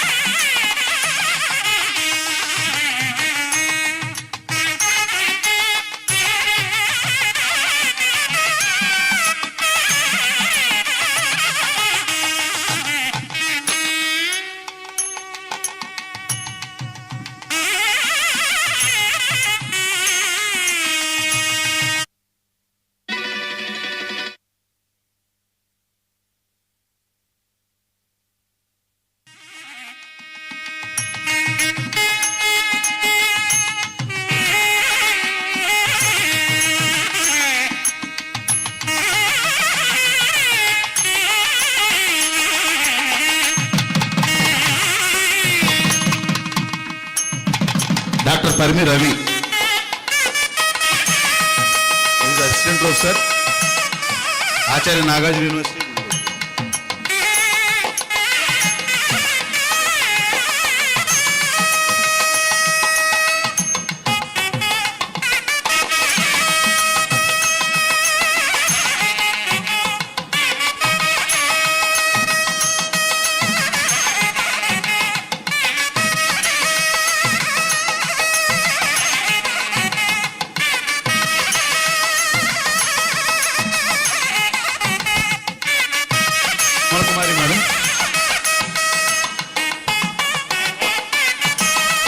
She's coordinator Women's Forum APTA Andhra Pradesh State Branch. I request Padmanatha Madam to felicitate Padmanatha Madam.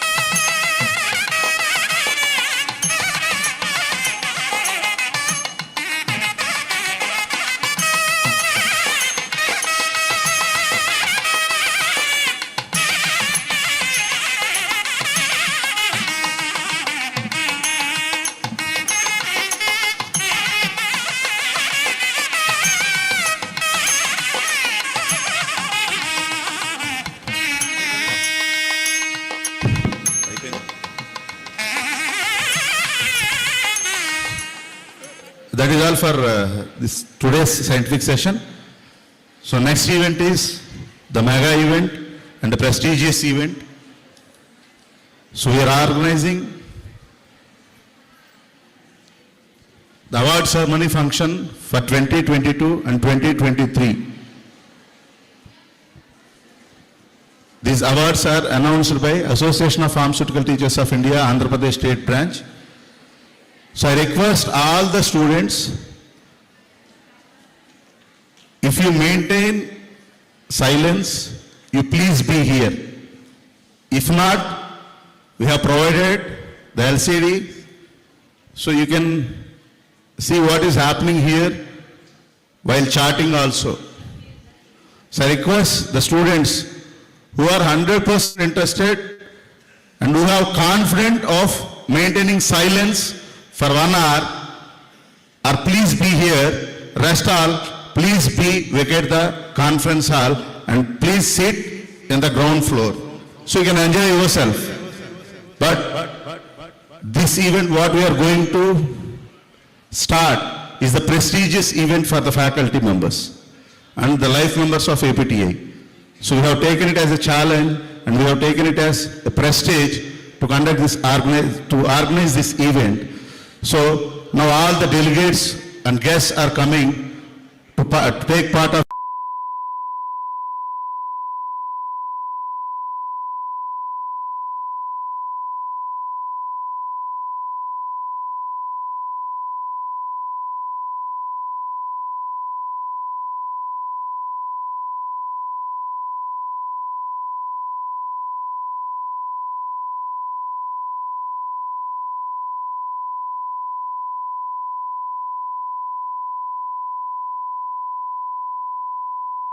College of Pharmacy. Please do it quickly. I request all the boys volunteers to arrange chairs quickly.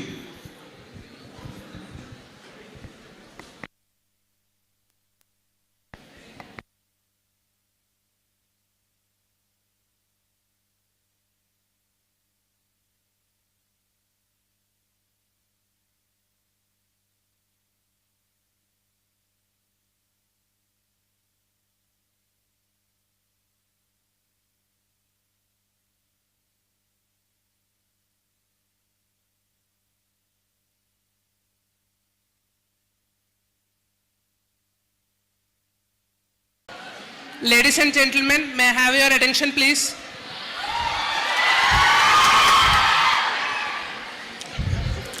Okay, we can start our culturals with a traditional performance. Hello everyone to the dignitaries who are presented here and are awaiting for the cultural event to be beginning.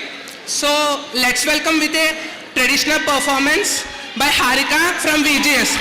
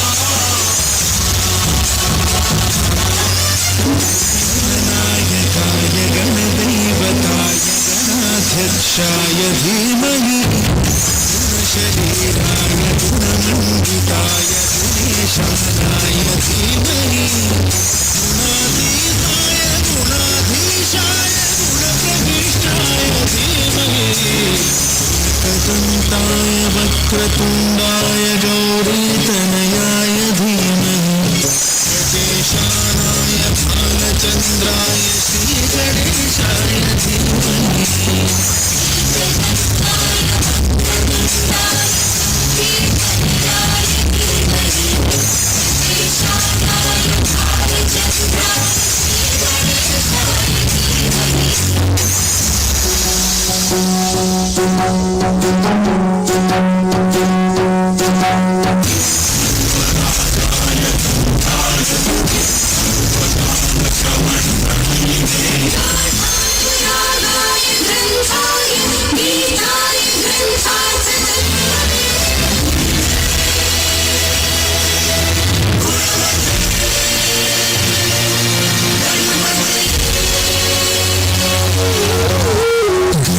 चतुराय गानप्राणमुत्सुकाय गानमत्ताय गानोत्सुकमनसे गुरुपूजिताय गुरुदैवताय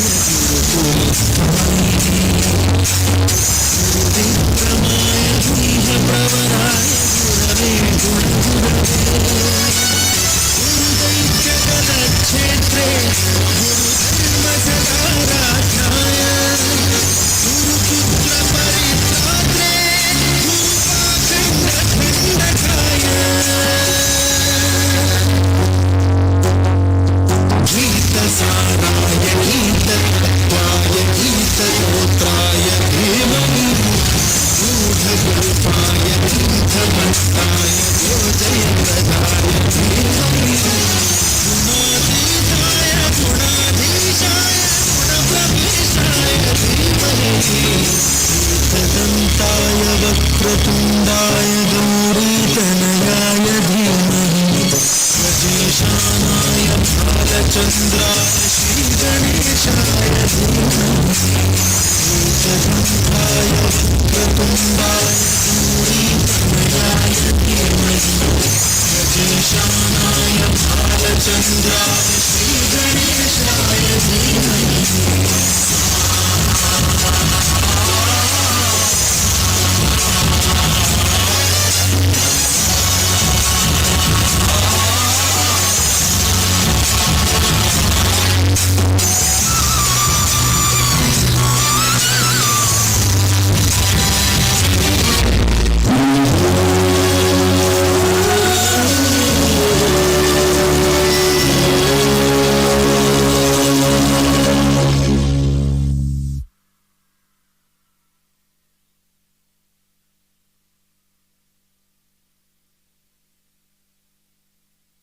in my Lamborghini Gallardo.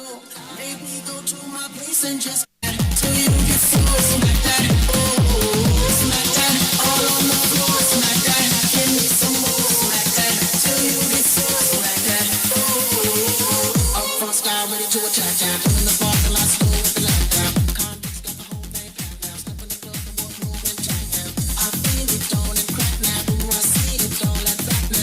I'm a caller when I put the back down. Money no problem, pocket full of that now. I feel you creeping, I can see it from my shadow. Wanna jump up in my Lamborghini Gallardo. Baby, go to my place and just kick it like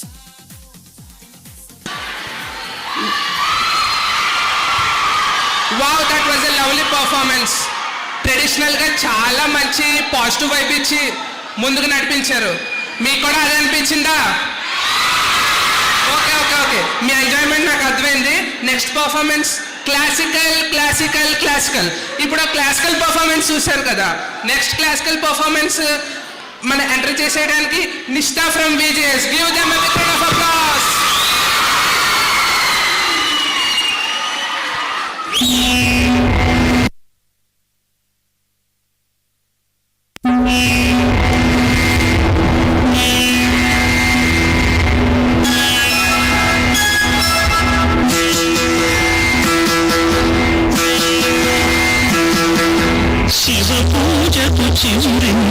సిరి సిరి నువ్వా శివ పూజకు చిగురించిన సిరి సిరి నువ్వా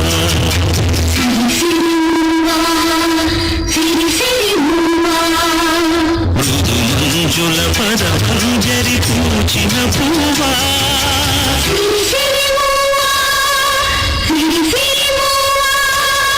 యతిరాజుకు జజి స్వరముల పరిమళం నువ్వా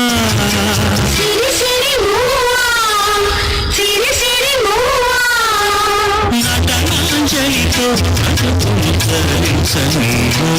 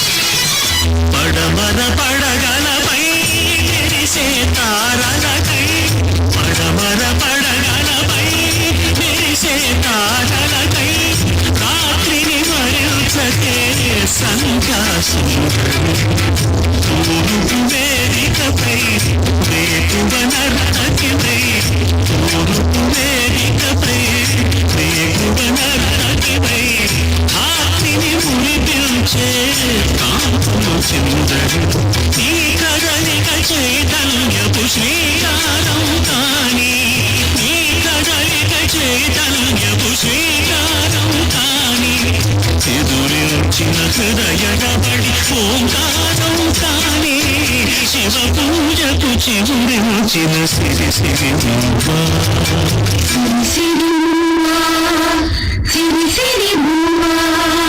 మృదుమంజుల పదమంజరి పూచిన పువ్వా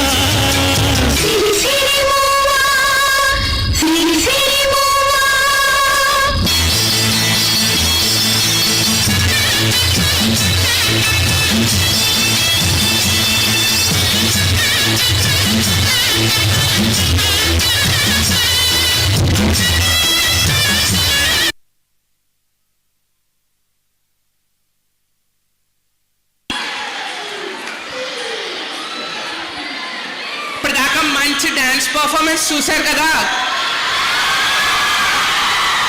ఈ classical performance ఇందాక దానిలాగే ఎంతో బాగుంది. So next classical performance entry ఇచ్చే ముందు ఇప్పటిదాకా స్టూడెంట్స్ పర్ఫార్మెన్సెస్ చూశారు, అది కూడా క్లాసికల్లో. కానీ ఇప్పుడు మేడం పర్ఫార్మ్ చేస్తే ఎలా ఉంటుందో చూద్దాం. Okay okay okay okay okay నాకు ఎక్సైట్మెంట్ అర్థమైంది.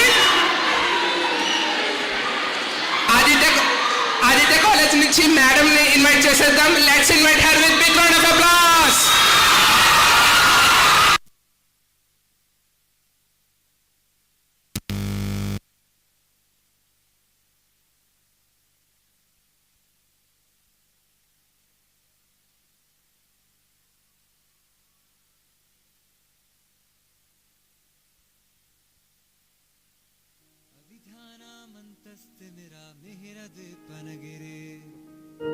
సదనం చైతన్యస్తవకం తరంగశ్రుతిజరే దరిద్రానా చింతామణి గుణనికా జన్మ జలధా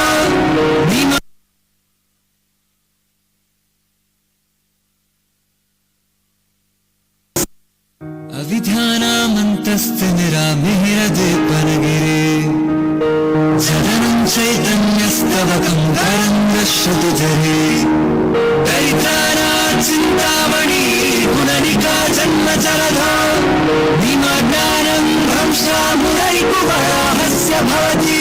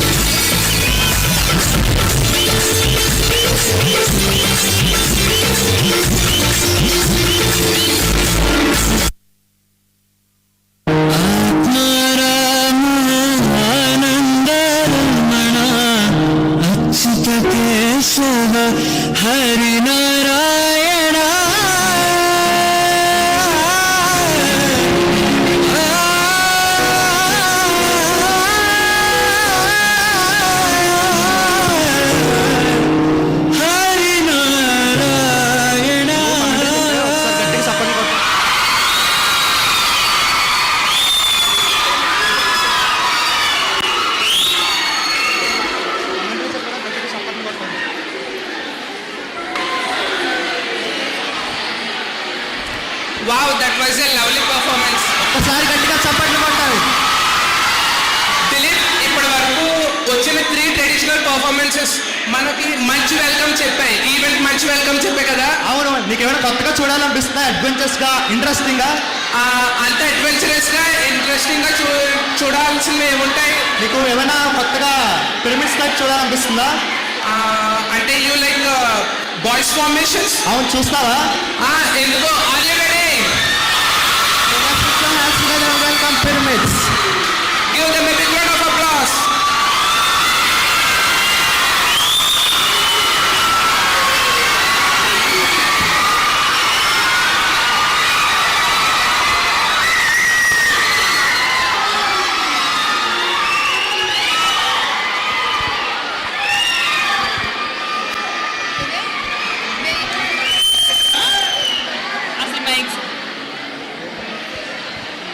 What a adventurous.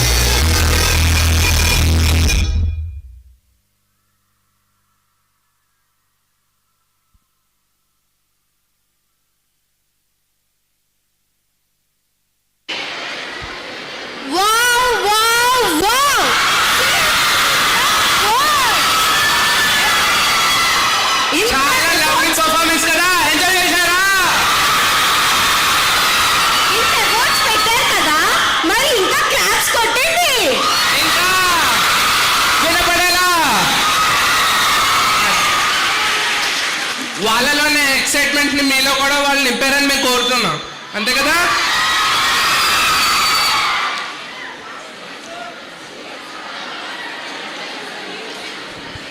ఈ పర్ఫార్మెన్సెస్ అన్ని చూసిన తర్వాత ఇంతకంటే గ్రాండ్ వెల్కమ్ ఉంటుందా అవార్డ్ సెరమనీకి? గట్టిగా వినపడేలా. This is a grand welcome for the award ceremony that is hosting by Vijay's College of Pharmacy. ఇది నేషనల్ కాన్ఫరెన్స్, నేషన్ దాకా వినపడాలి. ఆ సెగ్మెంట్ నాకు నచ్చింది. So moving on to next performance.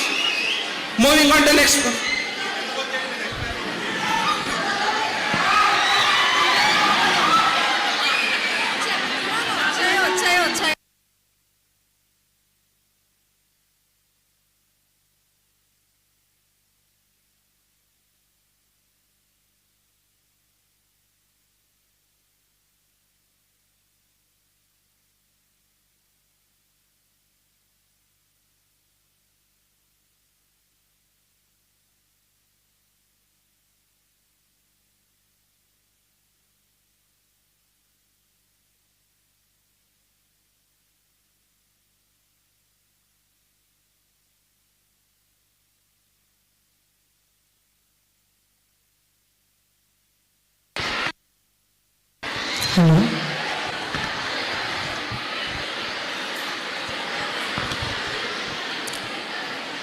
Good evening.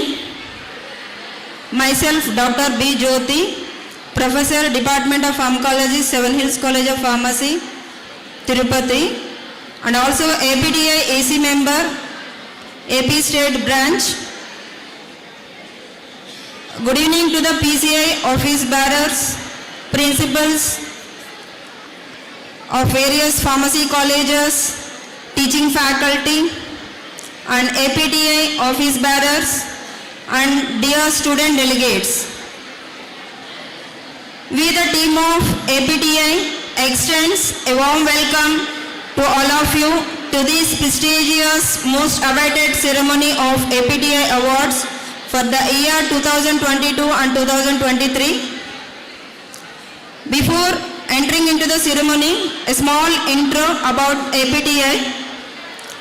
APTA is an association found by the pioneers of pharmacy education in India 1966 by leading professionals like Professor M.L. Shroff, Professor G.P. Srinivasarao, and other, has came a long way in creating better intercommunication and promotion of excellence in pharmacy education. The association has provided a single platform in bringing together teachers of pharmacy education from all over the country. The contribution of teachers is thereby quite demanding. A teacher, apart from being an educator, and also contributes to science as a researcher, helps in business development as a consultant of pharmaceutical industry, and also creates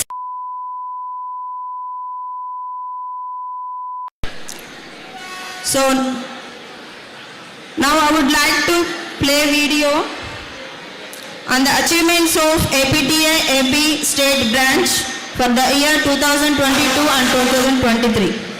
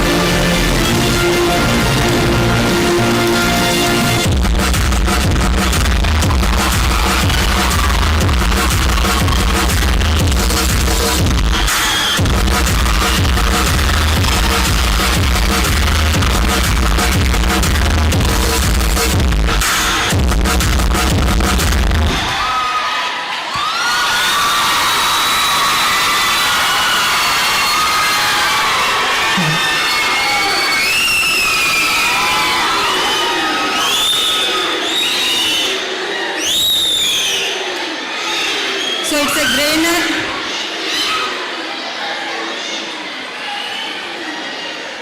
I think more students from ASN Pharmacy College. Huh? So thank you for your voice. Ma'am. 1 minute. It's a great honor for me to introduce and welcome the chief guest of this starting beautiful evening. Now I invite guests to today's function with a request to come on to the position and occupy the dais. So before calling guests, so I would like to call upon teaching faculty to give a bouquet to the chief guest and guest of honors. So first I would like to call upon teaching faculty Mrs. B. Himabindu, Joint Secretary from ASN Pharmacy College, Tenal, to invite Dr. K. Venkatramana Sir Garu, Principal ASN Pharmacy College, President of APTA AP State Branch, to please come on to the stage.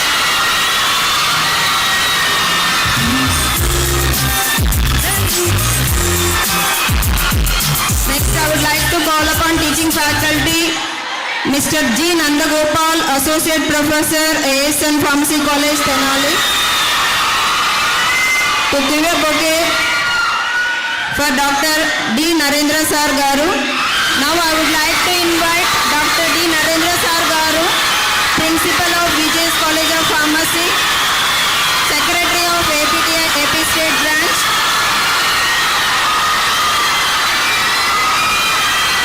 Next, teaching faculty Mr. Sandeep, Associate Professor, CHIPS College, Guntur, to invite Dr. Y. Ankama Chaudhary Sir Garu. So now would like to call upon Dr. Y. Ankam Chaudhary Sir Garu, Principal, NRI College of Pharmacy, Vice President, APTA AP State Branch, to please come to the stage.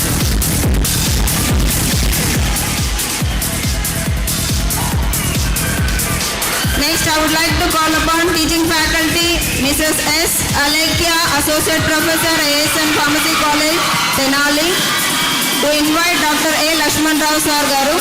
So now I would like to invite Dr. A. Lakshman Rao Garu, Principal, VV Institute of Pharmaceutical Sciences and Vice President, APTA AP State Branch. Come on to the stage, sir. Now I would like to call teaching faculty Mrs. M. Lakshmi Prasanna, Associate Professor, VJS College of Pharmacy, Rajamandri, to invite Dr. K. Padmalata Madam Garu. So now I would like to invite Dr. K. Padmalata Madam Garu, Principal, Vijay Institute of Pharmaceutical Sciences for Women, Women's Forum, Convener, APTA AP State Branch, to please come on to the stage, madam.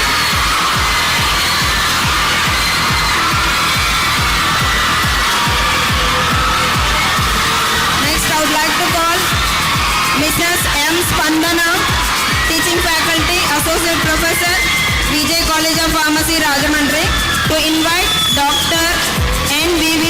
Jagan Mohan Reddy Garu. Sir, I am inviting you, Secretary and Correspondent of VJS College of Pharmacy, come on to the dais.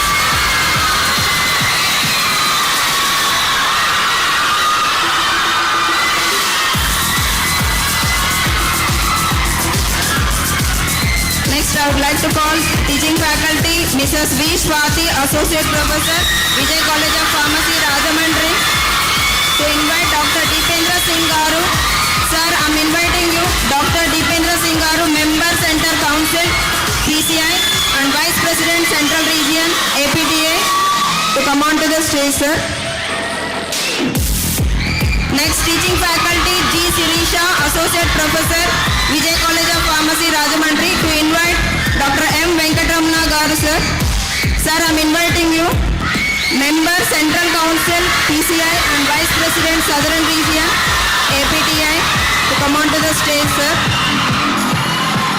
Next, I invite teaching faculty J.R.B. Ramya, Assistant Professor, Vijay College of Pharmacy, to invite Dr. S.L.N. Prasad Reddy Garu. Sir, I am inviting you, Dr. S.L.N. Prasad Reddy Garu, EC Member, PCI, to please come on to the stage.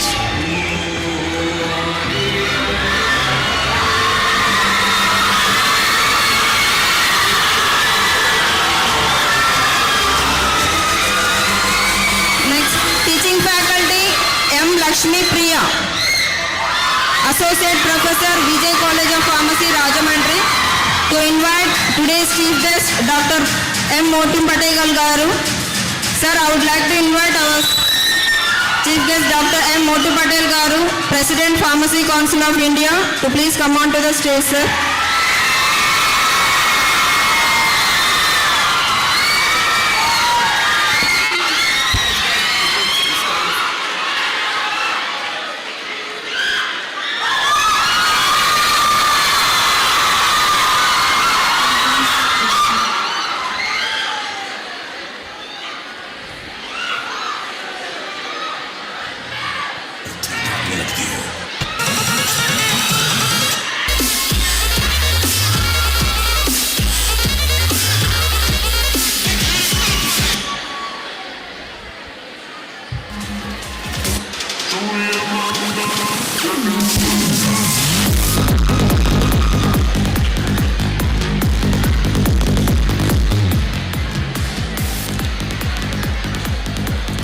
So it's time to listen few words from the chief guest and guest of honor for this ceremony. So first, I would like to call upon Dr. K. Venkatramana garu, President, APTA, AP State Branch. Sir, please.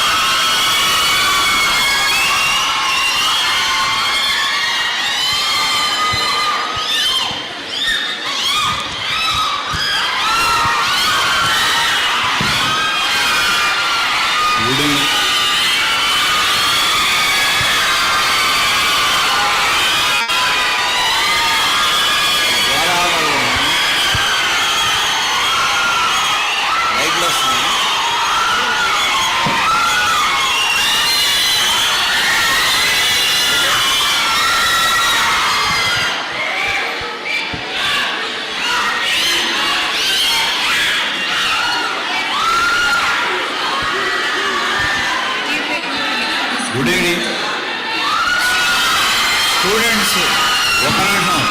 Students అందరూ సైలెంట్గా ఉండండి. ఎందుకంటే ఈ award ఫంక్షన్లో మన teacher గారు వాళ్ళని మనమే గౌరవించుకోవటము. స్టూడెంట్స్ అందరూ సైలెంట్గా ఉండండి.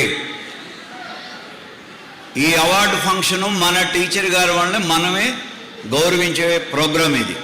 చాలా మీరు ఎంత డిసిప్లిన్గా ఉంటే అంత మీరు టీచర్ గారు వాళ్ళని చక్కగా చూసినట్టు.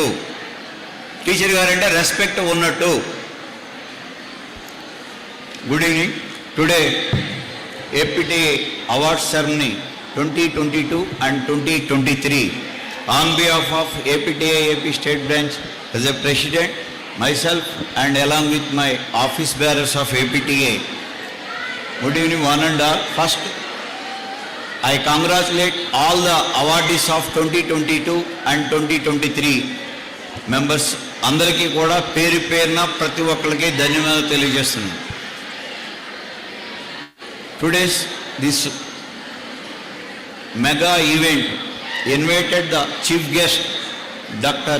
Mantu Kumar Patel ji, accepted my invitation. APTA Andhra Pradesh State Branch invited to chief guest of the particular occasion. He is ready to very busy schedule. He is accepted our invitation and came here. Thank you, sir, accepting our invitation on behalf of APTA office bearers. Dipendra Singh, sir, you are also accepted my invitation, came here. You are also very busy with now present situation is very tough in PCA conditions, applications. But anyhow, you came here, thank you, sir.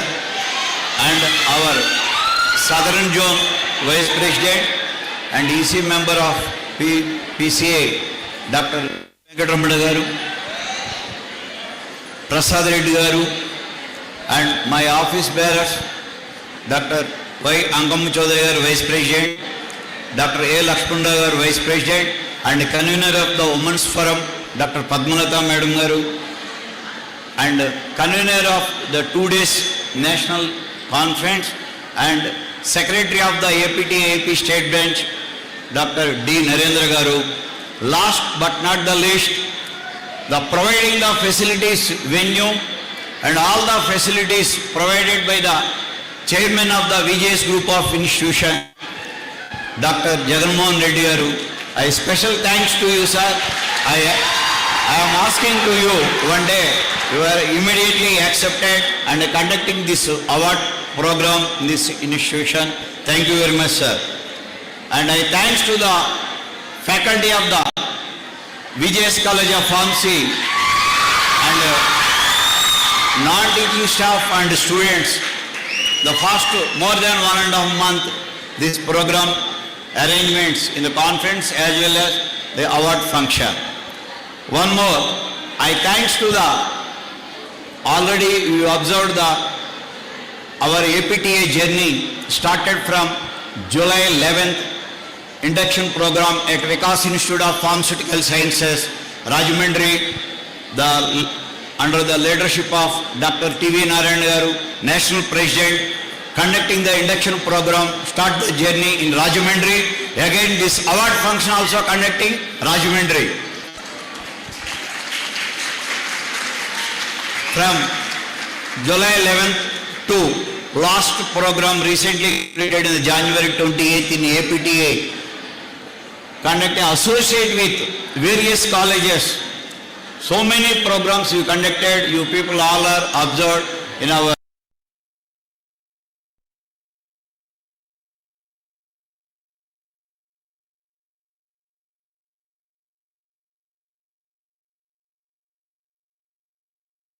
introduced in the 2023, in the month of the February, in the various region level in the state of Andhra Pradesh, and finally we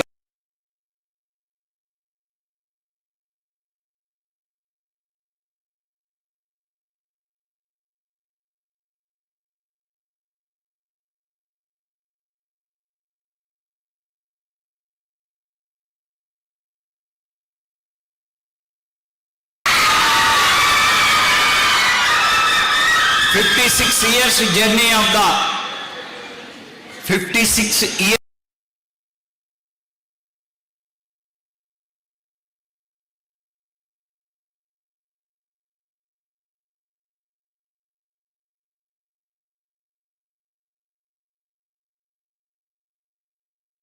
to the Andhra Pradesh, that is our office bearers in the 2022 to 2027 team. The teamwork, we started that program. So every year we are going to conduct in this program. This year we are going to conduct the final program March 6th at the Chebrolu Annamaya Institute of Pharmaceutical Sciences, Guntur. Already the convener of the program, Dr. S. Vijayadhara, principal of that institution, already he came. So he is accepting our invitation. We are going to conduct a program. So this is our journey of the APTA office bearers. We received so many applications, the various categories of the teacher, principal, researcher and lifetime achievement. So finally we sent to the different states and sent the soft copies and selected the one person for the each category in the 2022 and 2023. Based on that, we announced the awards list in the 19th of last month. So after that, we sent the information to the awardees. Again, I congratulate, I welcome to on behalf of APTA State Branch, all of you, all the selected members. Thank you, sir. మీరందరూ ఇక్కడికి వచ్చినందుకు ప్రతి ఒక్కరికి పేరు పేరున అవార్డీస్కి thanks చెప్తున్నాను. కారణం ఏంటంటే ఇంతవరకు ఈ టైప్ ప్రోగ్రామ్స్ ఎక్కడా జరగలేదు, ఇంకెవరూ కూడా చేయలేరు. That is Andhra Pradesh. ఏ స్టేట్లో చేయలేరు, ఎవరు చేయడానికి ముందుకు రాలేరు. కానీ the AP branch put forward step to every year we are going to conduct such type of the programs. Definitely we identified when we recognize the teachers every year we are conducting such type of the programs. I thanks to giving this opportunity to the management of the VJS College of Pharmacy once again, and guests Mantu Patel Kumar ji, Deependra Singh sir, and Ramana sir, and Prasad Reddy sir, and finally Jaganmohan Reddy garu, and our office bearers. Thank you sir, thank you one and all. So now we start the program. Dr. M. Venkatramana garu, EC member, Southern Region Vice President, APTA. Sir, you please give your valuable message regarding this award functions.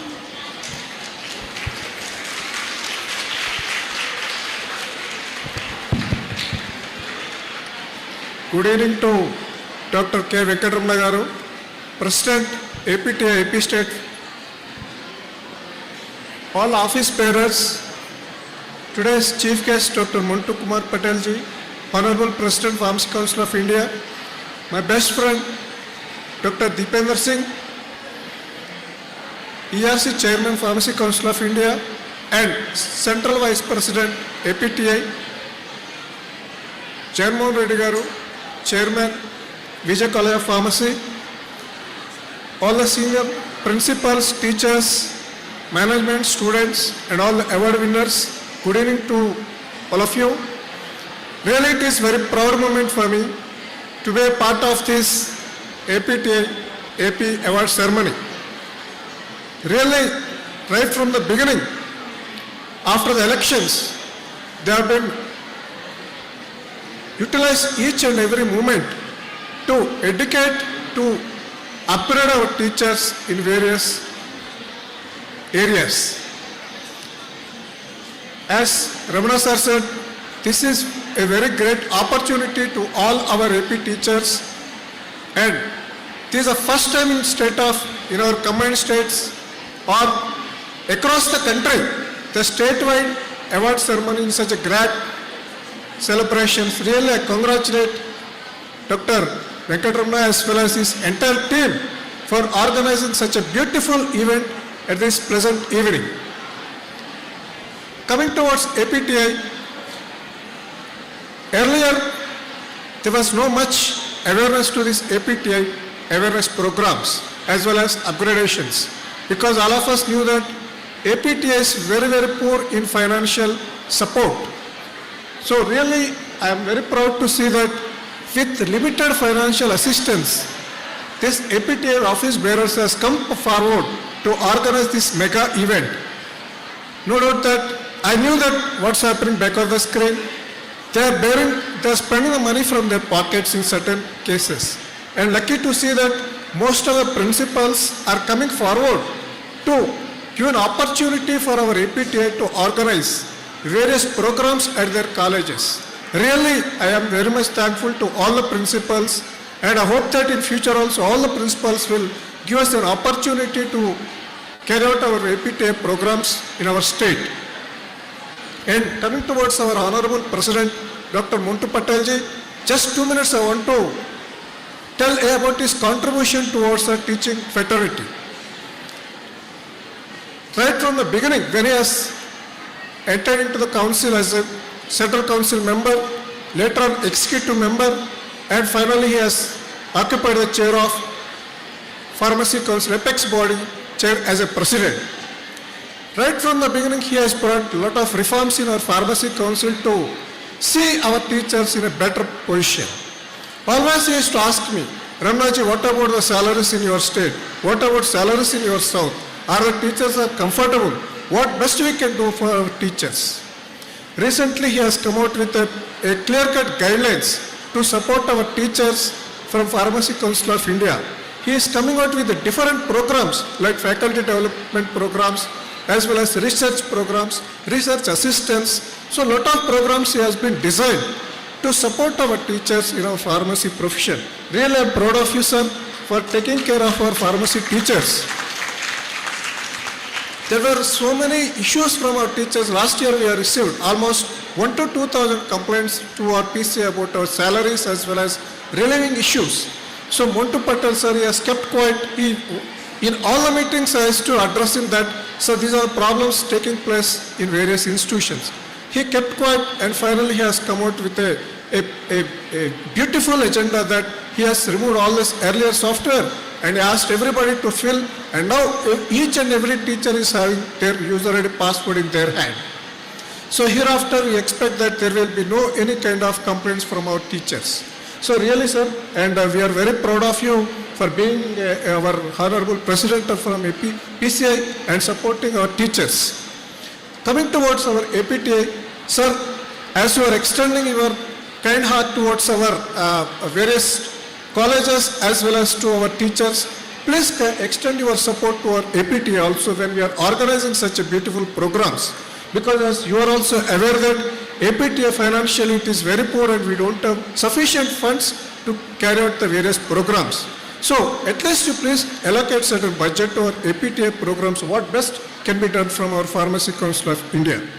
And once again, I thank all my friends on APTA as well as, and also I especially thank to Dr. T.V. Narayana because being IPA President, he has supported us a lot in various programs to organize in state of Andhra Pradesh. And once again, I congratulate all the awardees and also my congratulations to all his organizers who has made this event in such excellent manner.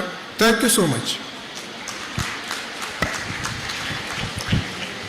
Thank you, sir. Thank you for your valuable words regarding the teachers. Now I request to Dr. Deependra Singh, sir.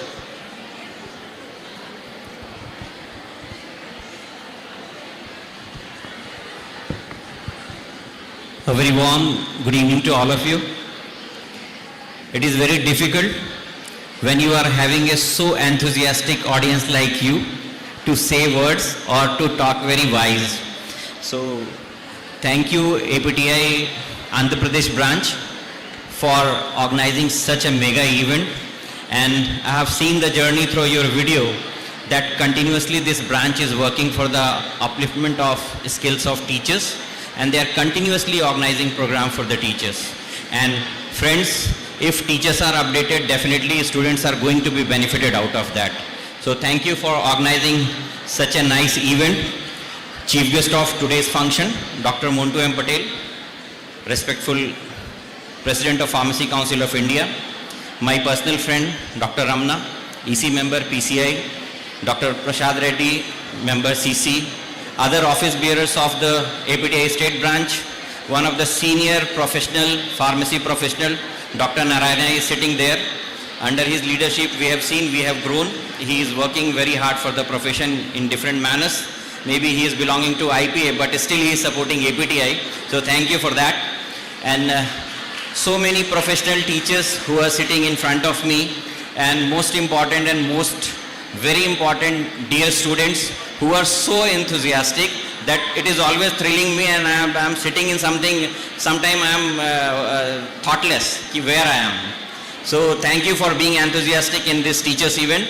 My best wishes to the all award winners and organizers for organizing such a mega event. Thank you so much.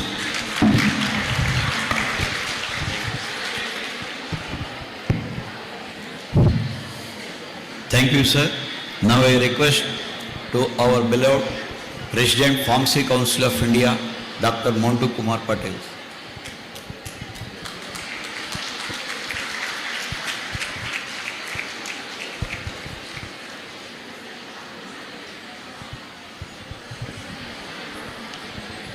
Good evening.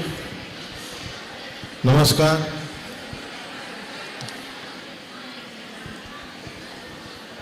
I think the students are not interested to listen the teachers because we are gathered here for the awarding our respected teachers. So if you are not interested, then go outside the hall because already the space is not available. Then if you are free, excuse me.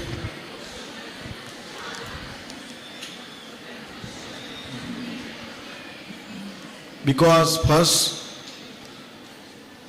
APTI President of the Andhra Pradesh, Venkat Ramnaji, Vice President and the Office Bearer of the APTI of the Andhra Pradesh.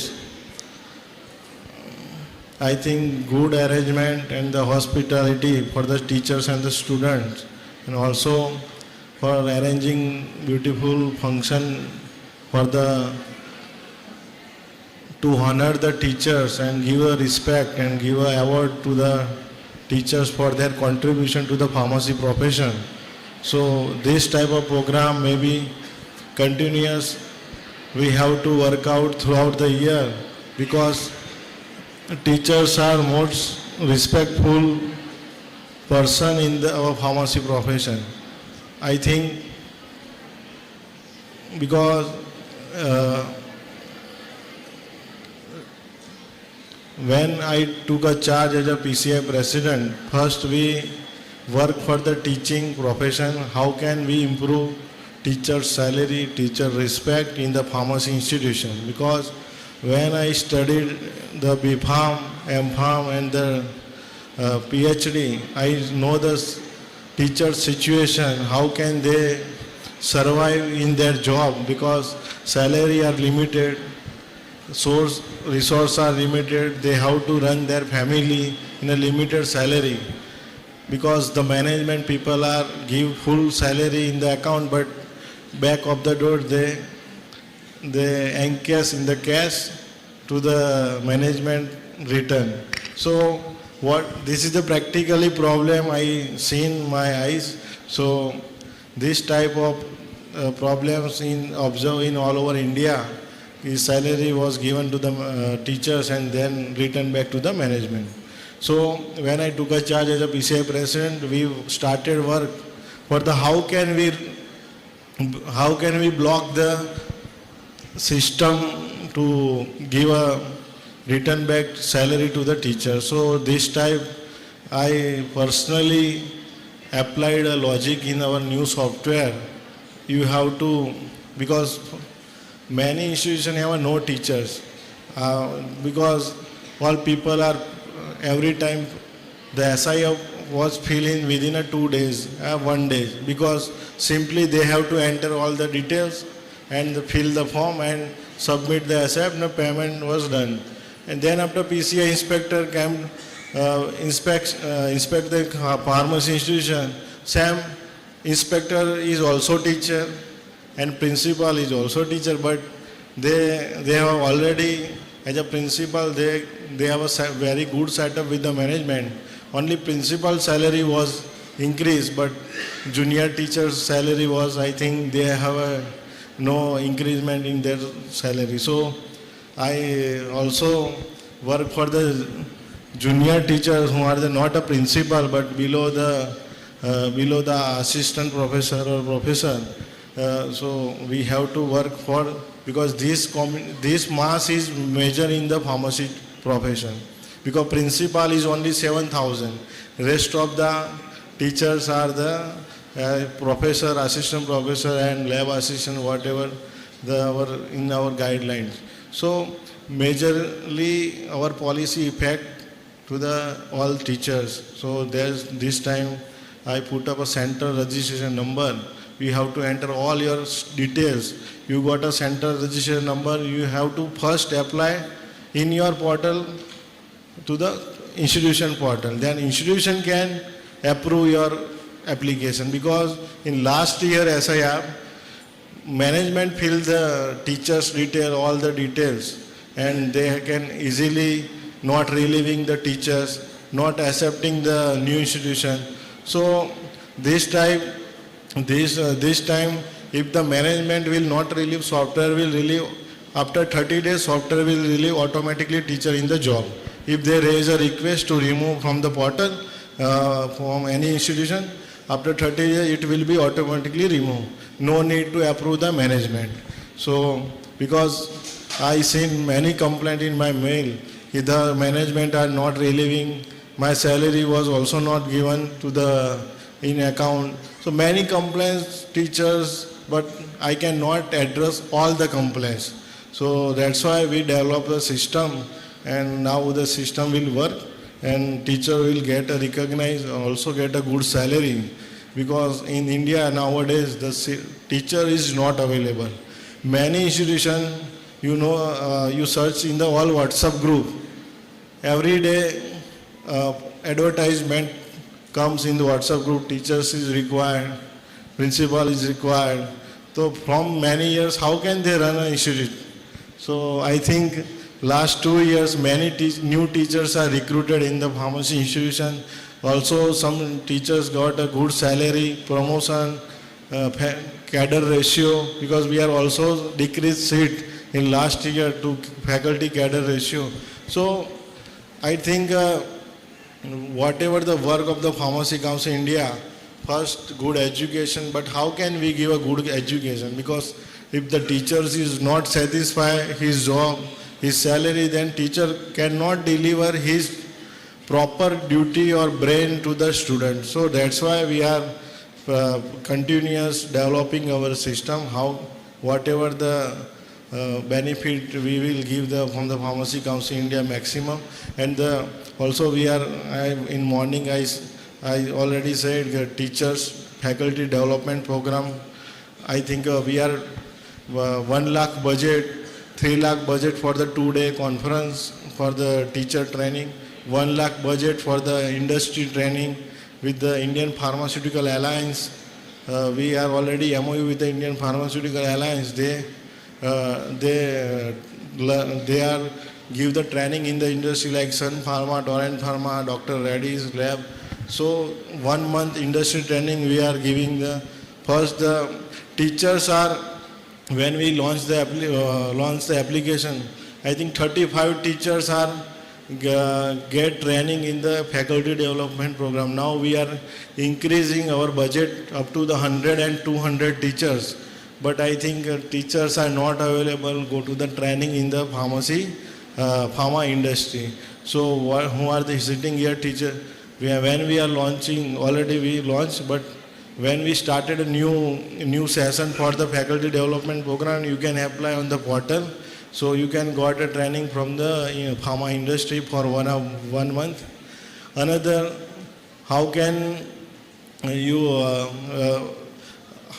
we develop our teachers as a more skillful? So the NAC and NBA assessor are there, but our pharmacy very eminent. I think vice chancellor level people got a chance for the NAC and NBA assessor. So this time, Quality Council India, the Pharmacy Council India already launched the ranking and grading system. So who have a good calibration, who have good skill to good rating and ranking as an assessor.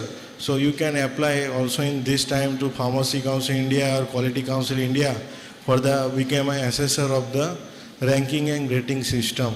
So NAC and NBA is there, but also you can apply the Pharmacy Council India. Many teachers request for the inspector, but last year I removed the physical inspection from all over India. So online inspection we conducted. This time also we conduct the online inspection. So principal compulsory became an inspector in their institution. Whatever SIP you feel, you have to check yourself. Our observer sit in our PCI office, and principal has to log in as an inspector in your whatever the SIP you feel. You have to verify own way by self, not any inspector come to your institution, and our observer give the recommendation, whatever the observation in the inspection, observer give observation, and the inspector only verify whatever the QR code generated in your institution. They have to scan and verify. No any comment from the principal. So I think whatever you feed data in the SIP must be verified as a principal. You become an inspector, and our observer from sitting in PCI office or any other place, they give your observation, and on the basis of the observation, we can take a decision for the approval. So this type of the transparent system we develop, so nobody can harass the management, nobody can harass the teachers. So I think from the APTI function, because APTI is a large association of the teachers, but always I seen the back foot of all the issues. So because the GPAT issues are going on, many issues are going on. If that APTI become strong, then no management can rule the teachers, because because APTI, most of the member are the pharmacy principal. So they are ruling the junior teachers and become APTI senior position, and they never work for the other teachers. So because I openly say, because this is a real situation in Gujarat also and other state also, I think, because in Gujarat many teachers are suffering from the senior teachers. They are always ruling and always misbehave with the junior and not give any chance to grow their career as a teaching profession. So my always support to the junior teachers, not the senior teachers. I respect senior teachers, but always we have to support junior teachers for their career development, because it is very essential in a current scenario. Because so my request to APTI to become strong, we have to raise voice against the management who are not give the proper salary to the teachers, who are harass the teachers. You already started the women cell, so I think many women are also threatened by the management and the colleagues of the pharmacy teachers. So you have also raised the women's voice against the management, because many problems I observed from last 1 year and 1.5 years from the women's also, because many complaints come to the Pharmacy Council India from the women. So you have started the woman wing in the APTI, so it is a good. So I request to women representative to raise our voice against the management for the woman protection. So because Modi ji also bring a bill for the woman reservation and reservation bill. So 50% reservation APTI also for the woman. Okay.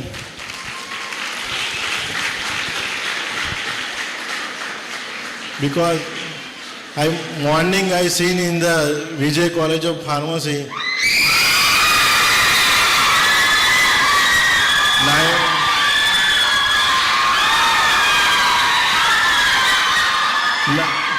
90% students are the girls in the pharmacy profession in current scenario all over the India.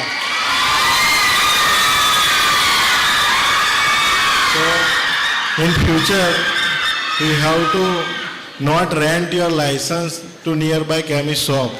Okay? Well, I request to all women pharmacists not rent out your certificate nearby chemist shop, because it is also practically problem of the women, because they get a rental license nearby chemist shop and they earn 4,000 to 5,000 for the cosmetic. Okay, so it is very bad situation for the pharmacy profession also. So you have to understand. So many benefit and drawback from the women. So whatever the benefit to our pharmacy profession, we have to discuss and strengthen. And today function, whatever who are the awardees of the APTI good teachers, I congratulate all the teachers for the awards to get the awards. And also we have a provision of the award function. I think we have a Ramanaji. We have a fund in Pharmacy Council India for the award function. So we have also fund to give an award to the teachers in Pharmacy Council of India, but never we are utilizing this fund for the giving the awarding to the teachers. So this time I request to APTI and other other IPA and other team. So you can make a policy and submit to draft policy to the PCI. How can we utilize this fund? How can we give a transparent manner to award to the teachers?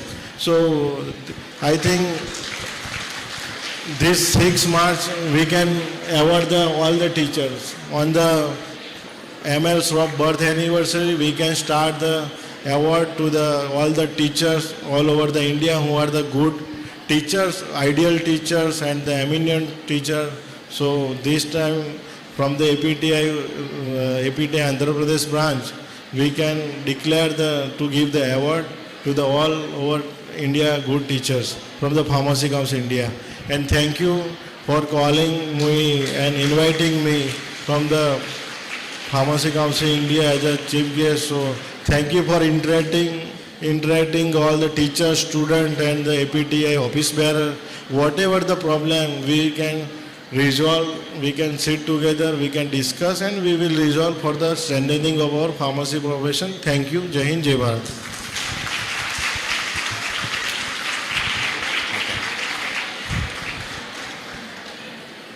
Thank you, sir. Thank you for your valuable speech and support to the APTA and IPA for the Teachers Award functions, providing the facilities for the Pharmacy Council of India coming years. So I thanks to the on behalf of APTA, AP State Branch office bearers. Thank you, sir, your valuable message. Now we are going to start the program of 2022 award ceremony.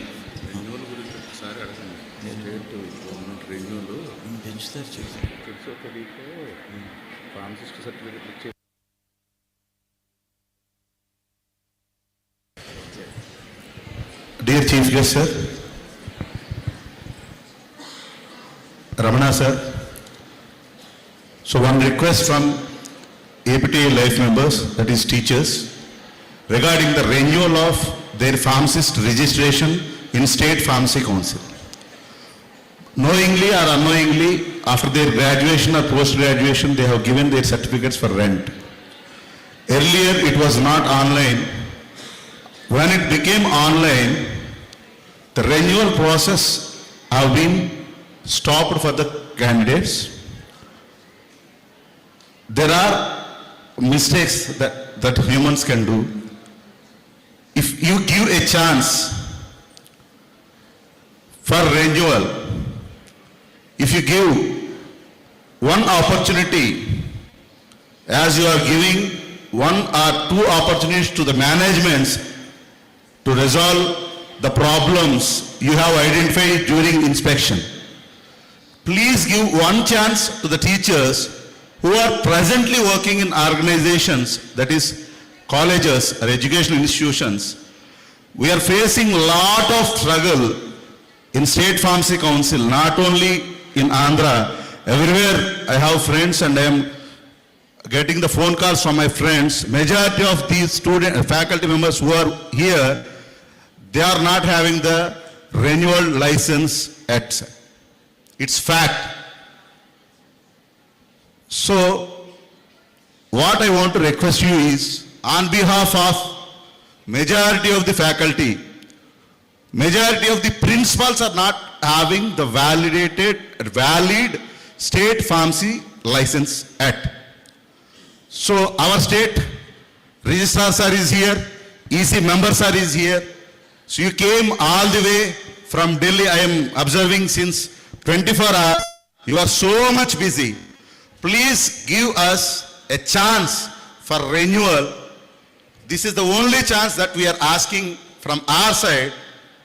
As you support fraternity, as you know the problems we are facing, please instruct the State Pharmacy Council to conduct a special drive for renewal of the license for the faculty members who are working at present, who are working in academic institutions. Anyways, the members who are working in industry, they are having the renewal, sir, because they are not working in teaching. So I request you please consider our request. It's the pledge from all the teachers whom we are associated.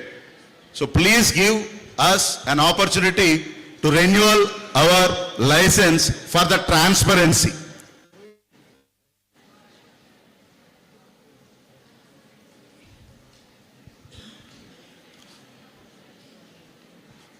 For lifetime imprisonment also, we can appeal to the President of India. So now we are appealing the President of Pharmacy Council of India to forgive us and please support us. Please instruct state pharmacy councils to renewal the pharmacist registration certificates of the faculty who are working in industry. You can take some time bound, sir, or at least 2017, 18 or 19, at least you give some time. So you give one instruction to state pharmacy councils, because some of the faculty members who got the government jobs, even they are working in government universities, their certificates are not yet renewal, sir. So we have that, sir, we will submit, because please, sir, please give us a chance. Thank you so much, sir. This is from my side. On behalf of the faculty members, if I have taken any advantage, please forgive me, because everybody is facing, this is the fact. So please find a solution for this, sir. Thank you so much. Thank you, Ramana sir. Thank you, Deepender Singh sir, because you both are representing APTA in PCI. Please raise the teachers' problem to get it resolved. Thank you so much, sir.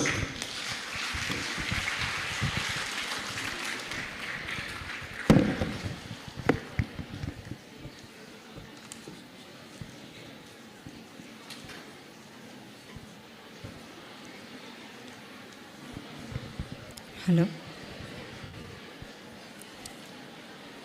So now it's time to move on to the award ceremony. Actually, we invited applications for the best researcher, best teacher, best principal award and lifetime achievement award.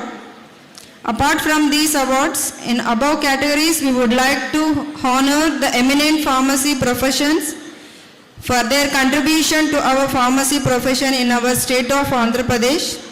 In this record, the APTA AP State Branch introduced the Award of Excellence for both the years 2022 and 23. So now I would like to invite, before going to the award ceremony, so Dr. D. Sundar sir, Treasurer, APTA AP State Branch, to give brief introduction about Best Researcher Award for 2022, Professor S.K. Abdul Rahman sir, Dean, School of Pharmacy, Galgodias University, Greater Noida, Uttar Pradesh. Sir.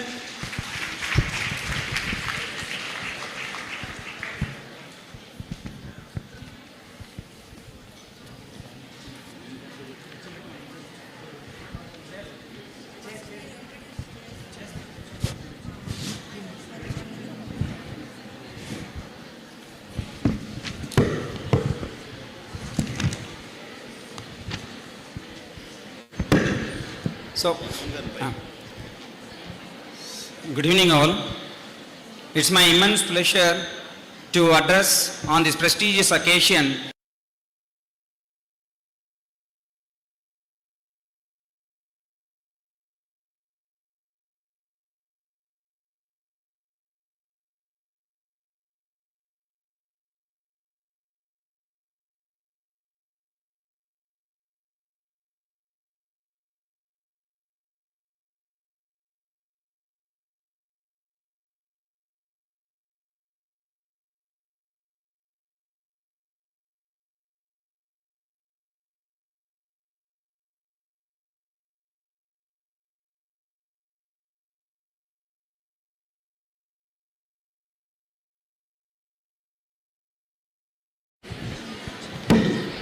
Yes, sir. Yeah. So it's my pleasure to address on this occasion to introduce our Professor S.K. Abdul Rahman sir. Abdul Rahman sir was graduated in pharmacy from Nalanda College of Pharmacy in 2000 and completed M.Pharmacy Pharmaceutical Chemistry from Andhra University in 2003. Sir started as a research associate in Divi's Industries Laboratories Limited, Visakhapatnam during the period of April 2003 to May 2005. He started working at KVSR Siddhartha College of Pharmaceutical Sciences, Vijayawada as assistant professor from 2005 to 2009. During this period, he completed his PhD degree in 2009 from Acharya Nagarjuna University, Guntur, and joined at Nirmala College of Pharmacy, Mangalagiri as an associate professor and head of the department. For his commitment and dedication, Sir has promoted to professor and principal at Nirmala College of Pharmacy and held the responsibility from 2009 to 2023. Later on, Sir joined DIIT as a dean and professor on November 2023 to till date. Sir has also awarded prestigious award as FIC and PG Diploma in Higher Education. Sir supervised 8 PhD, 52 M.Pharmacy and 102 B.Pharmacy and 16 Pharm D graduates. Sir has received 20 awards from national and international agencies and delivered 48 scientific sessions as a resource person in various national and international conferences, seminars and FDPs. Sir has received around 1 crore worth of research and skill-based training grants from government agencies like AICTE, DST, ICMR, AICT 2.0 and 4.0, Atal FDP, AICT Species, TB Association of India, Kapilya, etc. and carried out more than 10 lakh worth of consultancy works from various universities, institutions and private organizations. He has published 108 research and review articles in Scopus, Web of Science, UGC Care. Sir has published 17 patents and granted 2 patents and contributed 5 books and 9 book chapters. He is currently as an easy member of APTI AP State Branch. He has many awards to his name. His recent conferred with Global Faculty Award 2023 from AKS Education Awards and Eminent Pharmacy Award 2023 from Operan Pharmacy Federation. And for his meticulous work in research, Sir has awarded International Research Award, Excellent Service Award 2022 from INSO. Sir is a resourceful, dedicated and innovative researcher, educationist and administrator with academic experience of 18 years and 6 months in teaching, motivating and directing students while maintaining high interest and achievements. The Association of Pharmaceutical Teachers of India, AP State Branch, is honored to present this must-coveted Best Research Award to Dr. Sheikh Abdul Rahman Sir and wishes him a glorious life with his family on the personal and more achievements on the personal front in the years to come. Sir, please, sir.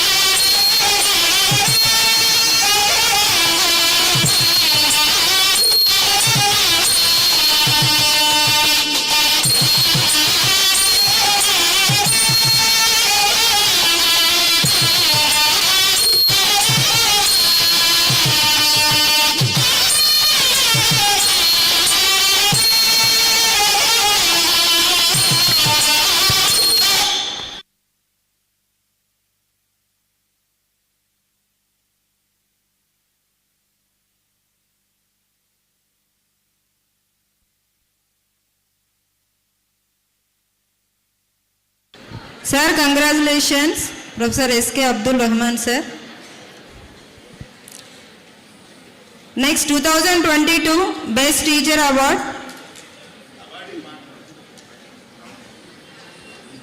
Okay. Sir, now I invite Professor S.K. Abdul Rahman, sir. Come on to the stage. Please give a few words, sir.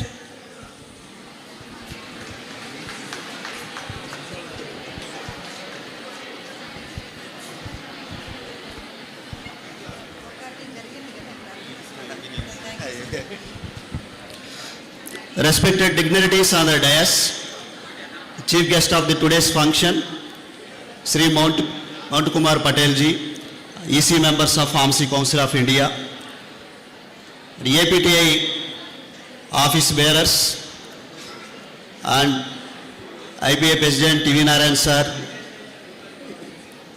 Padmanabh Reddy sir, Vidyar sir, and all respected senior professionals over here. And it is my immense pleasure and privilege standing before you, all the eminent personalities and all the student friends. It is a great honor for the receive of the Best Researcher Award. I am also like you, before 20 years, I thought of that, do something in some journey in my life, so that being a faculty, I have to become a role model to all the teachers and student friends, so that in this 21 years of journey, 11 years I worked as a principal in a prestigious private pharmacy college. Still, even though I lead good position, I moved to the North India as Dean and Professor. Now I am working in Galgotias University. So in this journey, just you have seen that. So I request all the student friends, I am also started my journey from poor family. Now I am leading a good status and good response from all the people in front of this. So you are also think about this. You also can become one day coming over here and standing the awards like this. Thank you very much. Thank you one and all. Thank you, sir. Thank you for your valuable words. So next, 2022 Best Teacher Award. So I am calling Dr. P.V. Kamalakumari Madam, Women's Forum Coordinator, APTA AP State Branch, to give a brief detail about Professor K. Ravishankar, sir. Respected dignitaries on the dais and off the dais. Good evening, dear students. It's my privilege to read the profile of Professor K. Ravishankar sir, Principal, Aditya College of Pharmacy, Surampalam, Kakinada. Dr. K. Ravishankar sir was graduated in pharmacy from University College of Pharmaceutical Sciences, Andhra University, Visakhapatnam in 1987 and completed his M.Pharmacy Pharmacology from University College of Pharmaceutical Sciences, Andhra University in 1991. Thereafter, he worked at JSS College of Pharmacy, Mysore, Elthora Teaching Hospital, Ministry of Health, Albeida and Omkar Mukhtar University, Libya, Sri Vishnu College of Pharmacy, Aditya Institute of Pharmaceutical Sciences and Research at various levels as lecturer, assistant professor and associate professor. He completed his PhD degree in 2009 from Acharya Nagarjuna University, Guntur. He has been in the service of Aditya College of Pharmacy, Surampalam as professor and principal at very responsible academic and administrative positions there since 2008 to till date. He is continuously serving the teaching profession for the past 16 years at various capacities. He guided 5 PhD theses and 68 M.Pharm dissertations. He published 70 research papers in reputed national and international journals, among them 40 are Scopus, ESCI, SCI and SCI expanded, indexed with 577 Google Scholar citations. He has been the editorial member, editor-chief and reviewer for 5 research journal activities. He has published various textbooks and chapters with ISBN number. He has participated in various seminars, conferences, symposia and workshops, 13 nationally and 4 in other countries, and he has also been a presenter of research paper in various seminars, conferences all over the India. He possesses 3 patents so far. He is currently a life member in professional bodies like Indian Pharmaceutical Association and Association of Pharmaceutical Teachers of India and registered pharmacist, Ministry of Health State of Bahrain and Libya. His administrative contribution to the organization led him to perform various roles like principal, governing body member, academic council member, board of studies member and chief superintendent. He is a ratified principal by JNTK authorities. Apart from 20 years rich experience in teaching, 10 years of experience in profession of pharmacy in abroad, registered pharmacist in Bahrain, Oman and Libya. Dr. K. Ravishankar sir is a dedicated, resourceful and innovative researcher, educationist and administrator with academic experience of 24 years in teaching, motivating and directing students while maintaining high interest and achievement. The Association of Pharmaceutical Teachers of India, AP State Branch, is honored to present this much coveted Best Teacher Award to Dr. K. Ravishankar sir and wishes him a glorious life with his family on the personal and more achievements on the professional front in the years to come. Thank you for giving me this opportunity.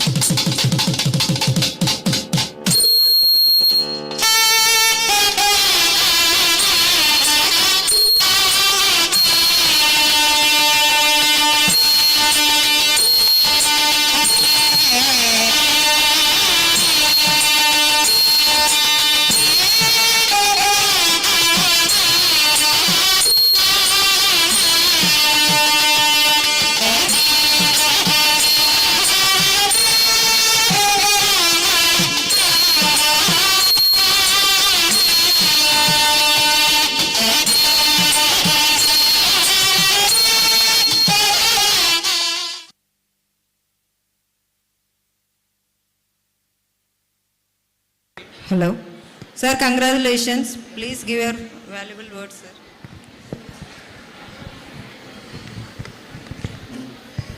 Thank you very much.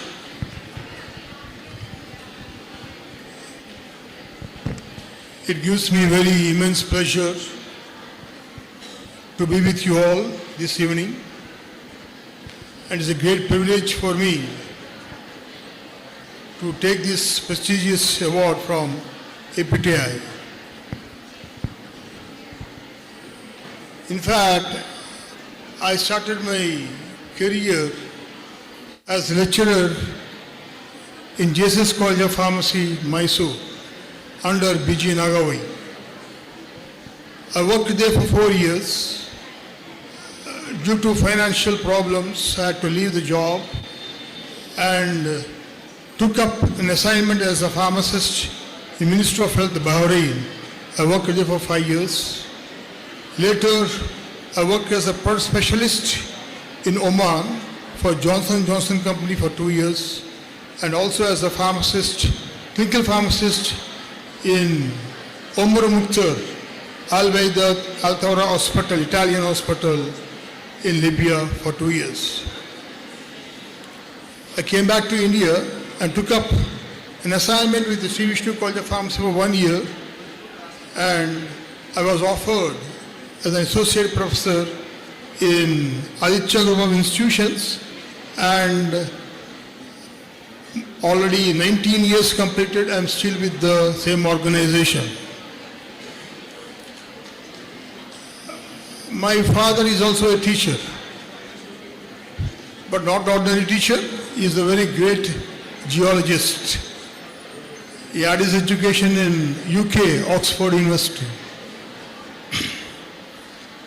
So maybe that helped me to take up this teaching that gave me a passion. I like teaching. I don't know how many of people have come to know about my teaching, but I was deemed as the best teacher. And that was in 2004, I was awarded Best Teacher Award by JNTU University. Exactly after 9 years, luck favored me again, and fortune tapped me, and APTI recognized me and again gave me this Best Teacher Award for 2022. Even today also, after working as a principal for the last 15 years, I still teach pharmacology for PG students, clinical toxicology for PharmD students, and even pharmacology for third year B.Pharm students. Still, I give 30 to 40% for teaching, 40% to research, and remaining part of administration, which I much don't like it, but I was forced to take up, and I'm still continuing. Once again, my heartiest thanks to all the APTI bearers for selecting me for this wonderful award.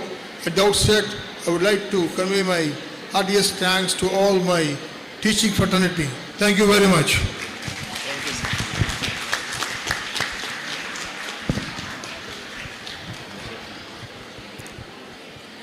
Next, move on to the Best Principal Award for 2022. So I would like to play a video about Professor S. Vidyadhar Rao sir, Principal, Chebrolu Hanumaya Institute of Pharmaceutical Sciences. Sir, now I am inviting onto the stage. Please view.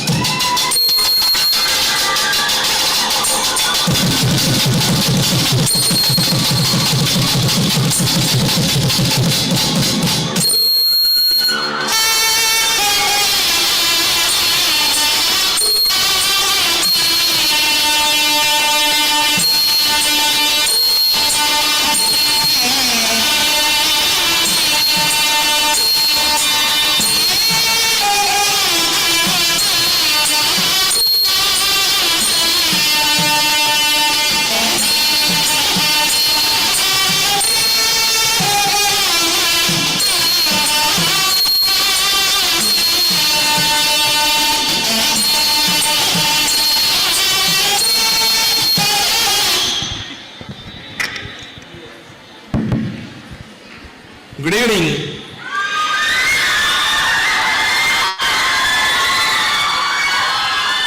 I am very happy and elated to receive this award in presence of my mentor, Dr. T.V. Narayana sir,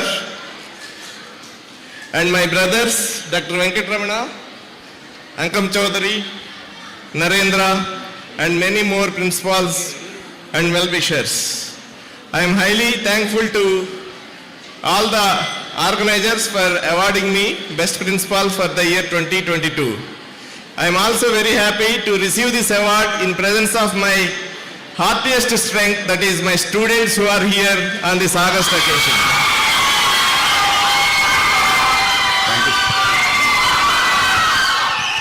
Congratulations, sir. Next, move on to the next award, Lifetime Achievement Award for 2022. Professor Gangarao Bhattu, former Registrar, Adikavi Nanaya University, Rajamandri, former Principal, AU Corps, Andhra University, Visakhapatnam.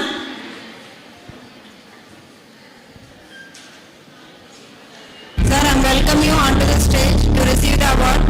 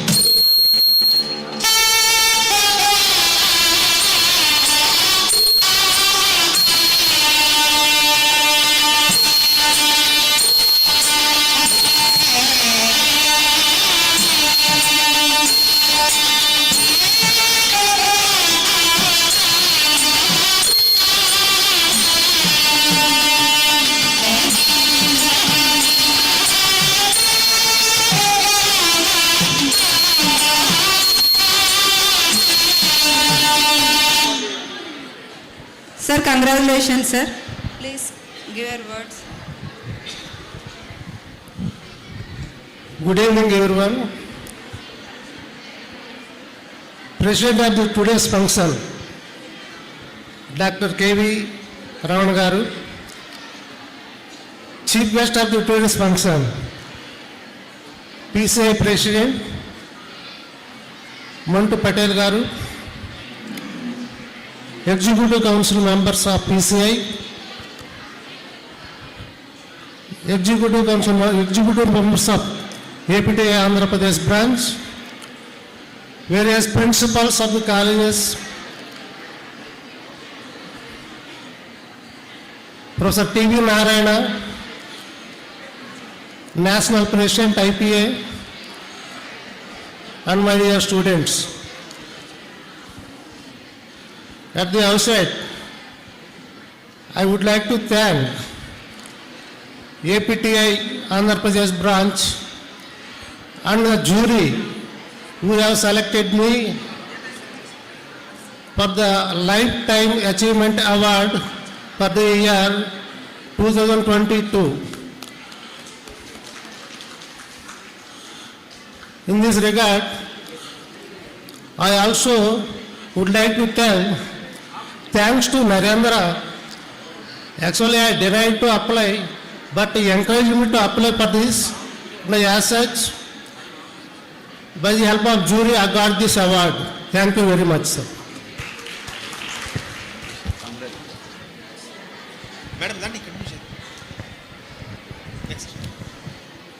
next move on to the next award.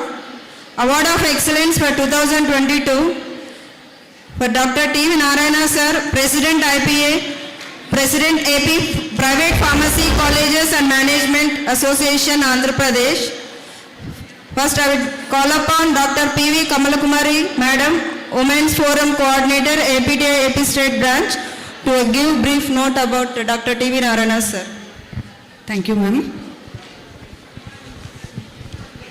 It's my honor to read the profile of Dr. T.V. Narayana Sir, President Indian Pharmaceutical Association, President AP Private Pharmacy College Management Association, Andhra Pradesh. Dr. T.V. Narayana Sir is having 33 years of rich experience in teaching, research and administration.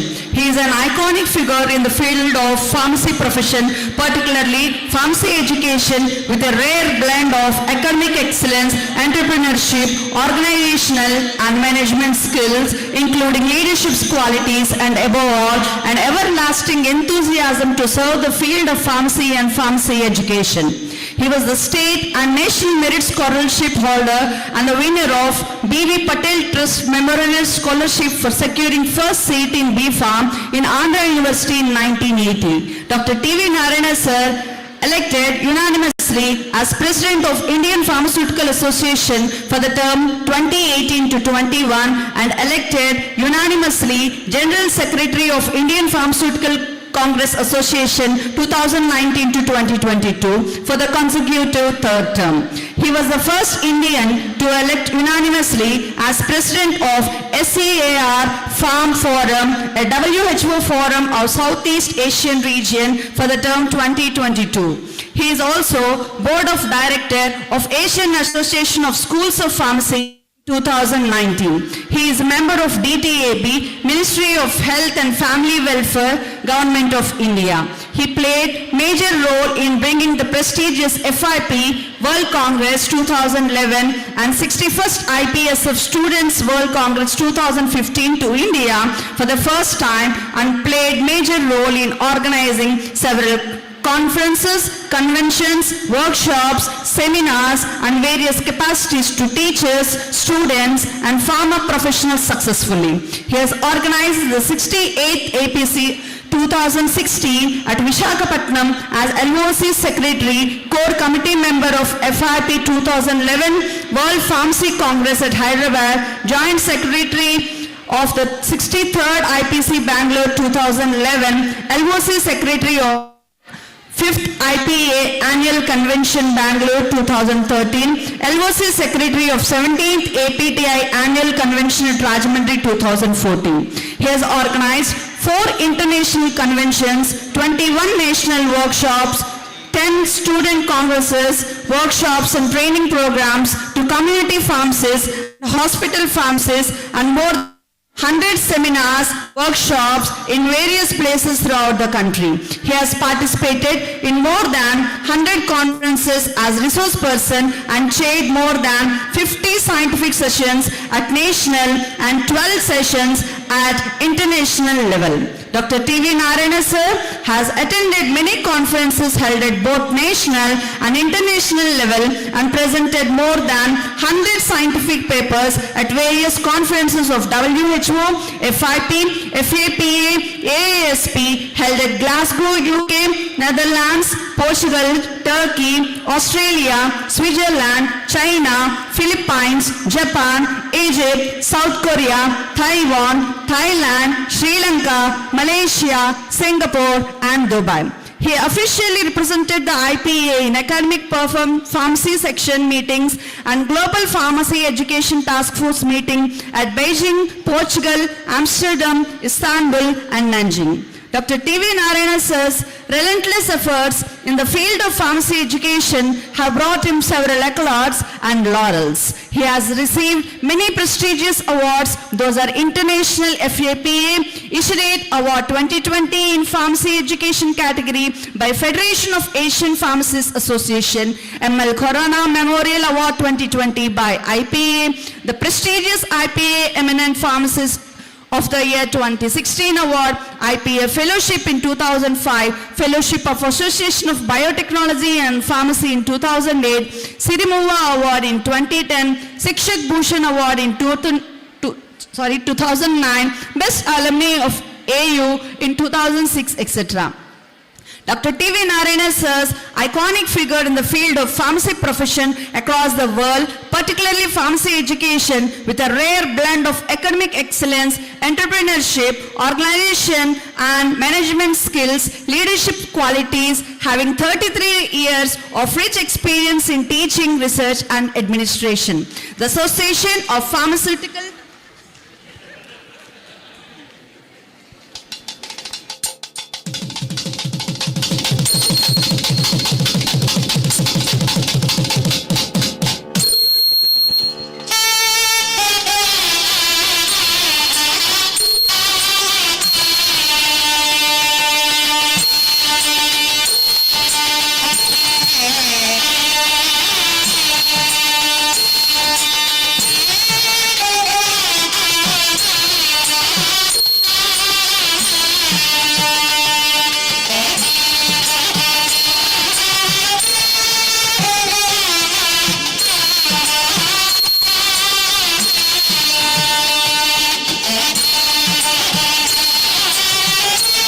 Congratulations, sir.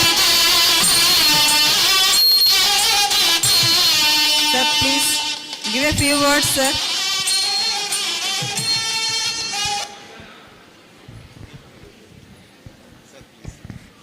Thank you very much. I think it is I got more than 16 awards, both at national and international level. But this is something special. Why it is something special? I started my career as a teacher. The award has been given by the Teachers Association of Andhra Pradesh State Branch. It is something special. And also, it is my place where I born and started my education, everything in my native place. These two are the distinctions of this award. I thank AP State Branch and the jury members for bestowing the honor to me. Thank you very much. Thank you, sir.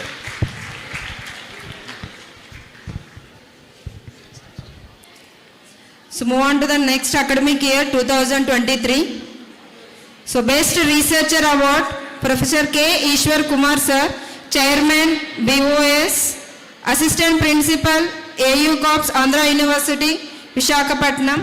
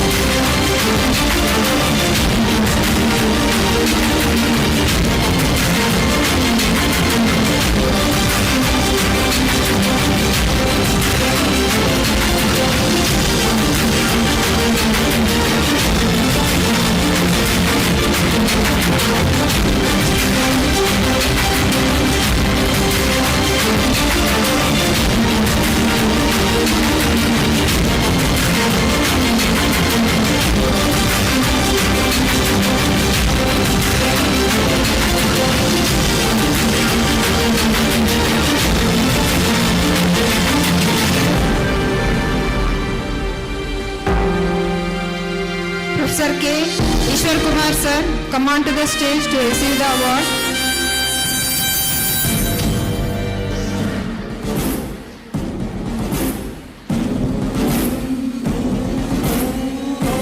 Congratulations, sir.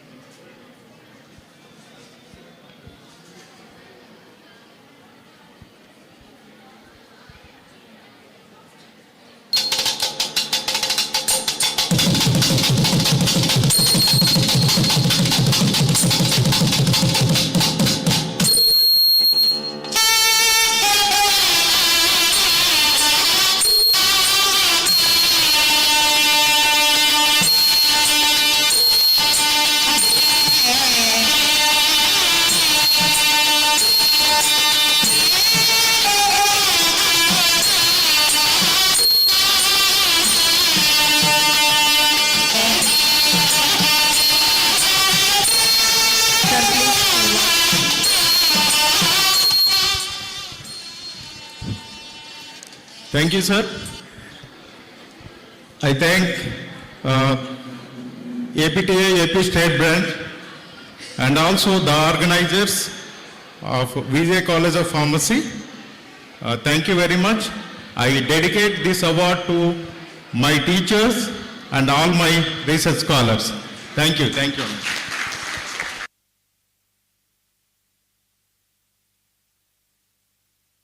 Thank you, sir. Next, move on to the next award. Best Teacher Award for 2023. Professor Talasila Ishwara Gopala Krishnamurthy, sir, Principal, Bapatla College of Pharmacy, Bapatla. Please play a video.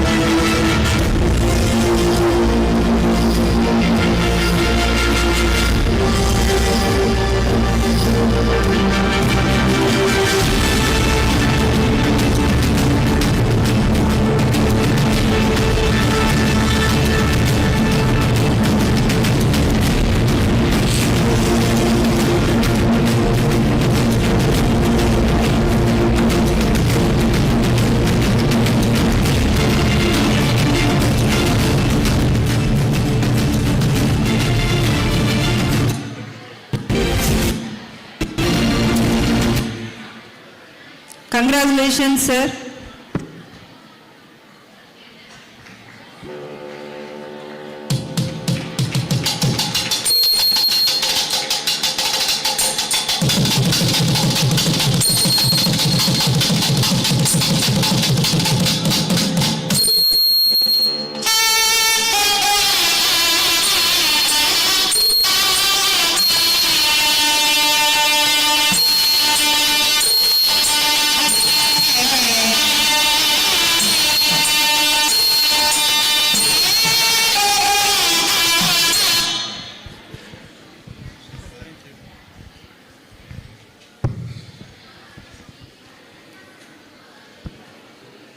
Respected dignitaries on the dais, off the dais, and students, faculty members, good evening to all of you.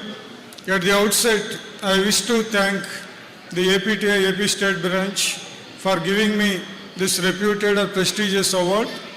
And at the same time, I will assure you that as a teaching faculty, I will discharge my responsibilities. I will dedicate and rededicate with good commitment as per the expectations of this award. I will assure you in front of student community that hereinafter with more strength I will discharge my teaching abilities to the students. Thank you, one and all. Thank you, sir. Move on to the next award. Best Principal Award for 2023. Professor D. Ranganayakulu sir, Principal Sri Padmavati School of Pharmacy, Tirupati. Please play a video. Sir, come on to this. Wait, sir.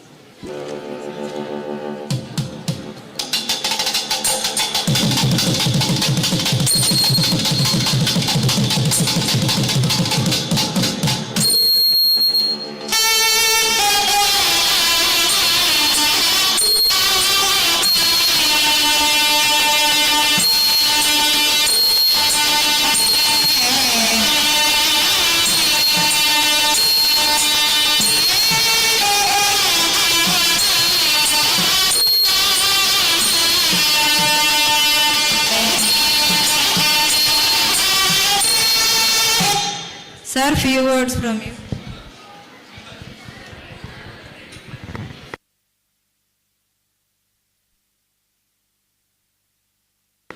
This kind of special and extraordinary award for any kind of teacher, it gives immense pleasure. And on part of me, right from beginning of my career, I rendered more than 33 years as a principal in my career. Of course, citation is said, but I feel very prestigious award on this second because I received this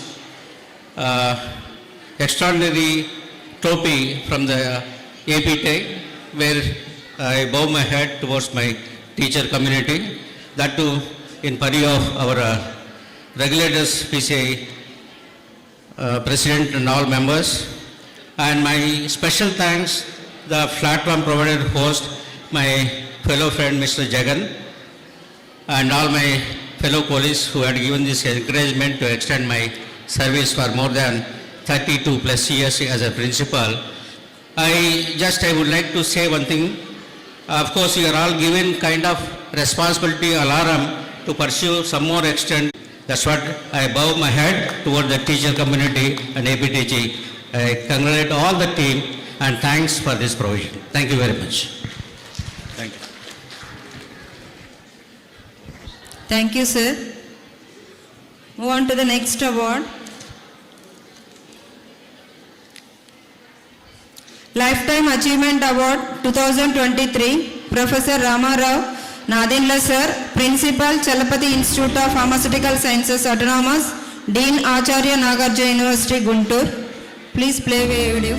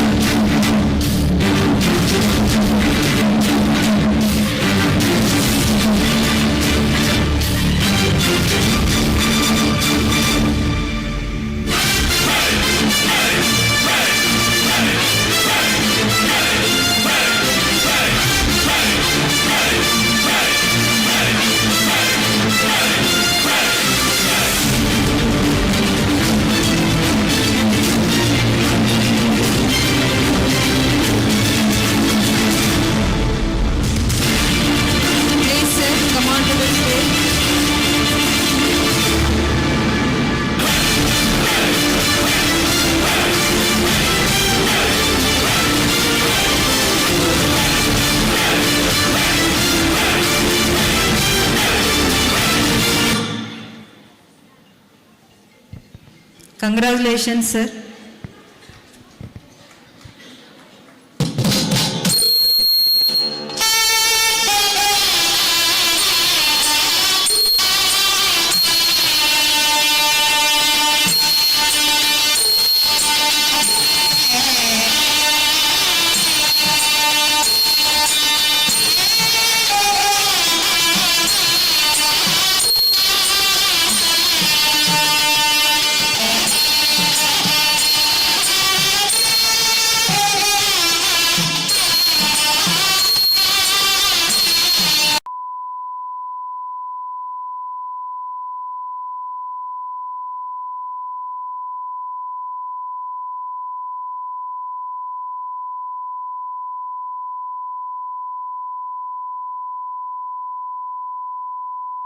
Over the dais, off the dais. I feel very great, immense pleasure for receiving this award. I wholeheartedly thank all my teachers who taught me and all my mentors who guided me and my management, students, faculty who supported me a lot to stand before you. Last but not the least, I thank my parents and also the adjudicators for selecting me for this award. And I profusely thank the APTA office bearers for placing me for this award. Thank you. Thank you, sir. Next, move on to the 2023 Award of Excellence, Professor Y. Padmanabha Reddy Garu, Principal, Raipur College, Anantapur, Secretary of AP Private Pharmacy College Management Association, Andhra Pradesh. So before giving the award, I call upon Dr. B. Pavan Kumar to give the note about sir. Okay.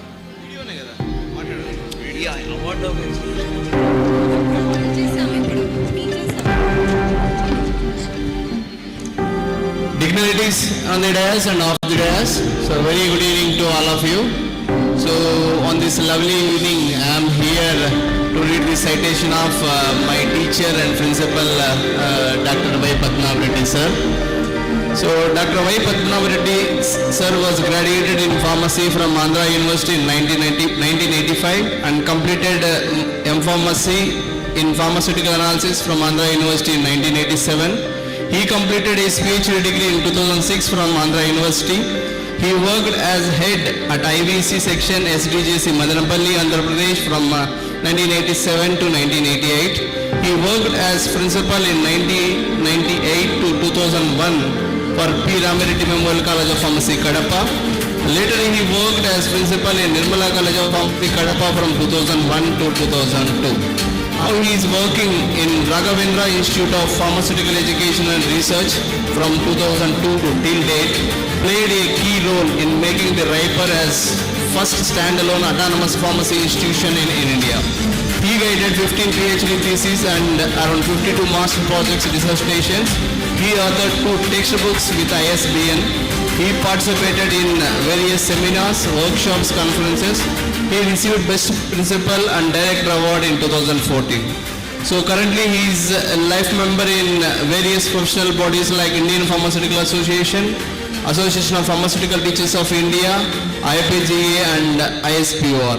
Dr. Y. Padmanabha Reddy sir is a dedicated, resourceful and innovative researcher, educationist and administrator with academic experience of 25 years in teaching, motivating and directing students while maintaining high interest and achievement. The Association of Pharmaceutical Teachers of India AP State Branch is honored to present this much coveted award of excellence 2023 to Dr. Y. Padmanabha Reddy sir and wishes him a glorious life with his family on the personal and more achievements on the professional front in the years to come. Congratulations, sir.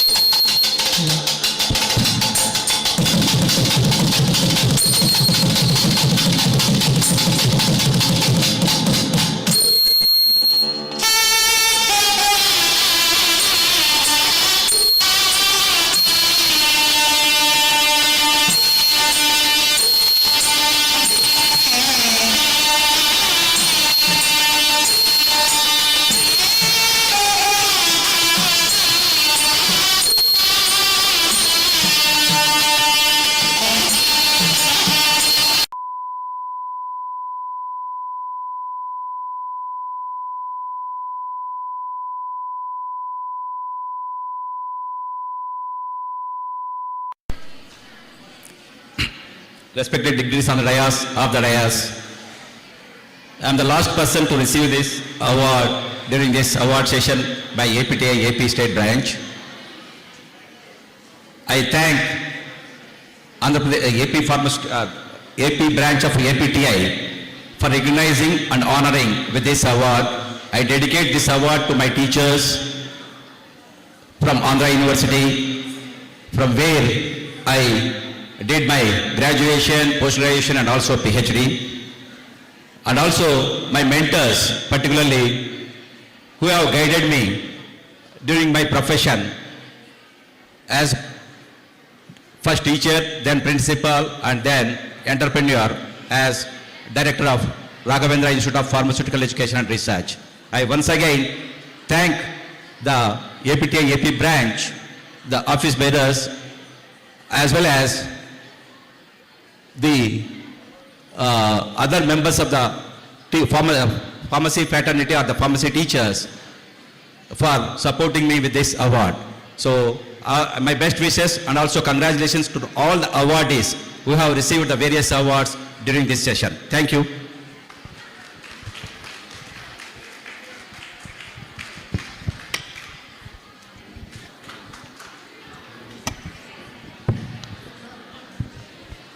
Thank you, sir. So next event is, to conduct any event, we need fund. The first, we got the support from the managements, few managements, whom we would like to thank on this dais.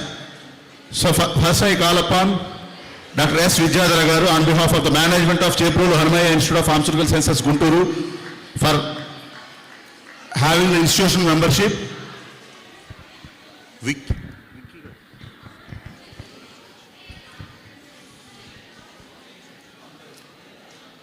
Next I call upon Dr. T.V. Narayan Garu, Vikas Institute of Pharmaceutical Sciences, Rajahmundry, along with his son, the secretary, Bharat Vikas, to come on to the dais to receive the institutional membership.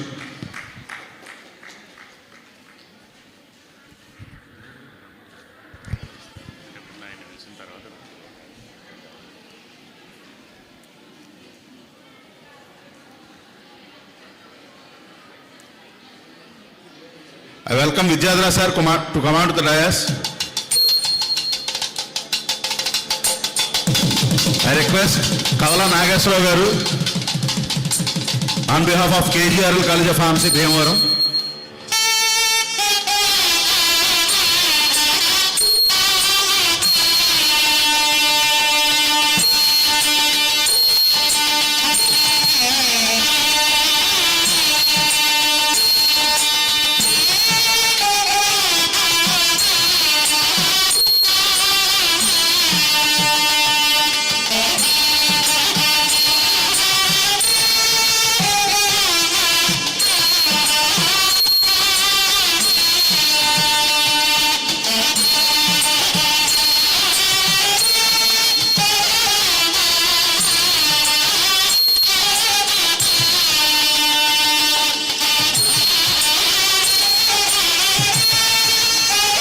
I request Sri Golapalli Sridhar Garu, Secretary Correspondent, Media College of Pharmacy, Ravulapalam.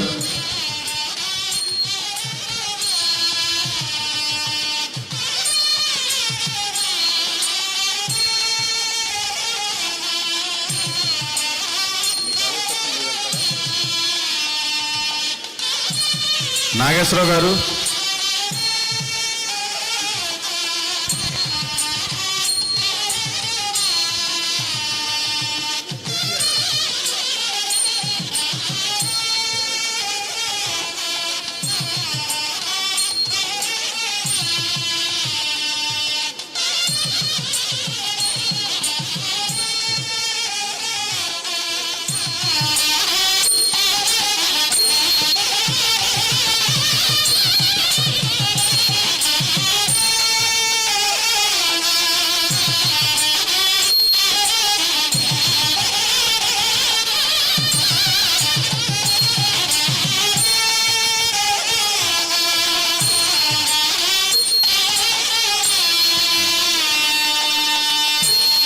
Shri Gollapalli Sridhar garu, secretary correspondent, Lydia college of pharmacy, Ravulapalem. Please come on to the dais, sir.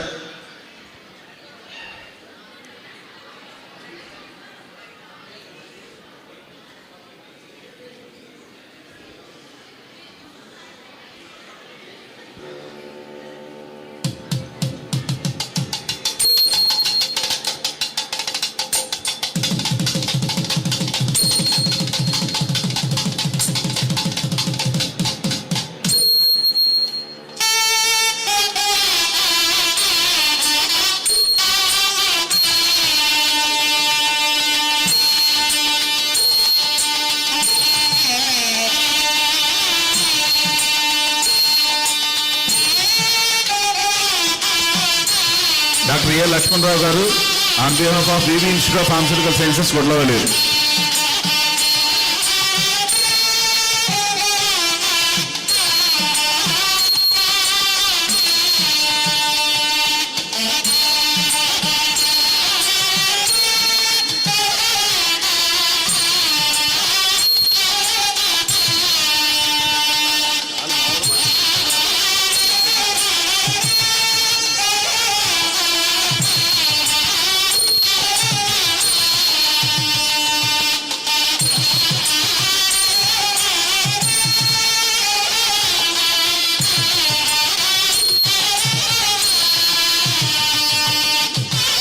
Doctor B Jyothi garu, on behalf of seven hills college of pharmacy, Tirupati.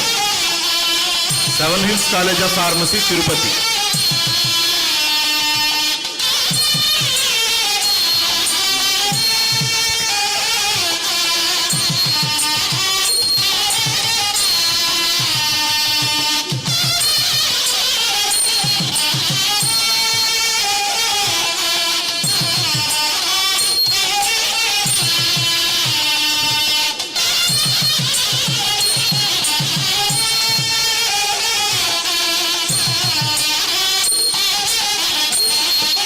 Doctor K Padmalatha garu, on behalf of the management, Vijaya institute of pharmaceutical sciences for women, Vijayawada.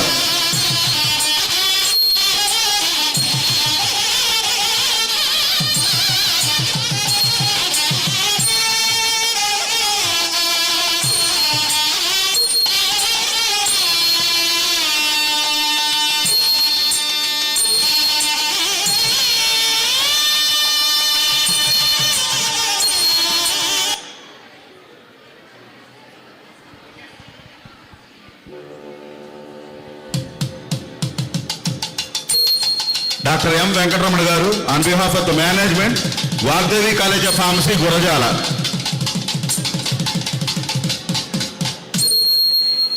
I request the principal of Vagdevi College of Pharmacy, Gurjala, to come on to the dais.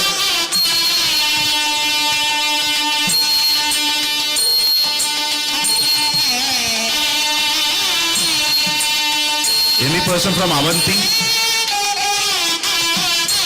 Any person from Avanti, Vizag?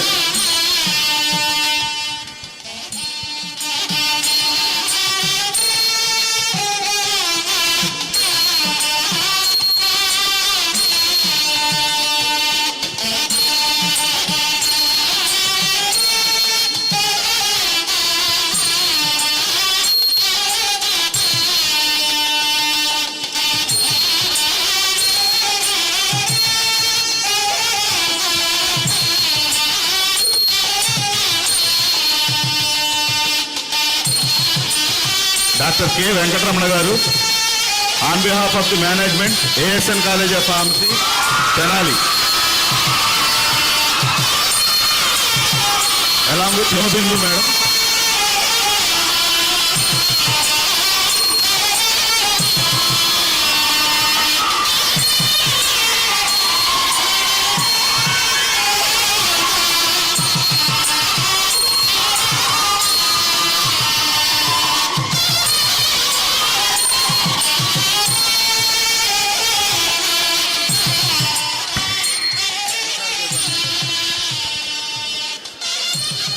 Last but not least, he is the main force behind this event. Our secretary correspondent, Dr. M.V. Jagan Mohan Reddy garu, on behalf of BJS College of Pharmacy, he is contributing 25,000 rupees per year for the welfare of pharmacy teachers of Andhra Pradesh.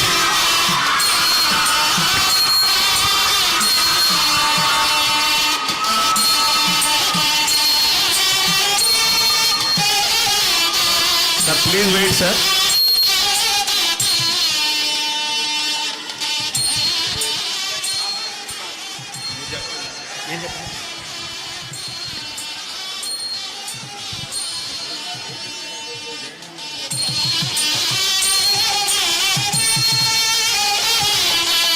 On behalf of APTI AP State Branch, a small felicitation to the Sri Jagan Mohan Reddy garu, Chairman, BJS College of Pharmacy, Rajahmundry.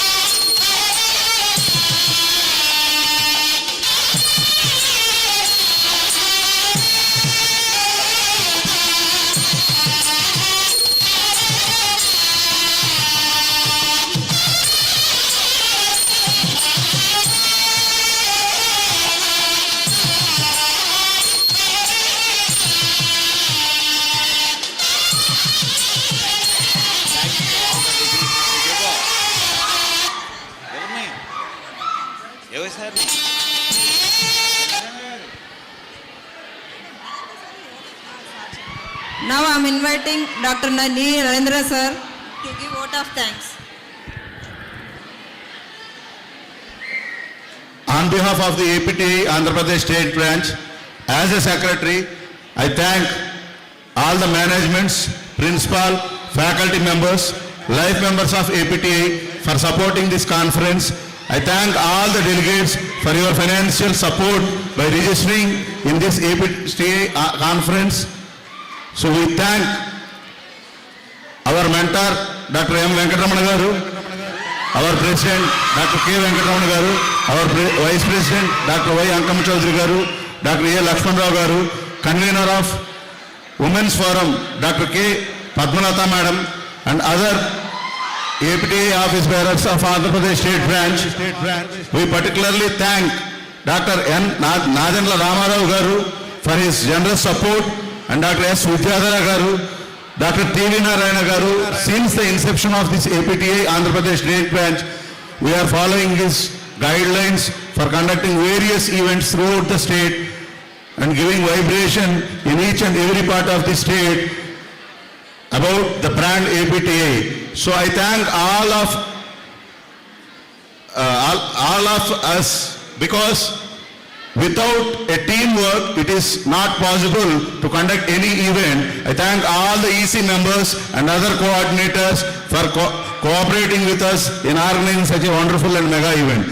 Thank you all for your patience waiting since morning. I request all the delegates to have a wonderful dinner provided in the ground floor and enjoy your culturals. Thank you one and all. Thank you very much. I request all the VIPs to wait at lunch. So we have arranged a special dinner for them. So I request all the VIP delegates, please wait at lunch. Thank you so much. Thank you so much. Thank you so much. Thank you so much. Thank you so much. Thank you so much. Thank you so much. Thank you so much.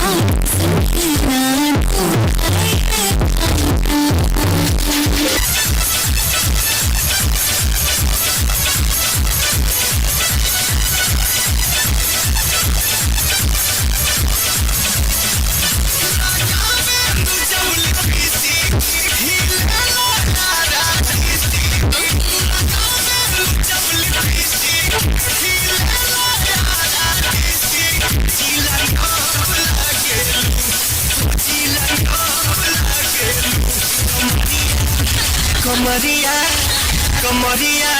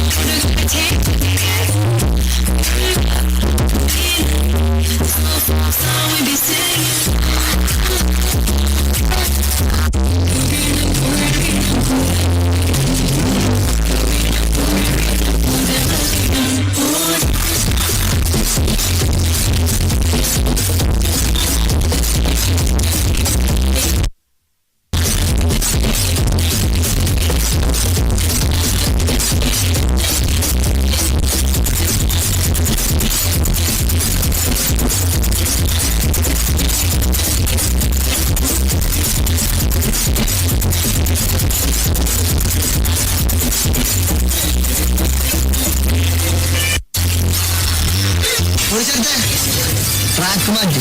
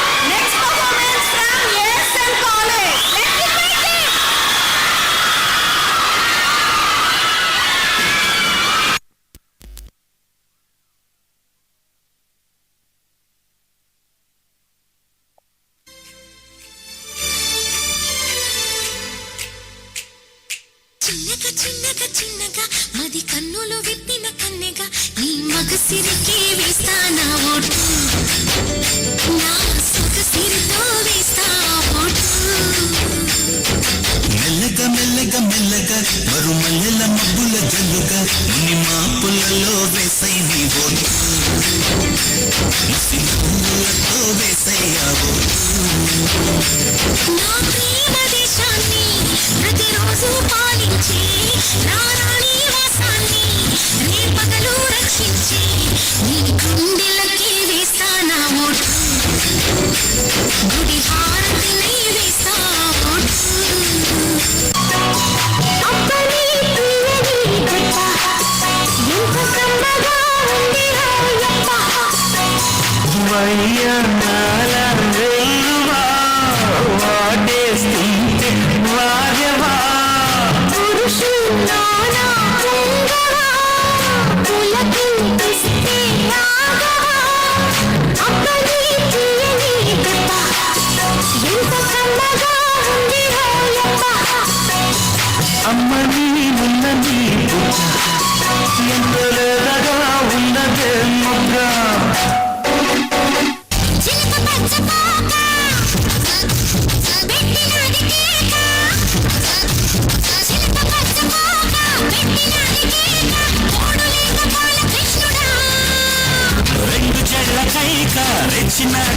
పంచుకోవే పాల బిగడా నాడా ఉల్లాస వీరుడా నీ సుకుమార నీదే నా పట్టు పావడా చిన్న పూల చక్కెరి నీ bus చక్కగిస్తావా అంతమారుందే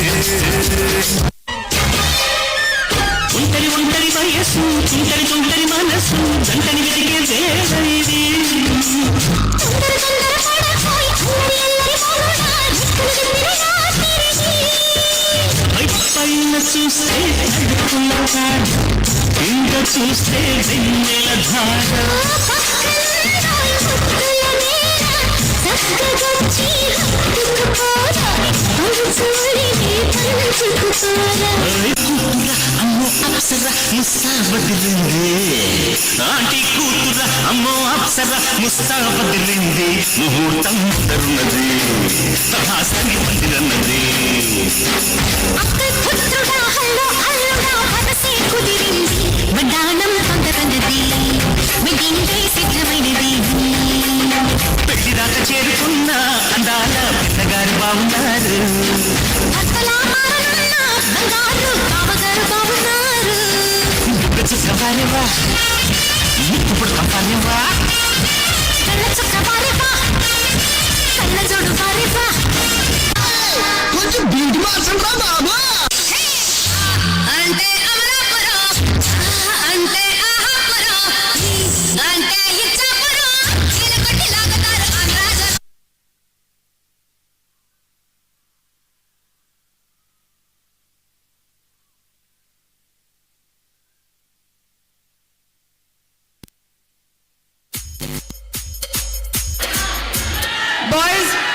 Boys, can I have your attention?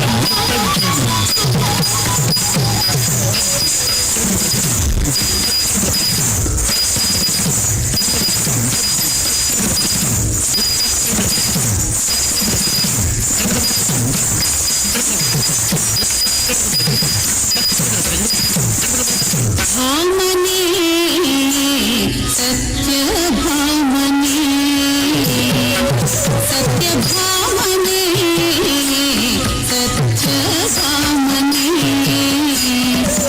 సత్యభామనే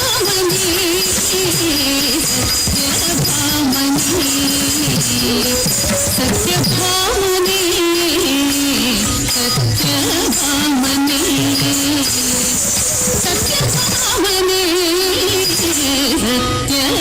సత్యభామనే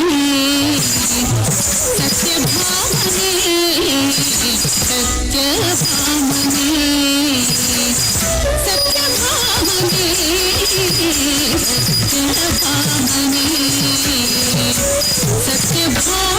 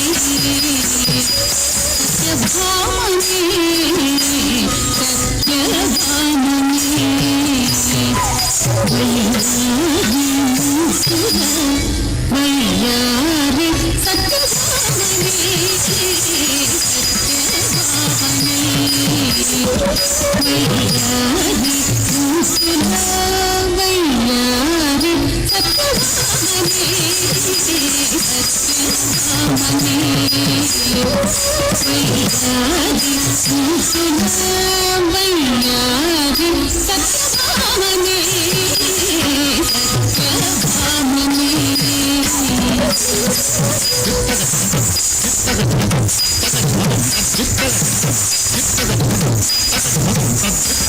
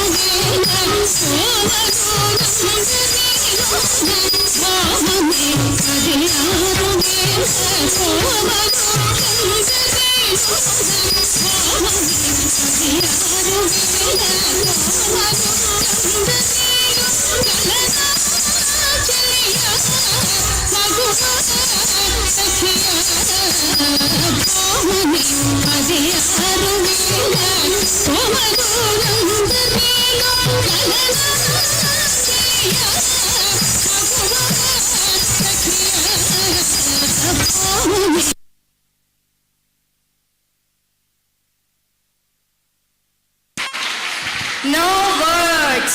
Fantastic performance. Next performance from Bhavya Solo, Kolkata College of Pharmacy. Let's invite them.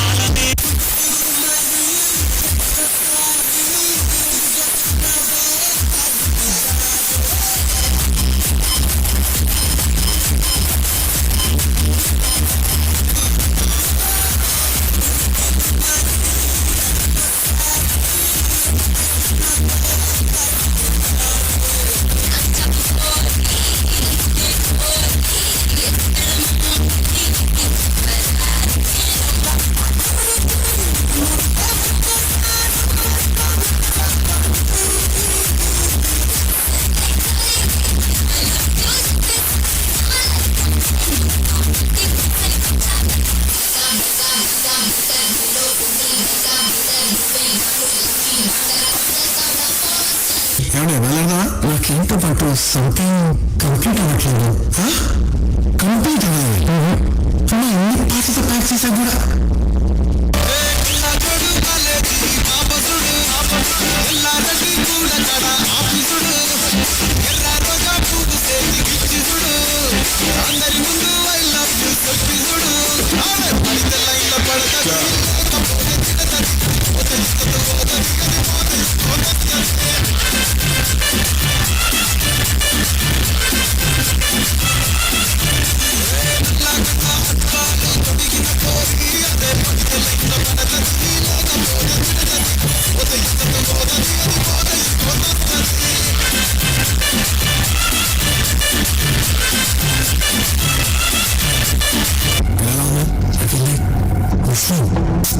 దీనికి విజువల్ ఒకటే సరిపోదు. బద్దలైతే బ్యాక్గ్రౌండ్ మ్యూజిక్, స్లో మోషన్, గాల్లో ఫోటో ఎడటాలు చాలా స్పెషల్ ఎఫెక్ట్లు ఉన్నాయి. ప్లాన్ చేస్తాను వచ్చేవాళ్ళు.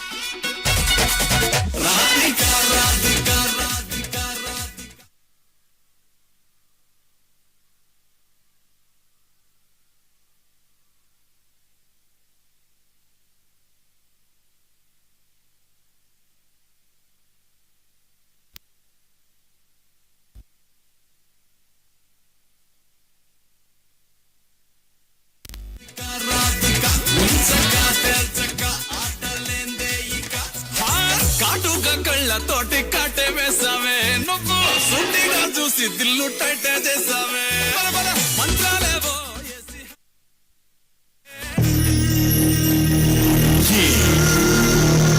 Bringing on the new flavor for 2007.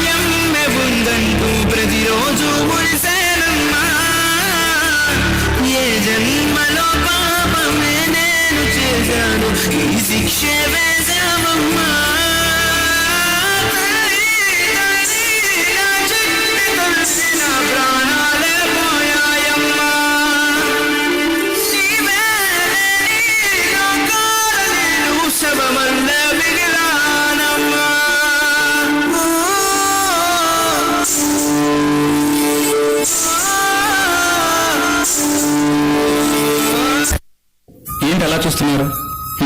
చూడకపోతే ఏం చేస్తారులే. అమ్మా, ఏడుస్తున్నావా? పాప చనిపోయిందని కాదు, నీ చుట్టూ ఇంతమంది ఉన్న ఏ ఒక్కడి అరాచకాన్ని ఆపలేదు చూడు, అందుకేడువమ్మా. పాప కోసం కాదు, అందరూ ఉన్నారని ధైర్యంతో బతుకుతున్నావు కదా, అందుకేడువమ్మా. పాప కోసం కాదు, ఎవరింటికొచ్చినా కన్న కొడుకులు ఆదరిస్తావు కదా, అందుకేడువమ్మా. పాప కోసం. ఒక కాలేజీకి వెళ్లే అమ్మాయిపై అత్యాచారం జరిగితే వాళ్ళు పుట్టి పుట్టి బట్టలు వేసుకుంటారు, వాళ్ళకి అలాగే జరగాలి అంటారు. ఒక స్కూల్కి వెళ్లే అమ్మాయిపై అన్యాయం జరిగితే చదువుకునే వయసులో ప్రేమ ప్రేమ అని తిరుగుతారు, అప్పుడు అబ్బాయిలు మాత్రం ఊరుకుంటారా అంటారు. మరి అమ్మ ఒడిలో పాలు తాగే పసిపిల్లల్ని కూడా వదలట్లేదు కదరా. ఆడపిల్లల్ని గౌరవిద్దాం, ఆడవాళ్ళని కాపాడదాం అంటారు కదా. ఎక్కడరా కాపాడేది? వాట్సాప్ లో స్టేటస్ పెడితే కాపాడినట్ట? నిండి జీవితాలను ఆర్పిసి కొవ్వొత్తులు వెలిగిస్తే కాపాడినట్ట? కుట్టినా మారక, తిట్టినా మారక, ఆడవాళ్ళ జోలికొస్తే చంపేస్తామన్నా మారకపోతే ఎలారా? గుర్తుపెట్టుకుంటారా, మనం చంపుతుంది ఆడదాన్ని కాదు, అమ్మతనాన్నే చంపేస్తున్నాం రా. ప్లీజ్ రా, వాళ్ళని బతకనివ్వండి.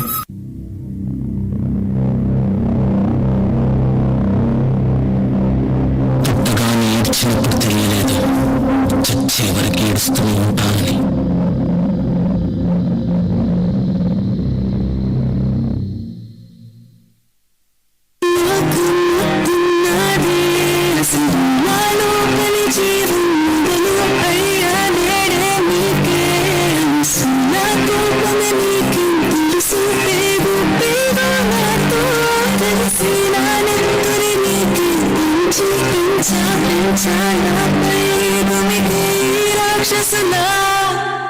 అత్యాచారం చేసి ఊరి తీయాలి, మేడపట్టి గొంతు పిసికి కాల పెట్టాలి. నేను చెప్పేదంతా లోకం మొత్తం వీణ పడాలి. నీ చెల్లి కోసం ఏ రోజైనా నిలబడాలి. నేను పాడేది పాటని కదు చిన్నారి మాటలే ఇవి. కన్నులు కల్లారా తడి కాపాడేదెవరు మరి? అమ్మాయిల వాక్యలలోని సంఖ్యలు బంధించి మరి రంగుల ముగ్గుల పొడి రక్తంగా మారేని పడి ఇంట్లో వదిలేసి వెళితే అంకల్ స్మిచ్చి పట్టి మీద పడితే ఏమని చెప్పను నేను, ఎవరికి చెప్పను నేను. మీరే నేర్పించారు పెద్దోళ్ళు తేజులు అని. ఎందుకు మమ్మీ గుర్తించాడు డాడీ నన్ను? అసలు వినాలనుకున్నా నేను చిన్న మామ కథలు. ఆడపిల్ల బాధలన్నీ చెప్పుకునే బదులు పుట్టగానే చంపేస్తుంటే తప్పుతుండే విసురు. చిన్న బట్టలేసుకుంటే చంపేయాలా? ఇంకెన్ని రోజులు దాచుకుంటే ప్రాణం ఇలా? నేను చదువుతూ అలా లేదా బడికెళ్ళలా? న్యూస్ పేపర్ స్టోరీ అయిపోయాని వాళ్ళ. చిరునవ్వులతో కాలం గడపాల్సిన చిన్నారి మనుషుని రంగేసుకున్న క్రూర మృగాలకు బలైపోయింది. 8 ఏళ్ల చిన్నారిని హింసించి అత్యాచారం చేసి చంపిన ఘటన మానవత్వానికే మాటలు మచ్చగా మిగిలిపోయింది.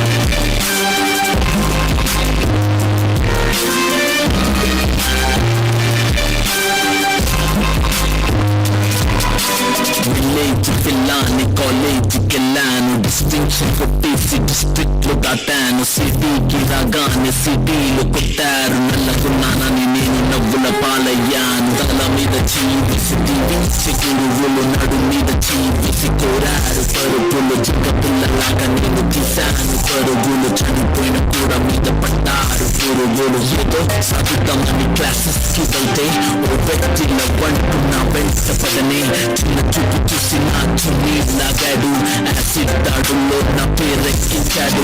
రోడ్డు మీద రేపు చేసి లోకల్స్ చంపారు. ఇది విన్న మా డాడీ కుక్క పెట్టి ఏడ్చాడు. క్యాండిల్ పట్టుకొని వాకింగ్ చేస్తారు, క్యాండిల్ ఆరిపోగాని ఇంటికెళ్ళిపోతారు.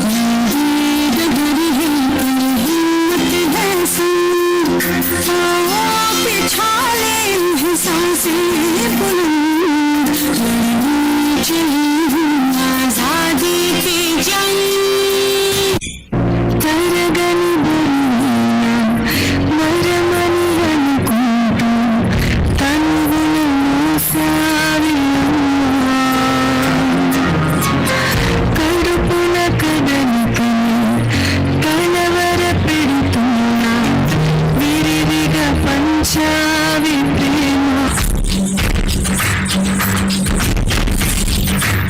बार बार हाँ बोलो यार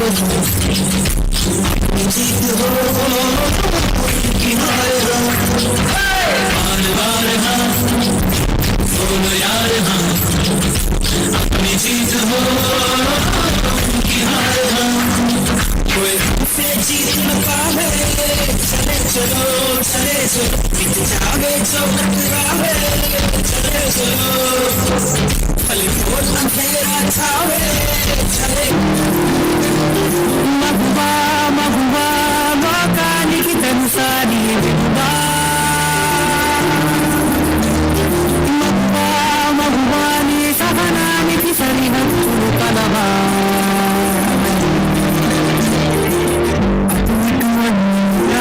నువ్వే జగమంతా పరుగులు తీస్తాను ఇంత బయట అనుపని రంగంతా అనవంట వెలుగులు పూస్తావు వెళ్ళేదారంతా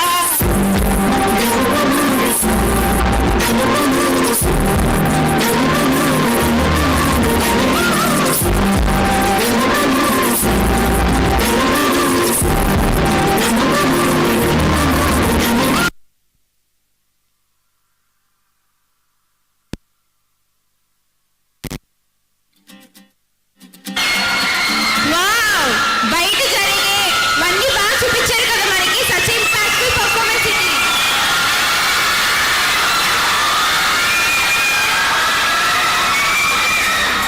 డిన్నర్ ఎవరైనా చేయని వాళ్ళు ఉంటే కిందకి వెళ్ళి డిన్నర్ చేయండి please next performance from Shalini and Manasa of VJS college let's invite them